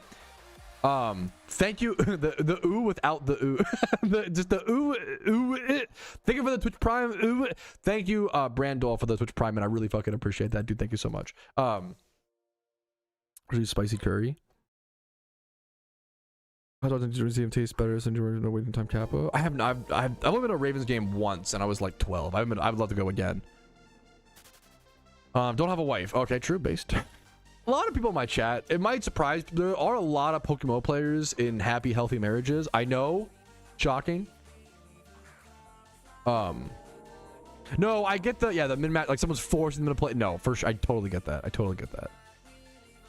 If you watch my streams, you know very well that I do not min-max. Like how many encounters I'm prioritizing talking with chat over, min-maxing. Yeah, dude, there's a lot of fucking PokeMMO players.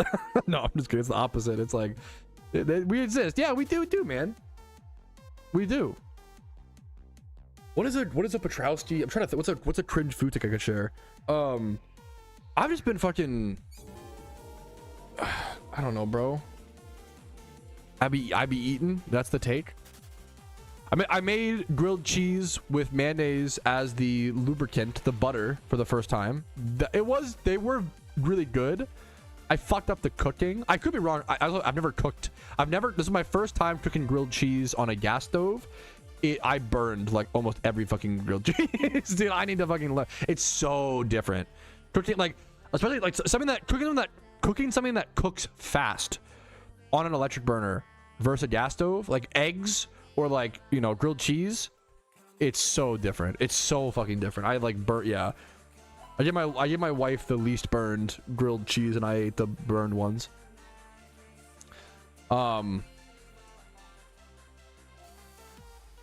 Imagine, dude, it's kind of a green flag to be into MMOs.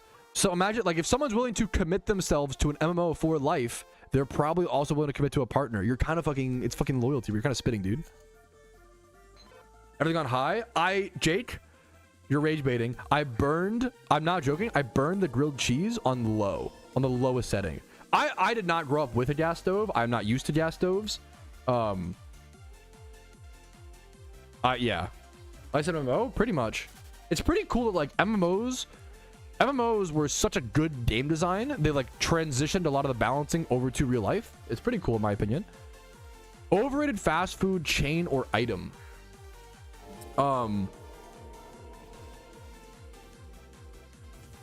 Overrated fast food chain or item. I don't know if it's like, I just have my personal, I don't like Papa John's. I don't know if it's overrated. I just don't like it. Put it on low. I was also heating up tomato soup, but like, I don't know, I don't know. Baja Blast is not overrated. How fucking dare you? Baja Blast is the best soda in the world. Baja Blast Zero is the fucking best shit ever. It's fucking liquid gold sent to us from the heavens, from the Baja heavens. Man, I love I love Taco Bell. I love Taco Bell. I think the Crunch Wrap might be overrated. It's fine. It's good to fine. I think the Crunch Wrap might be overrated. Chick-fil-A. Chick-fil-A is an Chick-fil-A like broke white people's brains. And when I say that, I'm white. I'm talking about myself. The first time you have Chick-fil-A, you're like, holy fuck, this is like so good, you know? And then you grow up a little bit, you mature, and you go to like Jollibee, and you're like, okay, just kidding. Chick-fil-A is like fine. My wife here, this was actually one of my Christmas presents from my wife was she drew me, it's sitting here on my desk. She drew me this little coupon where I can redeem it at any time and get dinner at Jollibee's. Jollibee has the best chicken sandwich in fast food. Incredibly underrated. I'm now hip to it. Chick-fil-A is good. I think in 2026, I think I agree Chick-fil-A is overrated. I think for a long time, like Chick-fil-A was, it's still really like Chick-fil-A feels above and beyond as a fast food place. I don't know, it really does, but like people fucking love Popeyes, and I'm not I respect Popeyes. Weirdly, Popeyes has the best fries in all of fast food. Oh my god, the seasoned fries are fucking amazing, right? Popeyes is the best fries in all of fast food, like hands down. I don't like Checkers, but you know, I'm a KFC guy. But I respect Popeyes. Zaxby's. I haven't been to a Zaxby's. I gotta get my game, you know, on that shit. It's huge. It's so good. And the little mango pie, dude. Jollibee is really fucking. Jollibee is like a much nicher. I own the nearest Jollibee is like not that close, but we go to it sometimes. Jollibee is a fast food restaurant. I believe that originates from the Philippines, right? Yeah. Jollibee's fucking goated. Jollibee's really good. It's kind of niche, but there are some.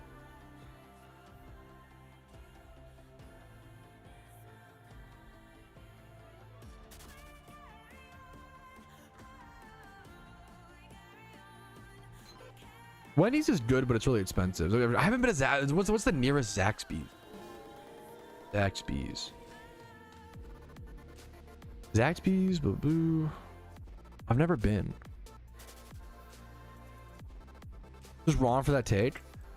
Oh, Popeyes is not good. Okay, wait. You heard me say I don't really like Popeyes, but people love Popeyes, and your response was you're just wrong. Come on, like. I don't even like. I'm not even a Popeyes head. Like, fuck this. You know, like, I don't even like. You're arguing against a fucking brick wall, bro. I don't even like Popeyes. But a lot of people seem to really love Popeyes. So the fries are the best. You said all the food. The fries are the best fries. I don't even like Popeyes, but the fries are the best fries. What fries are better than the Popeyes fries? That doesn't like Raising Cane's. Raising Cane's is the funniest fast food place because Raising Cane's serves you actual dog shit. Raising Cane's will look you straight in the face, serve you the driest, most dog shit food imaginable, but then give you a cup of their liquid gold sauce.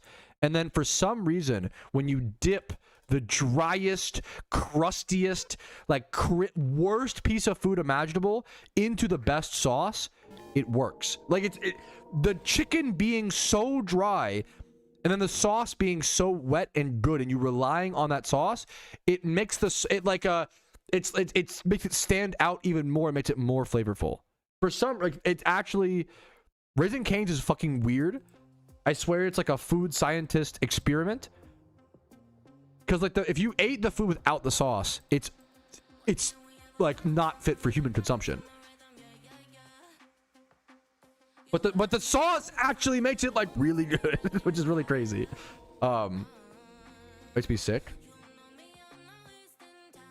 Because unfortunately, it's very. If you eat the food without the sauce, it's literally horrible. But if you like it, but the sauce, like, I don't know, fucking makes it somehow.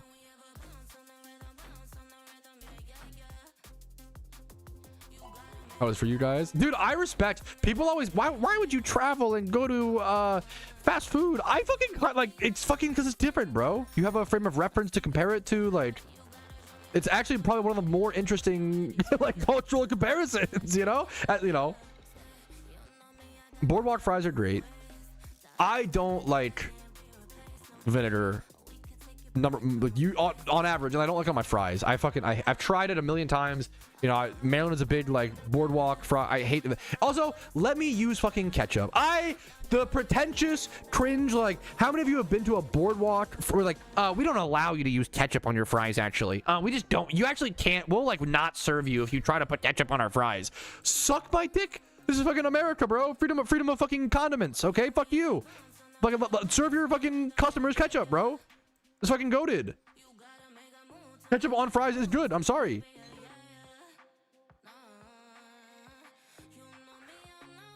Canes without sauce. Dude, you're still on the Baja Blast. How are you gonna fucking parallel it back? The color, this might shock people. The color of a food does not indicate whether or not it is healthy or not, or fit for consumption. I know it, we're not living in Fallout New Vegas. I know it's, you know, it's a good bit, but it's not actually as much of an indicator as what I think it is, you know? It's only like there are certain King. There are certain Boardwalk places, freedom of condiments. Am I fucking wrong, bro? There are certain Boardwalk fry place. Like we went to one in Rehoboth, up in Delaware. They like refuse. They don't let you put ketchup on their fries. They get really mad about it. It's fucking insane. Is the best. Mayo is one of those things. I find mayo revolting. But if you sneak mayo into my food and don't tell me, I'll probably be like, wow, this is really good. You know, like it's one of the, like, I gotta acknowledge it's kind of like a mental thing, you know? It's crazy. Yeah.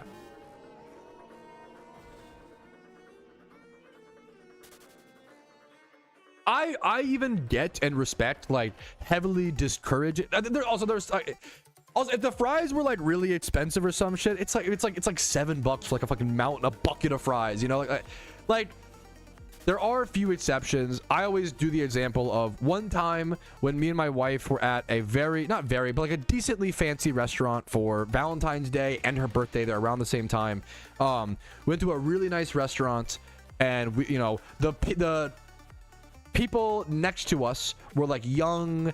Like they were like young and rich. They were probably like 19, maybe even like 17. They were like on their Valentine's Day date.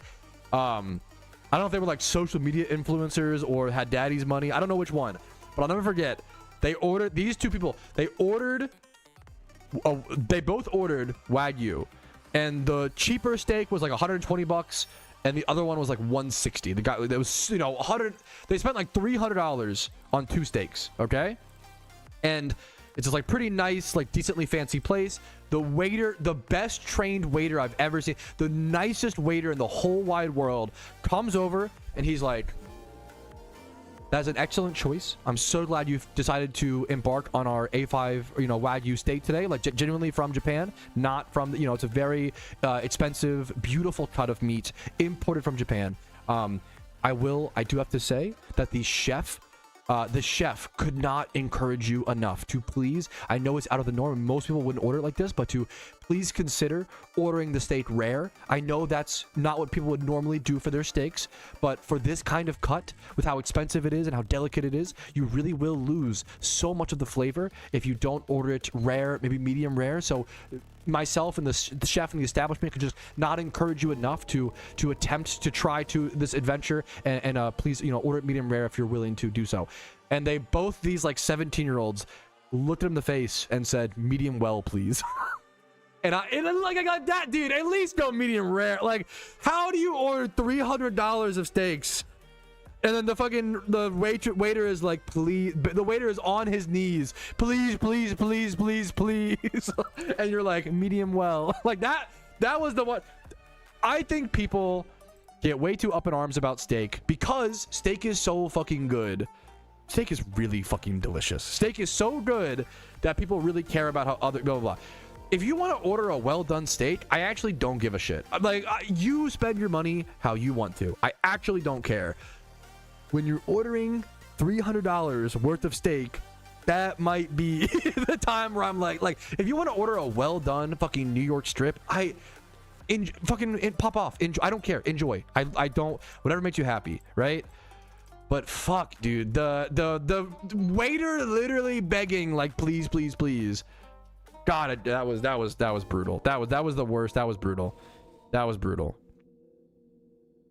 Oh, that was brutal.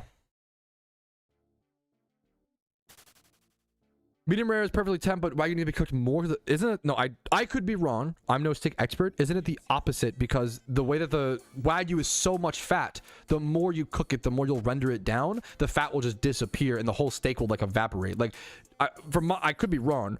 From my understanding, you want to cook it less because if you, I could be wrong. The steak will literally just like melt away. But I don't know. I'm not a steak expert. I'm not a steak expert. Blue rare. I accidentally made steaks at home once blue rare, and I'm glad I did it to try it. I'm a medium rare to even like pushing rare guy. Blue rare was too much for me, but I did. It was weirdly enjoyable.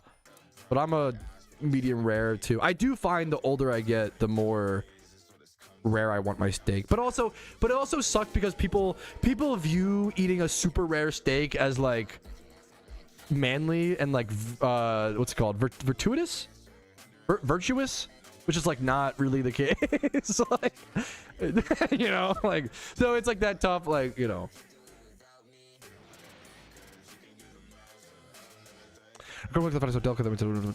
yes, like, holding it. That's crazy. Yeah, damn. They process. Yeah, I don't. It's really cool to learn. I know the A5 hype was like crazy. You would see like there was like the amount of like restaurant chains that would serve like a Wagyu burger for like $16. It was just like rendered a little bit, like a teaspoon of Wagyu fat rendered in to like 80% ground beef. Like. Oh, what a Wagyu burger. Like, yeah, shit's crazy. Thoughts on steak cupcakes? Never had. What is that in? I would try anything. I'm interested. Language. Hey, I'll take it. I'll take that as a, why not, based. You might have a cow. I get the appeal of blue rare. I do.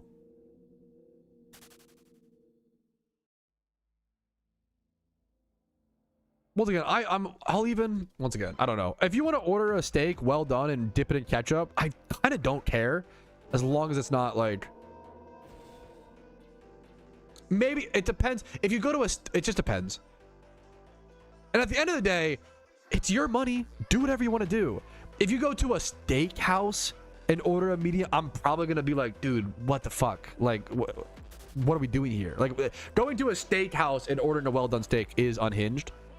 It's literally their fucking specialty and their job to, like, but I don't know. Maybe they season it in a way that, at the end of the day, maybe I'm being too judgmental. I don't, like, I'm inherently a kind of a judgmental person. I try to work on it the best I can, but you know, humans are judgmental. This steak cupcakes. Let me see.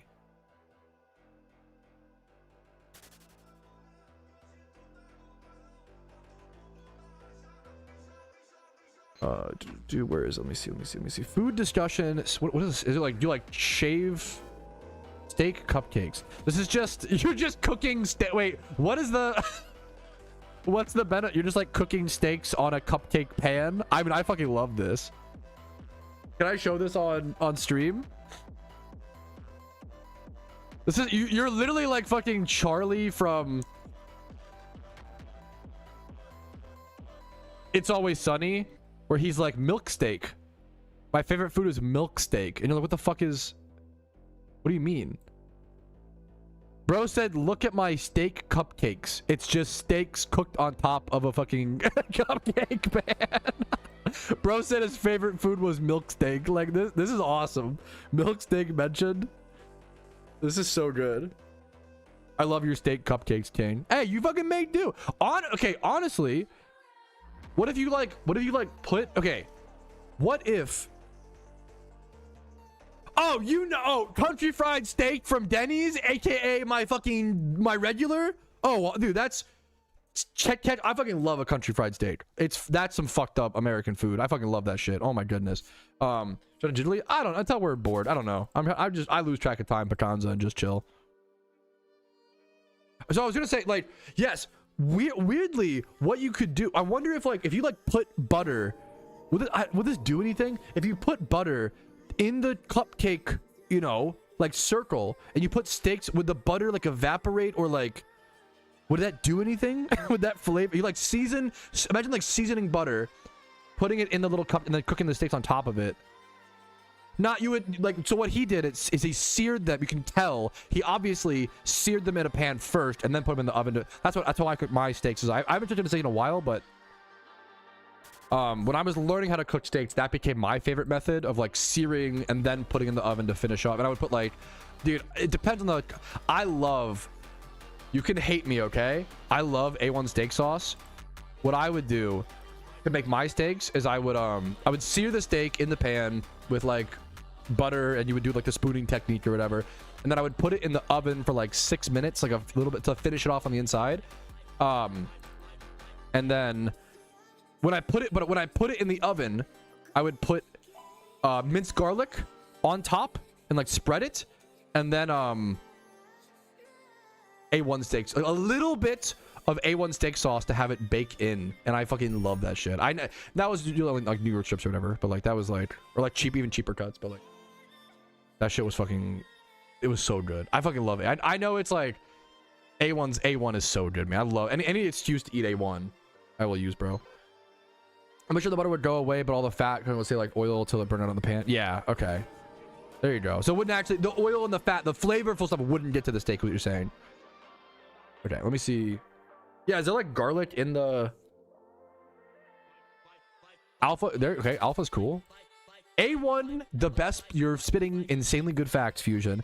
The best place for A1 is probably on a burger. I love A1 sauce.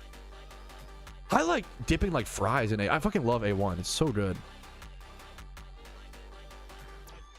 I gotta find more or you know what? Okay, A1 on pork chop. That's the secret forbidden technique. I think A1 is like at its best on pork chop. That might, because pork chop's a cheap fucking, you know, little shmeem. Nobody really likes pork chops unless they're smothered in like a marinade or a sauce. And like, you can have good pork chops, but they're just so easy to dry out. Pork chops, I think I had them like once growing up. They're fine. It's fine. I think it's better. I prefer like that. Yeah. The reason it's forbidden, I feel like A1 pork chop would go crazy. I should like marinate pork chops in A1 sauce and then just try to cook it. That would be crazy, man. So, yeah.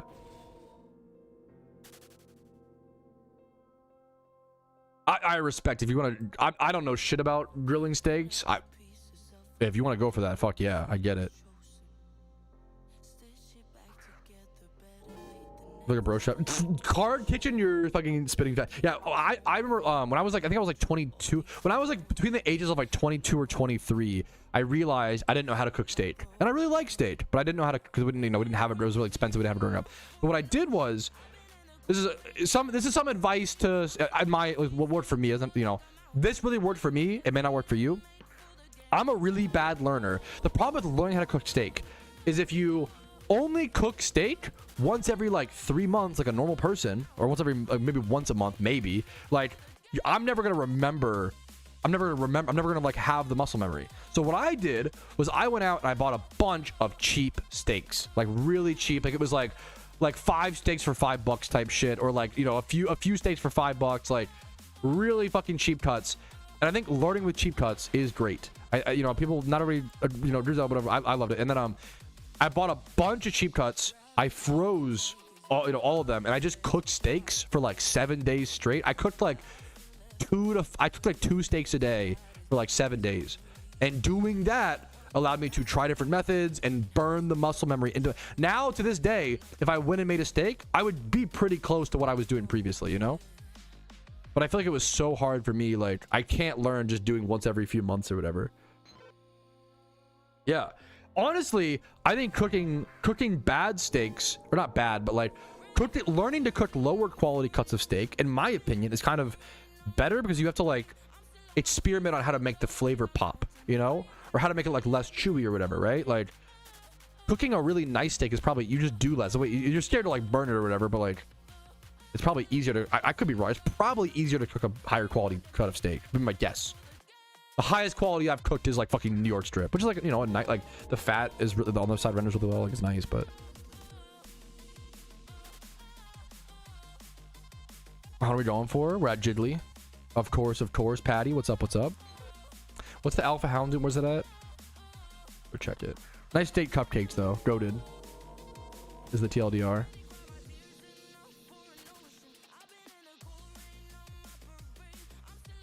Alpha Houndoom, Sinnoh, Valor Lakefront. Okay. Thank you, Zan. Ribeyes. Yeah, I think my favorite cut is porterhouse, but I think I had like one porterhouse when I was like 9 years old. I never forgot about it. I just like the big cut, you know. I appreciate the steak cupcake. You know, how many did you have? Like maybe like, I don't know, like 6 or 7. You know, steak cupcakes. Yeah, there it is. I was there it is. Find you. And there it is. Yep, there it is. Yep. Expected. Sushi thoughts, really fucking good.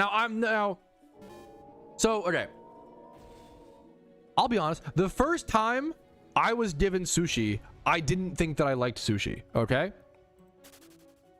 But what happened was, I bet you a lot of white kids go through this, okay? My mom brought home some gas station sushi and said, "Look, sweetie, it's this new food." I was like 11 or 12 years old, keep in mind. "Look, sweetie, it's this new food. It's called sushi. Would you like to try a piece?" And I was like, "Yeah, I'll try anything." And I tried like a shitty California roll from a gas station, and I was like, it's not good, but it's not that bad either. It's just like not good. Why would I eat this, you know? And you don't need that. I think people get really pretentious about sushi. You don't need like that amazing or that like crazy high quality sushi to like know like whatever. I would just I love sushi buffets. I know it's like, I would just go to a sushi buffet, man. I think that's a great way to figure out what you like. I would even say, I don't recommend starting with a California roll. Just rip the band-aid off. Start with salmon sashimi. Start with salmon nigiri, or like a salmon, you know, like just start with a fucking slab of raw salmon on a little piece of rice. Just go for it. California rolls fucking suck. Spicy tuna are like fine, but like I really found personally that I really dislike a lot of the boring, bland Americanized rolls. Now hear me out. What I love are the big fucking stupid Americanized rolls. Fucking hell yeah, brother. I love fucking my sushi rolls with fucking mango, cucumber, raw salmon. Like that combo is my favorite. Like I fucking love that shit. I love all kinds of crazy sushi. Fried tempura is fine. It's just like fine. Like it's just like the most like fine. It's not, you know. My wife loves a shrimp tempura. You know, this is like the most fine. It's like shrimp tempura is like not sushi. I would almost, which that's kind of pretentious. I know I'm being pretentious. Fuck. Damn it. It's like fine. It's sushi tonight. I fucking love it, dude. Crab rolls. I respect it. Anything with like raw tuna, raw salmon, always good. If you could, it's hit or miss. Eel nigiri can be really good, but it also can be really fishy and really gross. It really depends. Eel and eel sauce, which are obviously like they're both very, very, very good. But I love an eel nigiri if it's, but that one's coin flip depending on the time of day and the place and blah blah. What's that park? It was hard in a roll, but it's okay. Shrimp tempura is like taking a chicken nugget and putting rice around it and being like, ooh, cuisine. Like it is good, but I wouldn't. It's almost like a guilty pleasure. I wouldn't like advertise that I like shrimp tempura. I'm sorry. That's so mean. I'm being pretentious. I'm being the pretentious, judgmental asshole. The ugly ego is coming out. You know. True. What's up, Park? How you doing, dude? Just chilling. Shannon, what's up, man? It's so hot. Yes. So hit. Yup. Yeah. I stopped. Yeah. I've had an experience, and I love this. I had an experience where I ate like one piece of eel sushi, and it was so disgusting I like couldn't eat anymore, and that's a shitty feeling. That was like, it was so fishy and revolting that I like lost my appetite, you know. And that's me losing my appetite. Like, come on, like that's hard to do. I love chicken nuggets. Hey, I love chicken nuggets too, but there is some like shrimp tempura is literally fried shrimp in rice. Like it's just like it's and it's good. I agree with you, but like it is pretentious to say this, so I'm so sorry, but it's like almost not sushi. Like it's like, so I don't know, but that's lame. That is lame. Philadelphia, I really don't like cream. That's a personal preference. I really don't like cream cheese in my sushi rolls. Not trying to be, I know if you enjoy it, my wife, hell fucking yeah, dude, I get it. Not for me. I really like, but I love crazy shit, you know, in my rolls. So there's just different, you know. I'll give you guys, I'm flaming you guys' roll. I'll give you a roll that you can flame for mine, okay? There's a roll called, can I say this? Let me see if, I don't want to dox myself.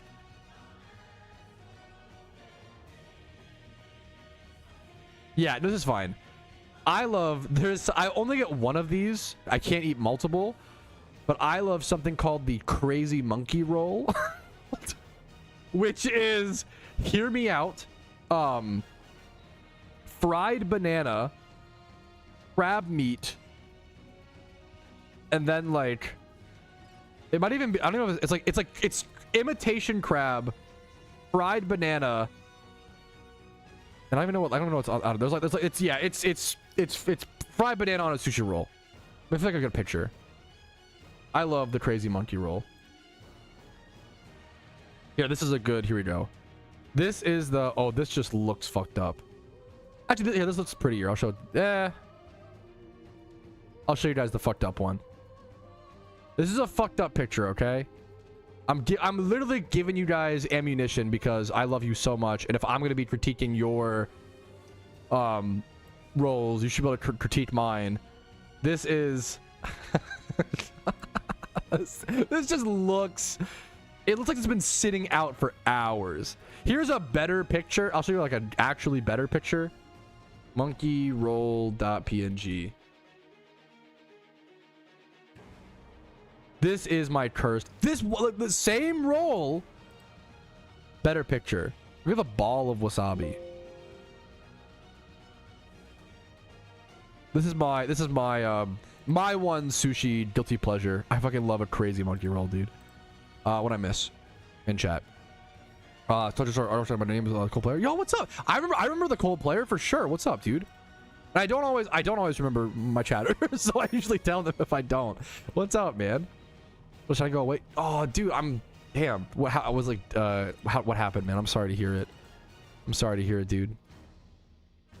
Oh, there's a picture of everyone. No, don't pop. Shiny charms are a fucking scam. Not actually, but like, shiny charms are so expensive. If you look up, I think I have a video on it. One sec. Are shiny charms worth it? I think I have a video on it. PokeMMO.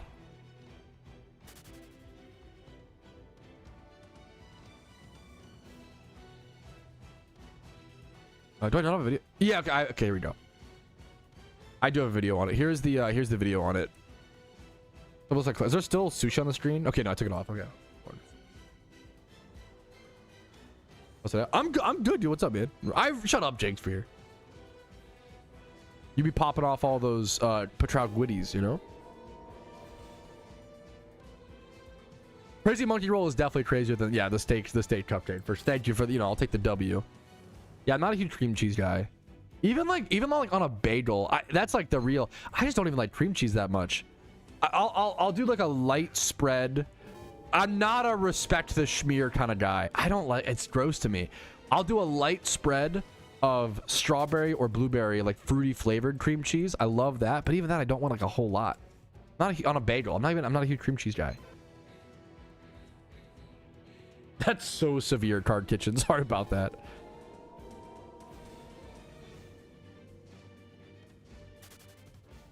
Do you remember me? Who are you again, Tom? We banned you? Question mark. Dude, hell yeah. Happy to fucking hear it, Coldplayer. That's awesome, dude. Dude, welcome back. Welcome back.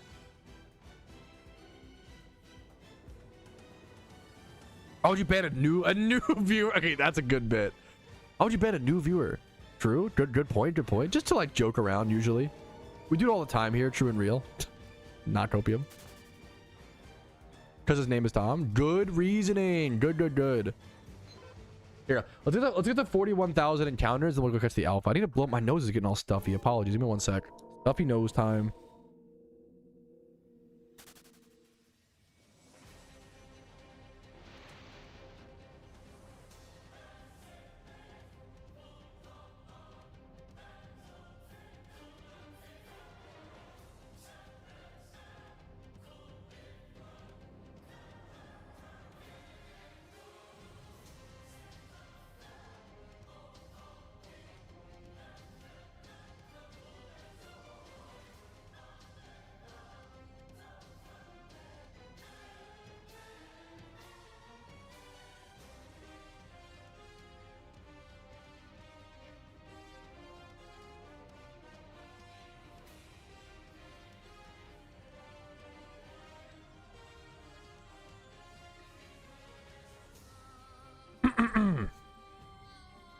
Don't say you caught the shut the fuck up. That's unhinged. Okay. Days left until the Lunar New Year event. Great question. Great quick question for anybody who doesn't know. It's worth mentioning. Someone said, how many days left until the Lunar New Year event? It should be dropping, we don't know for sure, obviously, around February 17th, which is from time of recording. What is that, like 20 days? We're about 3 weeks or so out. We're about 3 weeks or so out from the Lunar New Year event, so definitely keep on your radar. I do have preparation guides for both raids for the Lunar New Year event, as well as just general preparation for the event. So check those out if you haven't seen those. If you're interested, there is Lunar New Year event preparation stuff out. The richest charms? Fuck. That used tissue? Okay, you guys. I'm gonna roll past that. Okay. You hate all new viewers? True. You know me. Murkrow for raids. Nice. That's like one of the most used mons. You know, everybody needs a Murkrow. The boring answer. This is like, it's honestly been a weird impact to my shunting journey, Cubone. My top 3 dream shinies, I have them all, which is like the most annoying. Like, so guys, I'm suffering from success. Like, my dream shinies: number 1, Shuckle; number 2, Rampardos; number 3, Stunfisk. I have them all on the main account, you know? That was a huge, like, and I have like the list of shinies that I want, right? Gotta get top 10 now. I think I have all those too. That's the fucked up, like, I have a huge list of shinies that I want, but I think like they're all like kind of on the same playing field, you know? No, Squid, I am so sorry to hear that. We've all been there. We've all made a mistake like that. I don't know if many of us have made the 25 mil mistake. I love you for lamowing. I love you for like just laughing about it and Yeah, dude, fucking actually, Squiddy. That's brutal, man. That's so brutal, dude.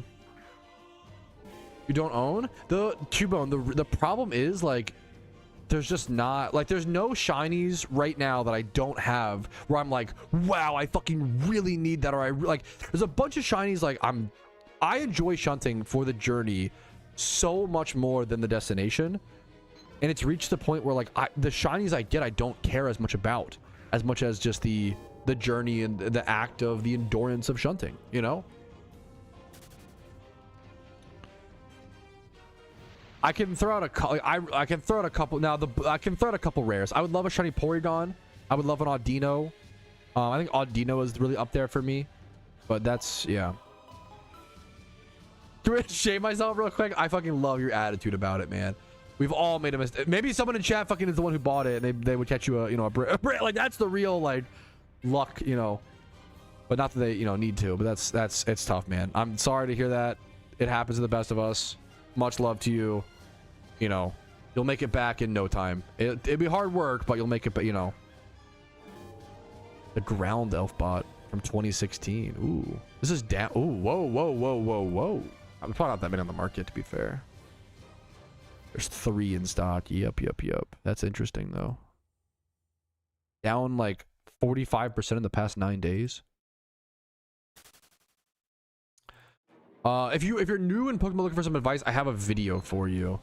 If you have any specific questions, feel free to ask. I love answering specific questions, but I always just try to Google if you Google stuff first, I appreciate it because I have a lot of videos on stuff. If you're a newer player looking for general tips, general advice, here is the best video that I recommend. It's just 63 tips for new players in PokeMMO. You might have already seen it, but if not, you know, there you go. If you have any specific question I can help with, I'd love to, you know.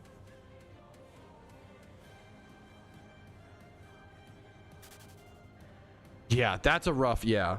And yeah, even that would fucking, like, that would break my heart, Cubone. You know, like, dude, yeah, that would be like, yeah.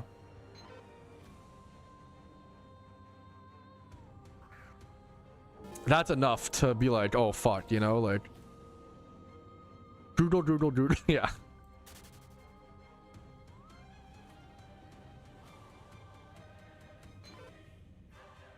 Thanks for laughing with me, dude. You're fucking awesome, Squid. What the hell? How is your mental so good?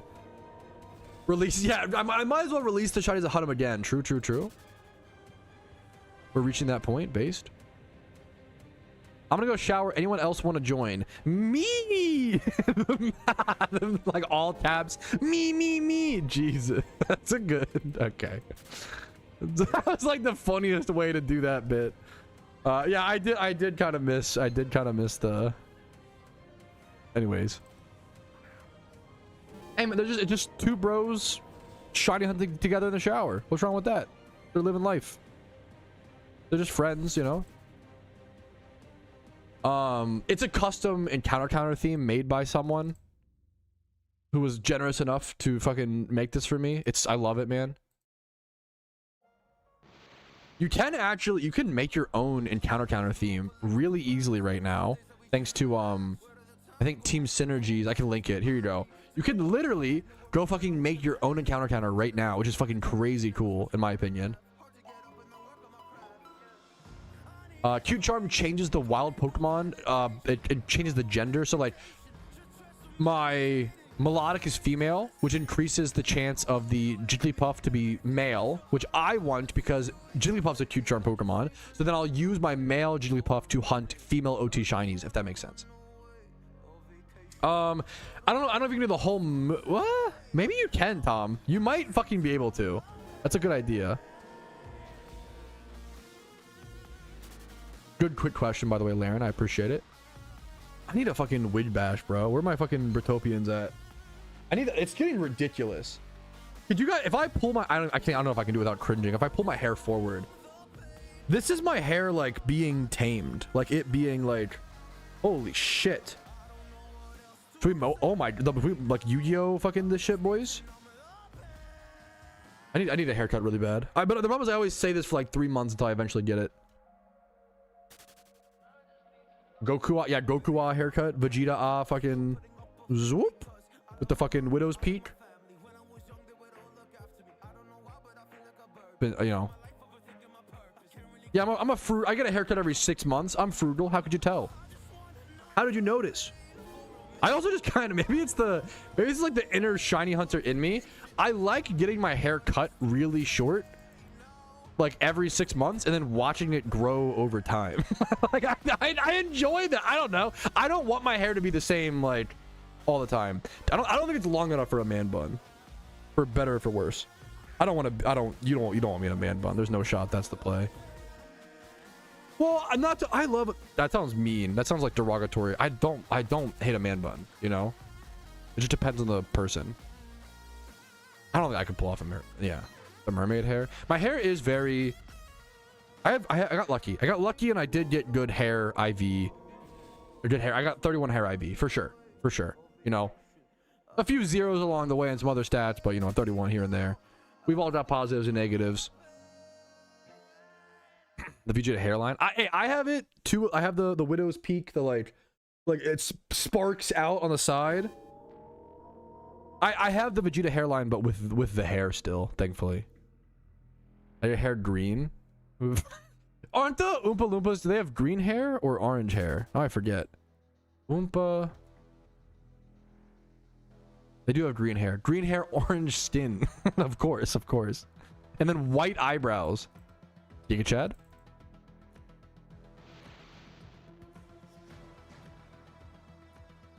My shoulders, dude. Yeah, I respect it. I fucking yeah. Do. Just change the wig, Pat. True. All right.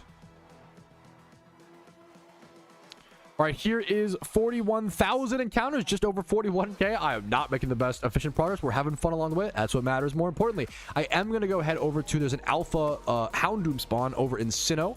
So we're going to head to that. We're going to try to catch that on the iron, of course. Dude, you were it was a lot of fun to have you in chat today, Nidoran. Much love to you, man. I don't know. I don't know. I have no idea.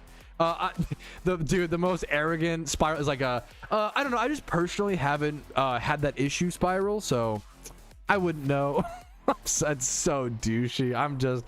It's ironic. I swear. I earnestly don't. I have no idea.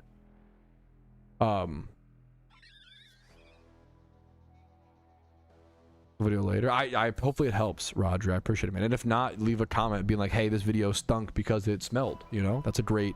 Here's the feedback. Feedback is always good. Need a Spinda over this. I think that's all we need to change. I kind of do. I want to start checking more rare swarms like that, Damager. I feel like checking more rare swarms on an Iron Man account, especially checking swarms for shinies, is kind of like Omega worth on an Iron, because your hunt is even longer. You know, like if I were like egg hunt for an Absol, it's even longer than, even crazier, right? Than something else. Is all like front up here? I always forget. I think it's right here, right? Okay, I remember. I'm starting to learn the Johto after 10 years. I guess Johto's been out since like what, 2019. After 7 years, I'm finally learning the Sinnoh map. It's late front, not late. I'm actually at the wrong spot. Wait, that's hilarious. Okay, that's even funnier. That I was like, guys, I'm finally learning, guys. Poggies. That's poetry. Ooh, I could go Frisk. That's based out front. Going all the way back. I'm cooked. Okay, do I just go down south here? Lake front. Is it down here? And you flew back. You were 5 tiles away. Wait, wow, wait, what? On the houses? Up? Bro was so proud of himself. One day I'll learn the Sinnoh region, I swear. Well, maybe not. Let's be honest. Is it just up here?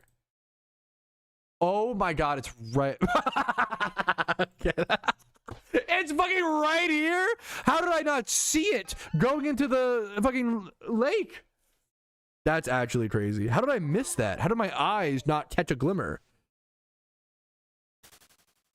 We purposefully trolled for the content. That's my excuse. That's insane. Anyways, Samus take. Okay, whew. That's really funny. Learning the map. I am, dude. Your eyes aren't real. Maybe that's what it is. I genuinely, for some reason, I have good vision. I don't know. I've been staring at computer screens my entire life. My vision is still 2020 for my knowledge. Yeah, I'm only at 11K hours, not 12K, you know. Actually. Something like that. Maybe bullshit. Nah. Yeah. Yeah. Male Houndoom. Do I even prefer? I'm trying to think if I. What do you need a Houndoom for, species wise? Not like for fun in NU. You could be like Houndoom's probably a fine raid Pokemon. Like it probably just gets beat out by other things, but like it's probably fine. It's a cool Flash Fire mon. I probably don't kill this. I'm gonna superpower this. Okay, yeah, not even close. Not even close. No, whoop! Yeah, the Cricketoo noise is goated. Gym badges. Yes, I think especially rushing your first 4 gym badges is super good. Yeah, it's probably fine in a yeah, you're not wrong. Houndoom's probably perfectly viable in raids, but I just have better options. I was just thinking if there is any reason to want a female Houndoom here, or just the male for the breeder is probably better, which is what I got, so it's good. Do what's fun based. First, that's a good for storylines. Yes, I should have thought about that a little bit more. I actually agree with that, Zenarchy. I should have thought about that more before answering so quickly to a newer player. If you're a newer player, fun is just the most, which is obviously right, but like if you want to speed to like your 4th gym badge for like GTL access, sure, but yeah, I would just do whatever the fuck is fun. When you're a new player, especially, like there's just no reason to rush to the min-maxing elements unless you like love that. If you love that, like whatever you want to do, if that's fun for you, that's the fun, right? Do I need to sub here? Probably should, but yeah, fucking yeah, based sand.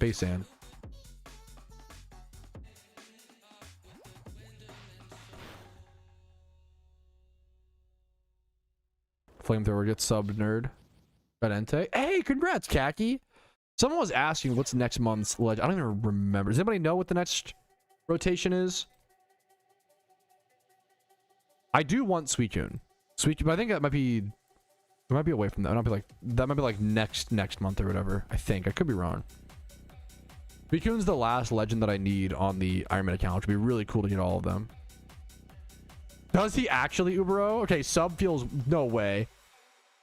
Give her the heads up. Let me go see. Thank you for the heads up. You just saved my ass. Bro has Snarl and Hyper Voice, which both pass through sub. Thank you for the heads up. That's actually really funny. Yeah, thank you, Voiceless. There you go. Oh, now fuck. Now I don't know. No, wait, fuck. We can timer here. Yeah, turn 9. Turn 9. What the fuck? The more I stream, the weirder I speak. I swear to fuck, dude. Tap me now. Started a week ago and I found your channel. So let me actually do a clip on this. I started playing PokeMMO a week ago, and since I found your channel, I only just started, so I'm probably not going to be able to participate in the Chinese New Year event. Bro, I don't count yourself out. The Lunar New Year event is amazing for new players. It's really, really good. The only thing you might not be able to do is probably raids. I think, you know, acknowledging, you know what, I'm a new player, I probably can't do raids. That's based. I respect that. But like abundant shrine grinding, farming swarm, trying to fight maybe the Zodiac trainers. Watch my prep guides. I have not to like, but they hope only if they're helpful. They should be hopefully helpful, right? If you're a newer player, don't count yourself out of the Lunar New Year event. The Lunar New Year event is literally the most friendly, you know, new player event. I see so many new players being like, I probably can't do this event because I'm new. Like, no, I promise you can do something. I promise you. And the Lunar New Year event is like the most new player friendly event. So please, please, please, not trying to show my content, only watch what's helpful to you. But please go check out my prep guides. You can do a ton of stuff like most of the stuff as a new player. But it is okay to be like, you know what, raids or investing, probably can't do that. That's a based, you know, line to draw. But yeah, please, please, please, you know. There's no way it's the only tiny mushroom in the game. There's no way. For sure, there's no way. I'd be shocked by that, but Do. What's up, Durgit?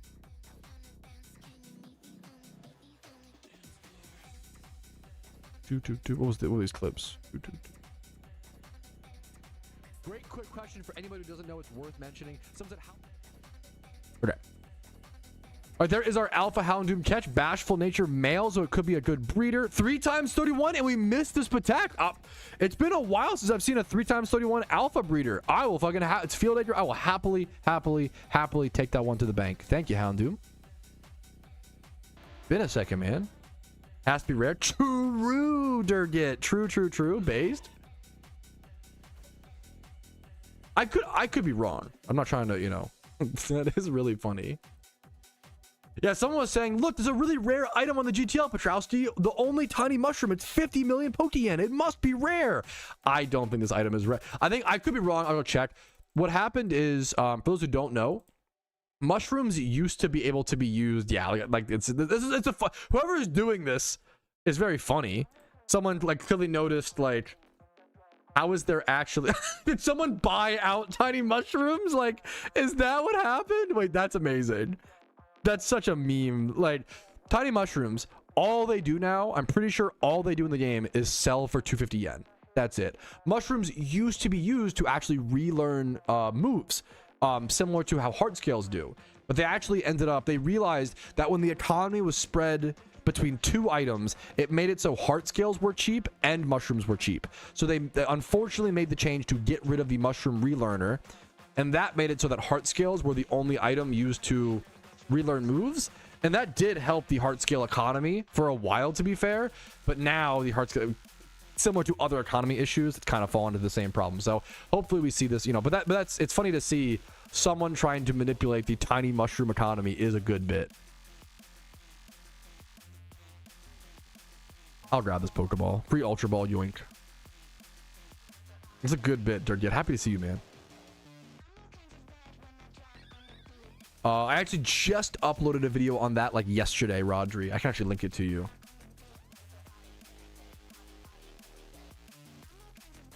Do.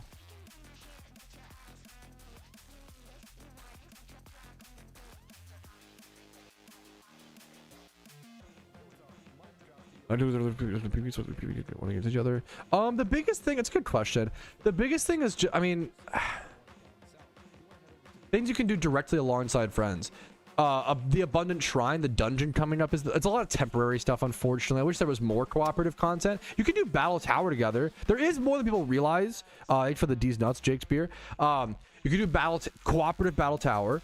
You can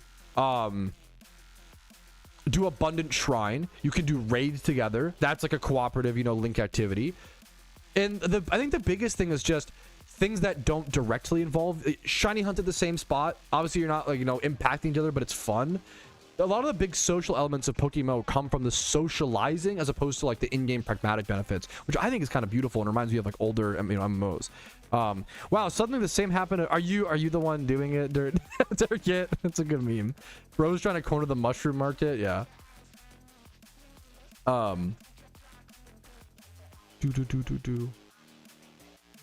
Yeah, I guess those are some of the people. But a lot of it's just like talking to each other, hanging out, you know, hanging out while you play the same game. It is, in my opinion, like sometimes the motivation you need.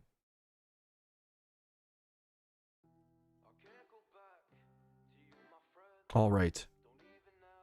Alrighty though, fellas, I think that is going to wrap up today's stream and stream recap. I hope you guys enjoyed. Like it if you did, dislike it if not. Subscribe for daily PokeMMO videos. I do upload every single day. Follow me on Twitch for streams Monday through Thursday at 12 p.m. ET, and that big streamathon coming up Saturday. Be there or be square. Thank you, Shakespeare.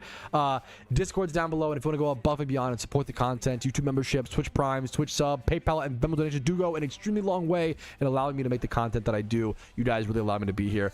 Thanks for watching. Have a great day. I'll see y'all tomorrow. Have a good one. But for now, peace, Reno. Banger stream. You guys fucking make. You guys make it, man. Shut up, Durgit. I love your Durgit coming back in chat just to troll, man. It's an honor. An honor to have the legend here. I'm gonna raid someone over in Twitch chat if you want to go stick around and spam some smiley faces. I am gonna do the prediction. Yup. We did not. I don't think anybody. Nobody got a puff, right? Nobody in chat. I have to like. I think someone would have said something, but pretty sure no one got one. All right, I'm gonna go raid someone. I'll see you guys later. This was a 4-hour and 40-minute stream. Overworking Poggies. I'll see you guys later. Have a great day. Have a great tranquil Tuesday. I'll see you Wednesday. I might not be live Thursday. Maybe. We'll see. But I love you guys. I'll see you later. Peace, Reno.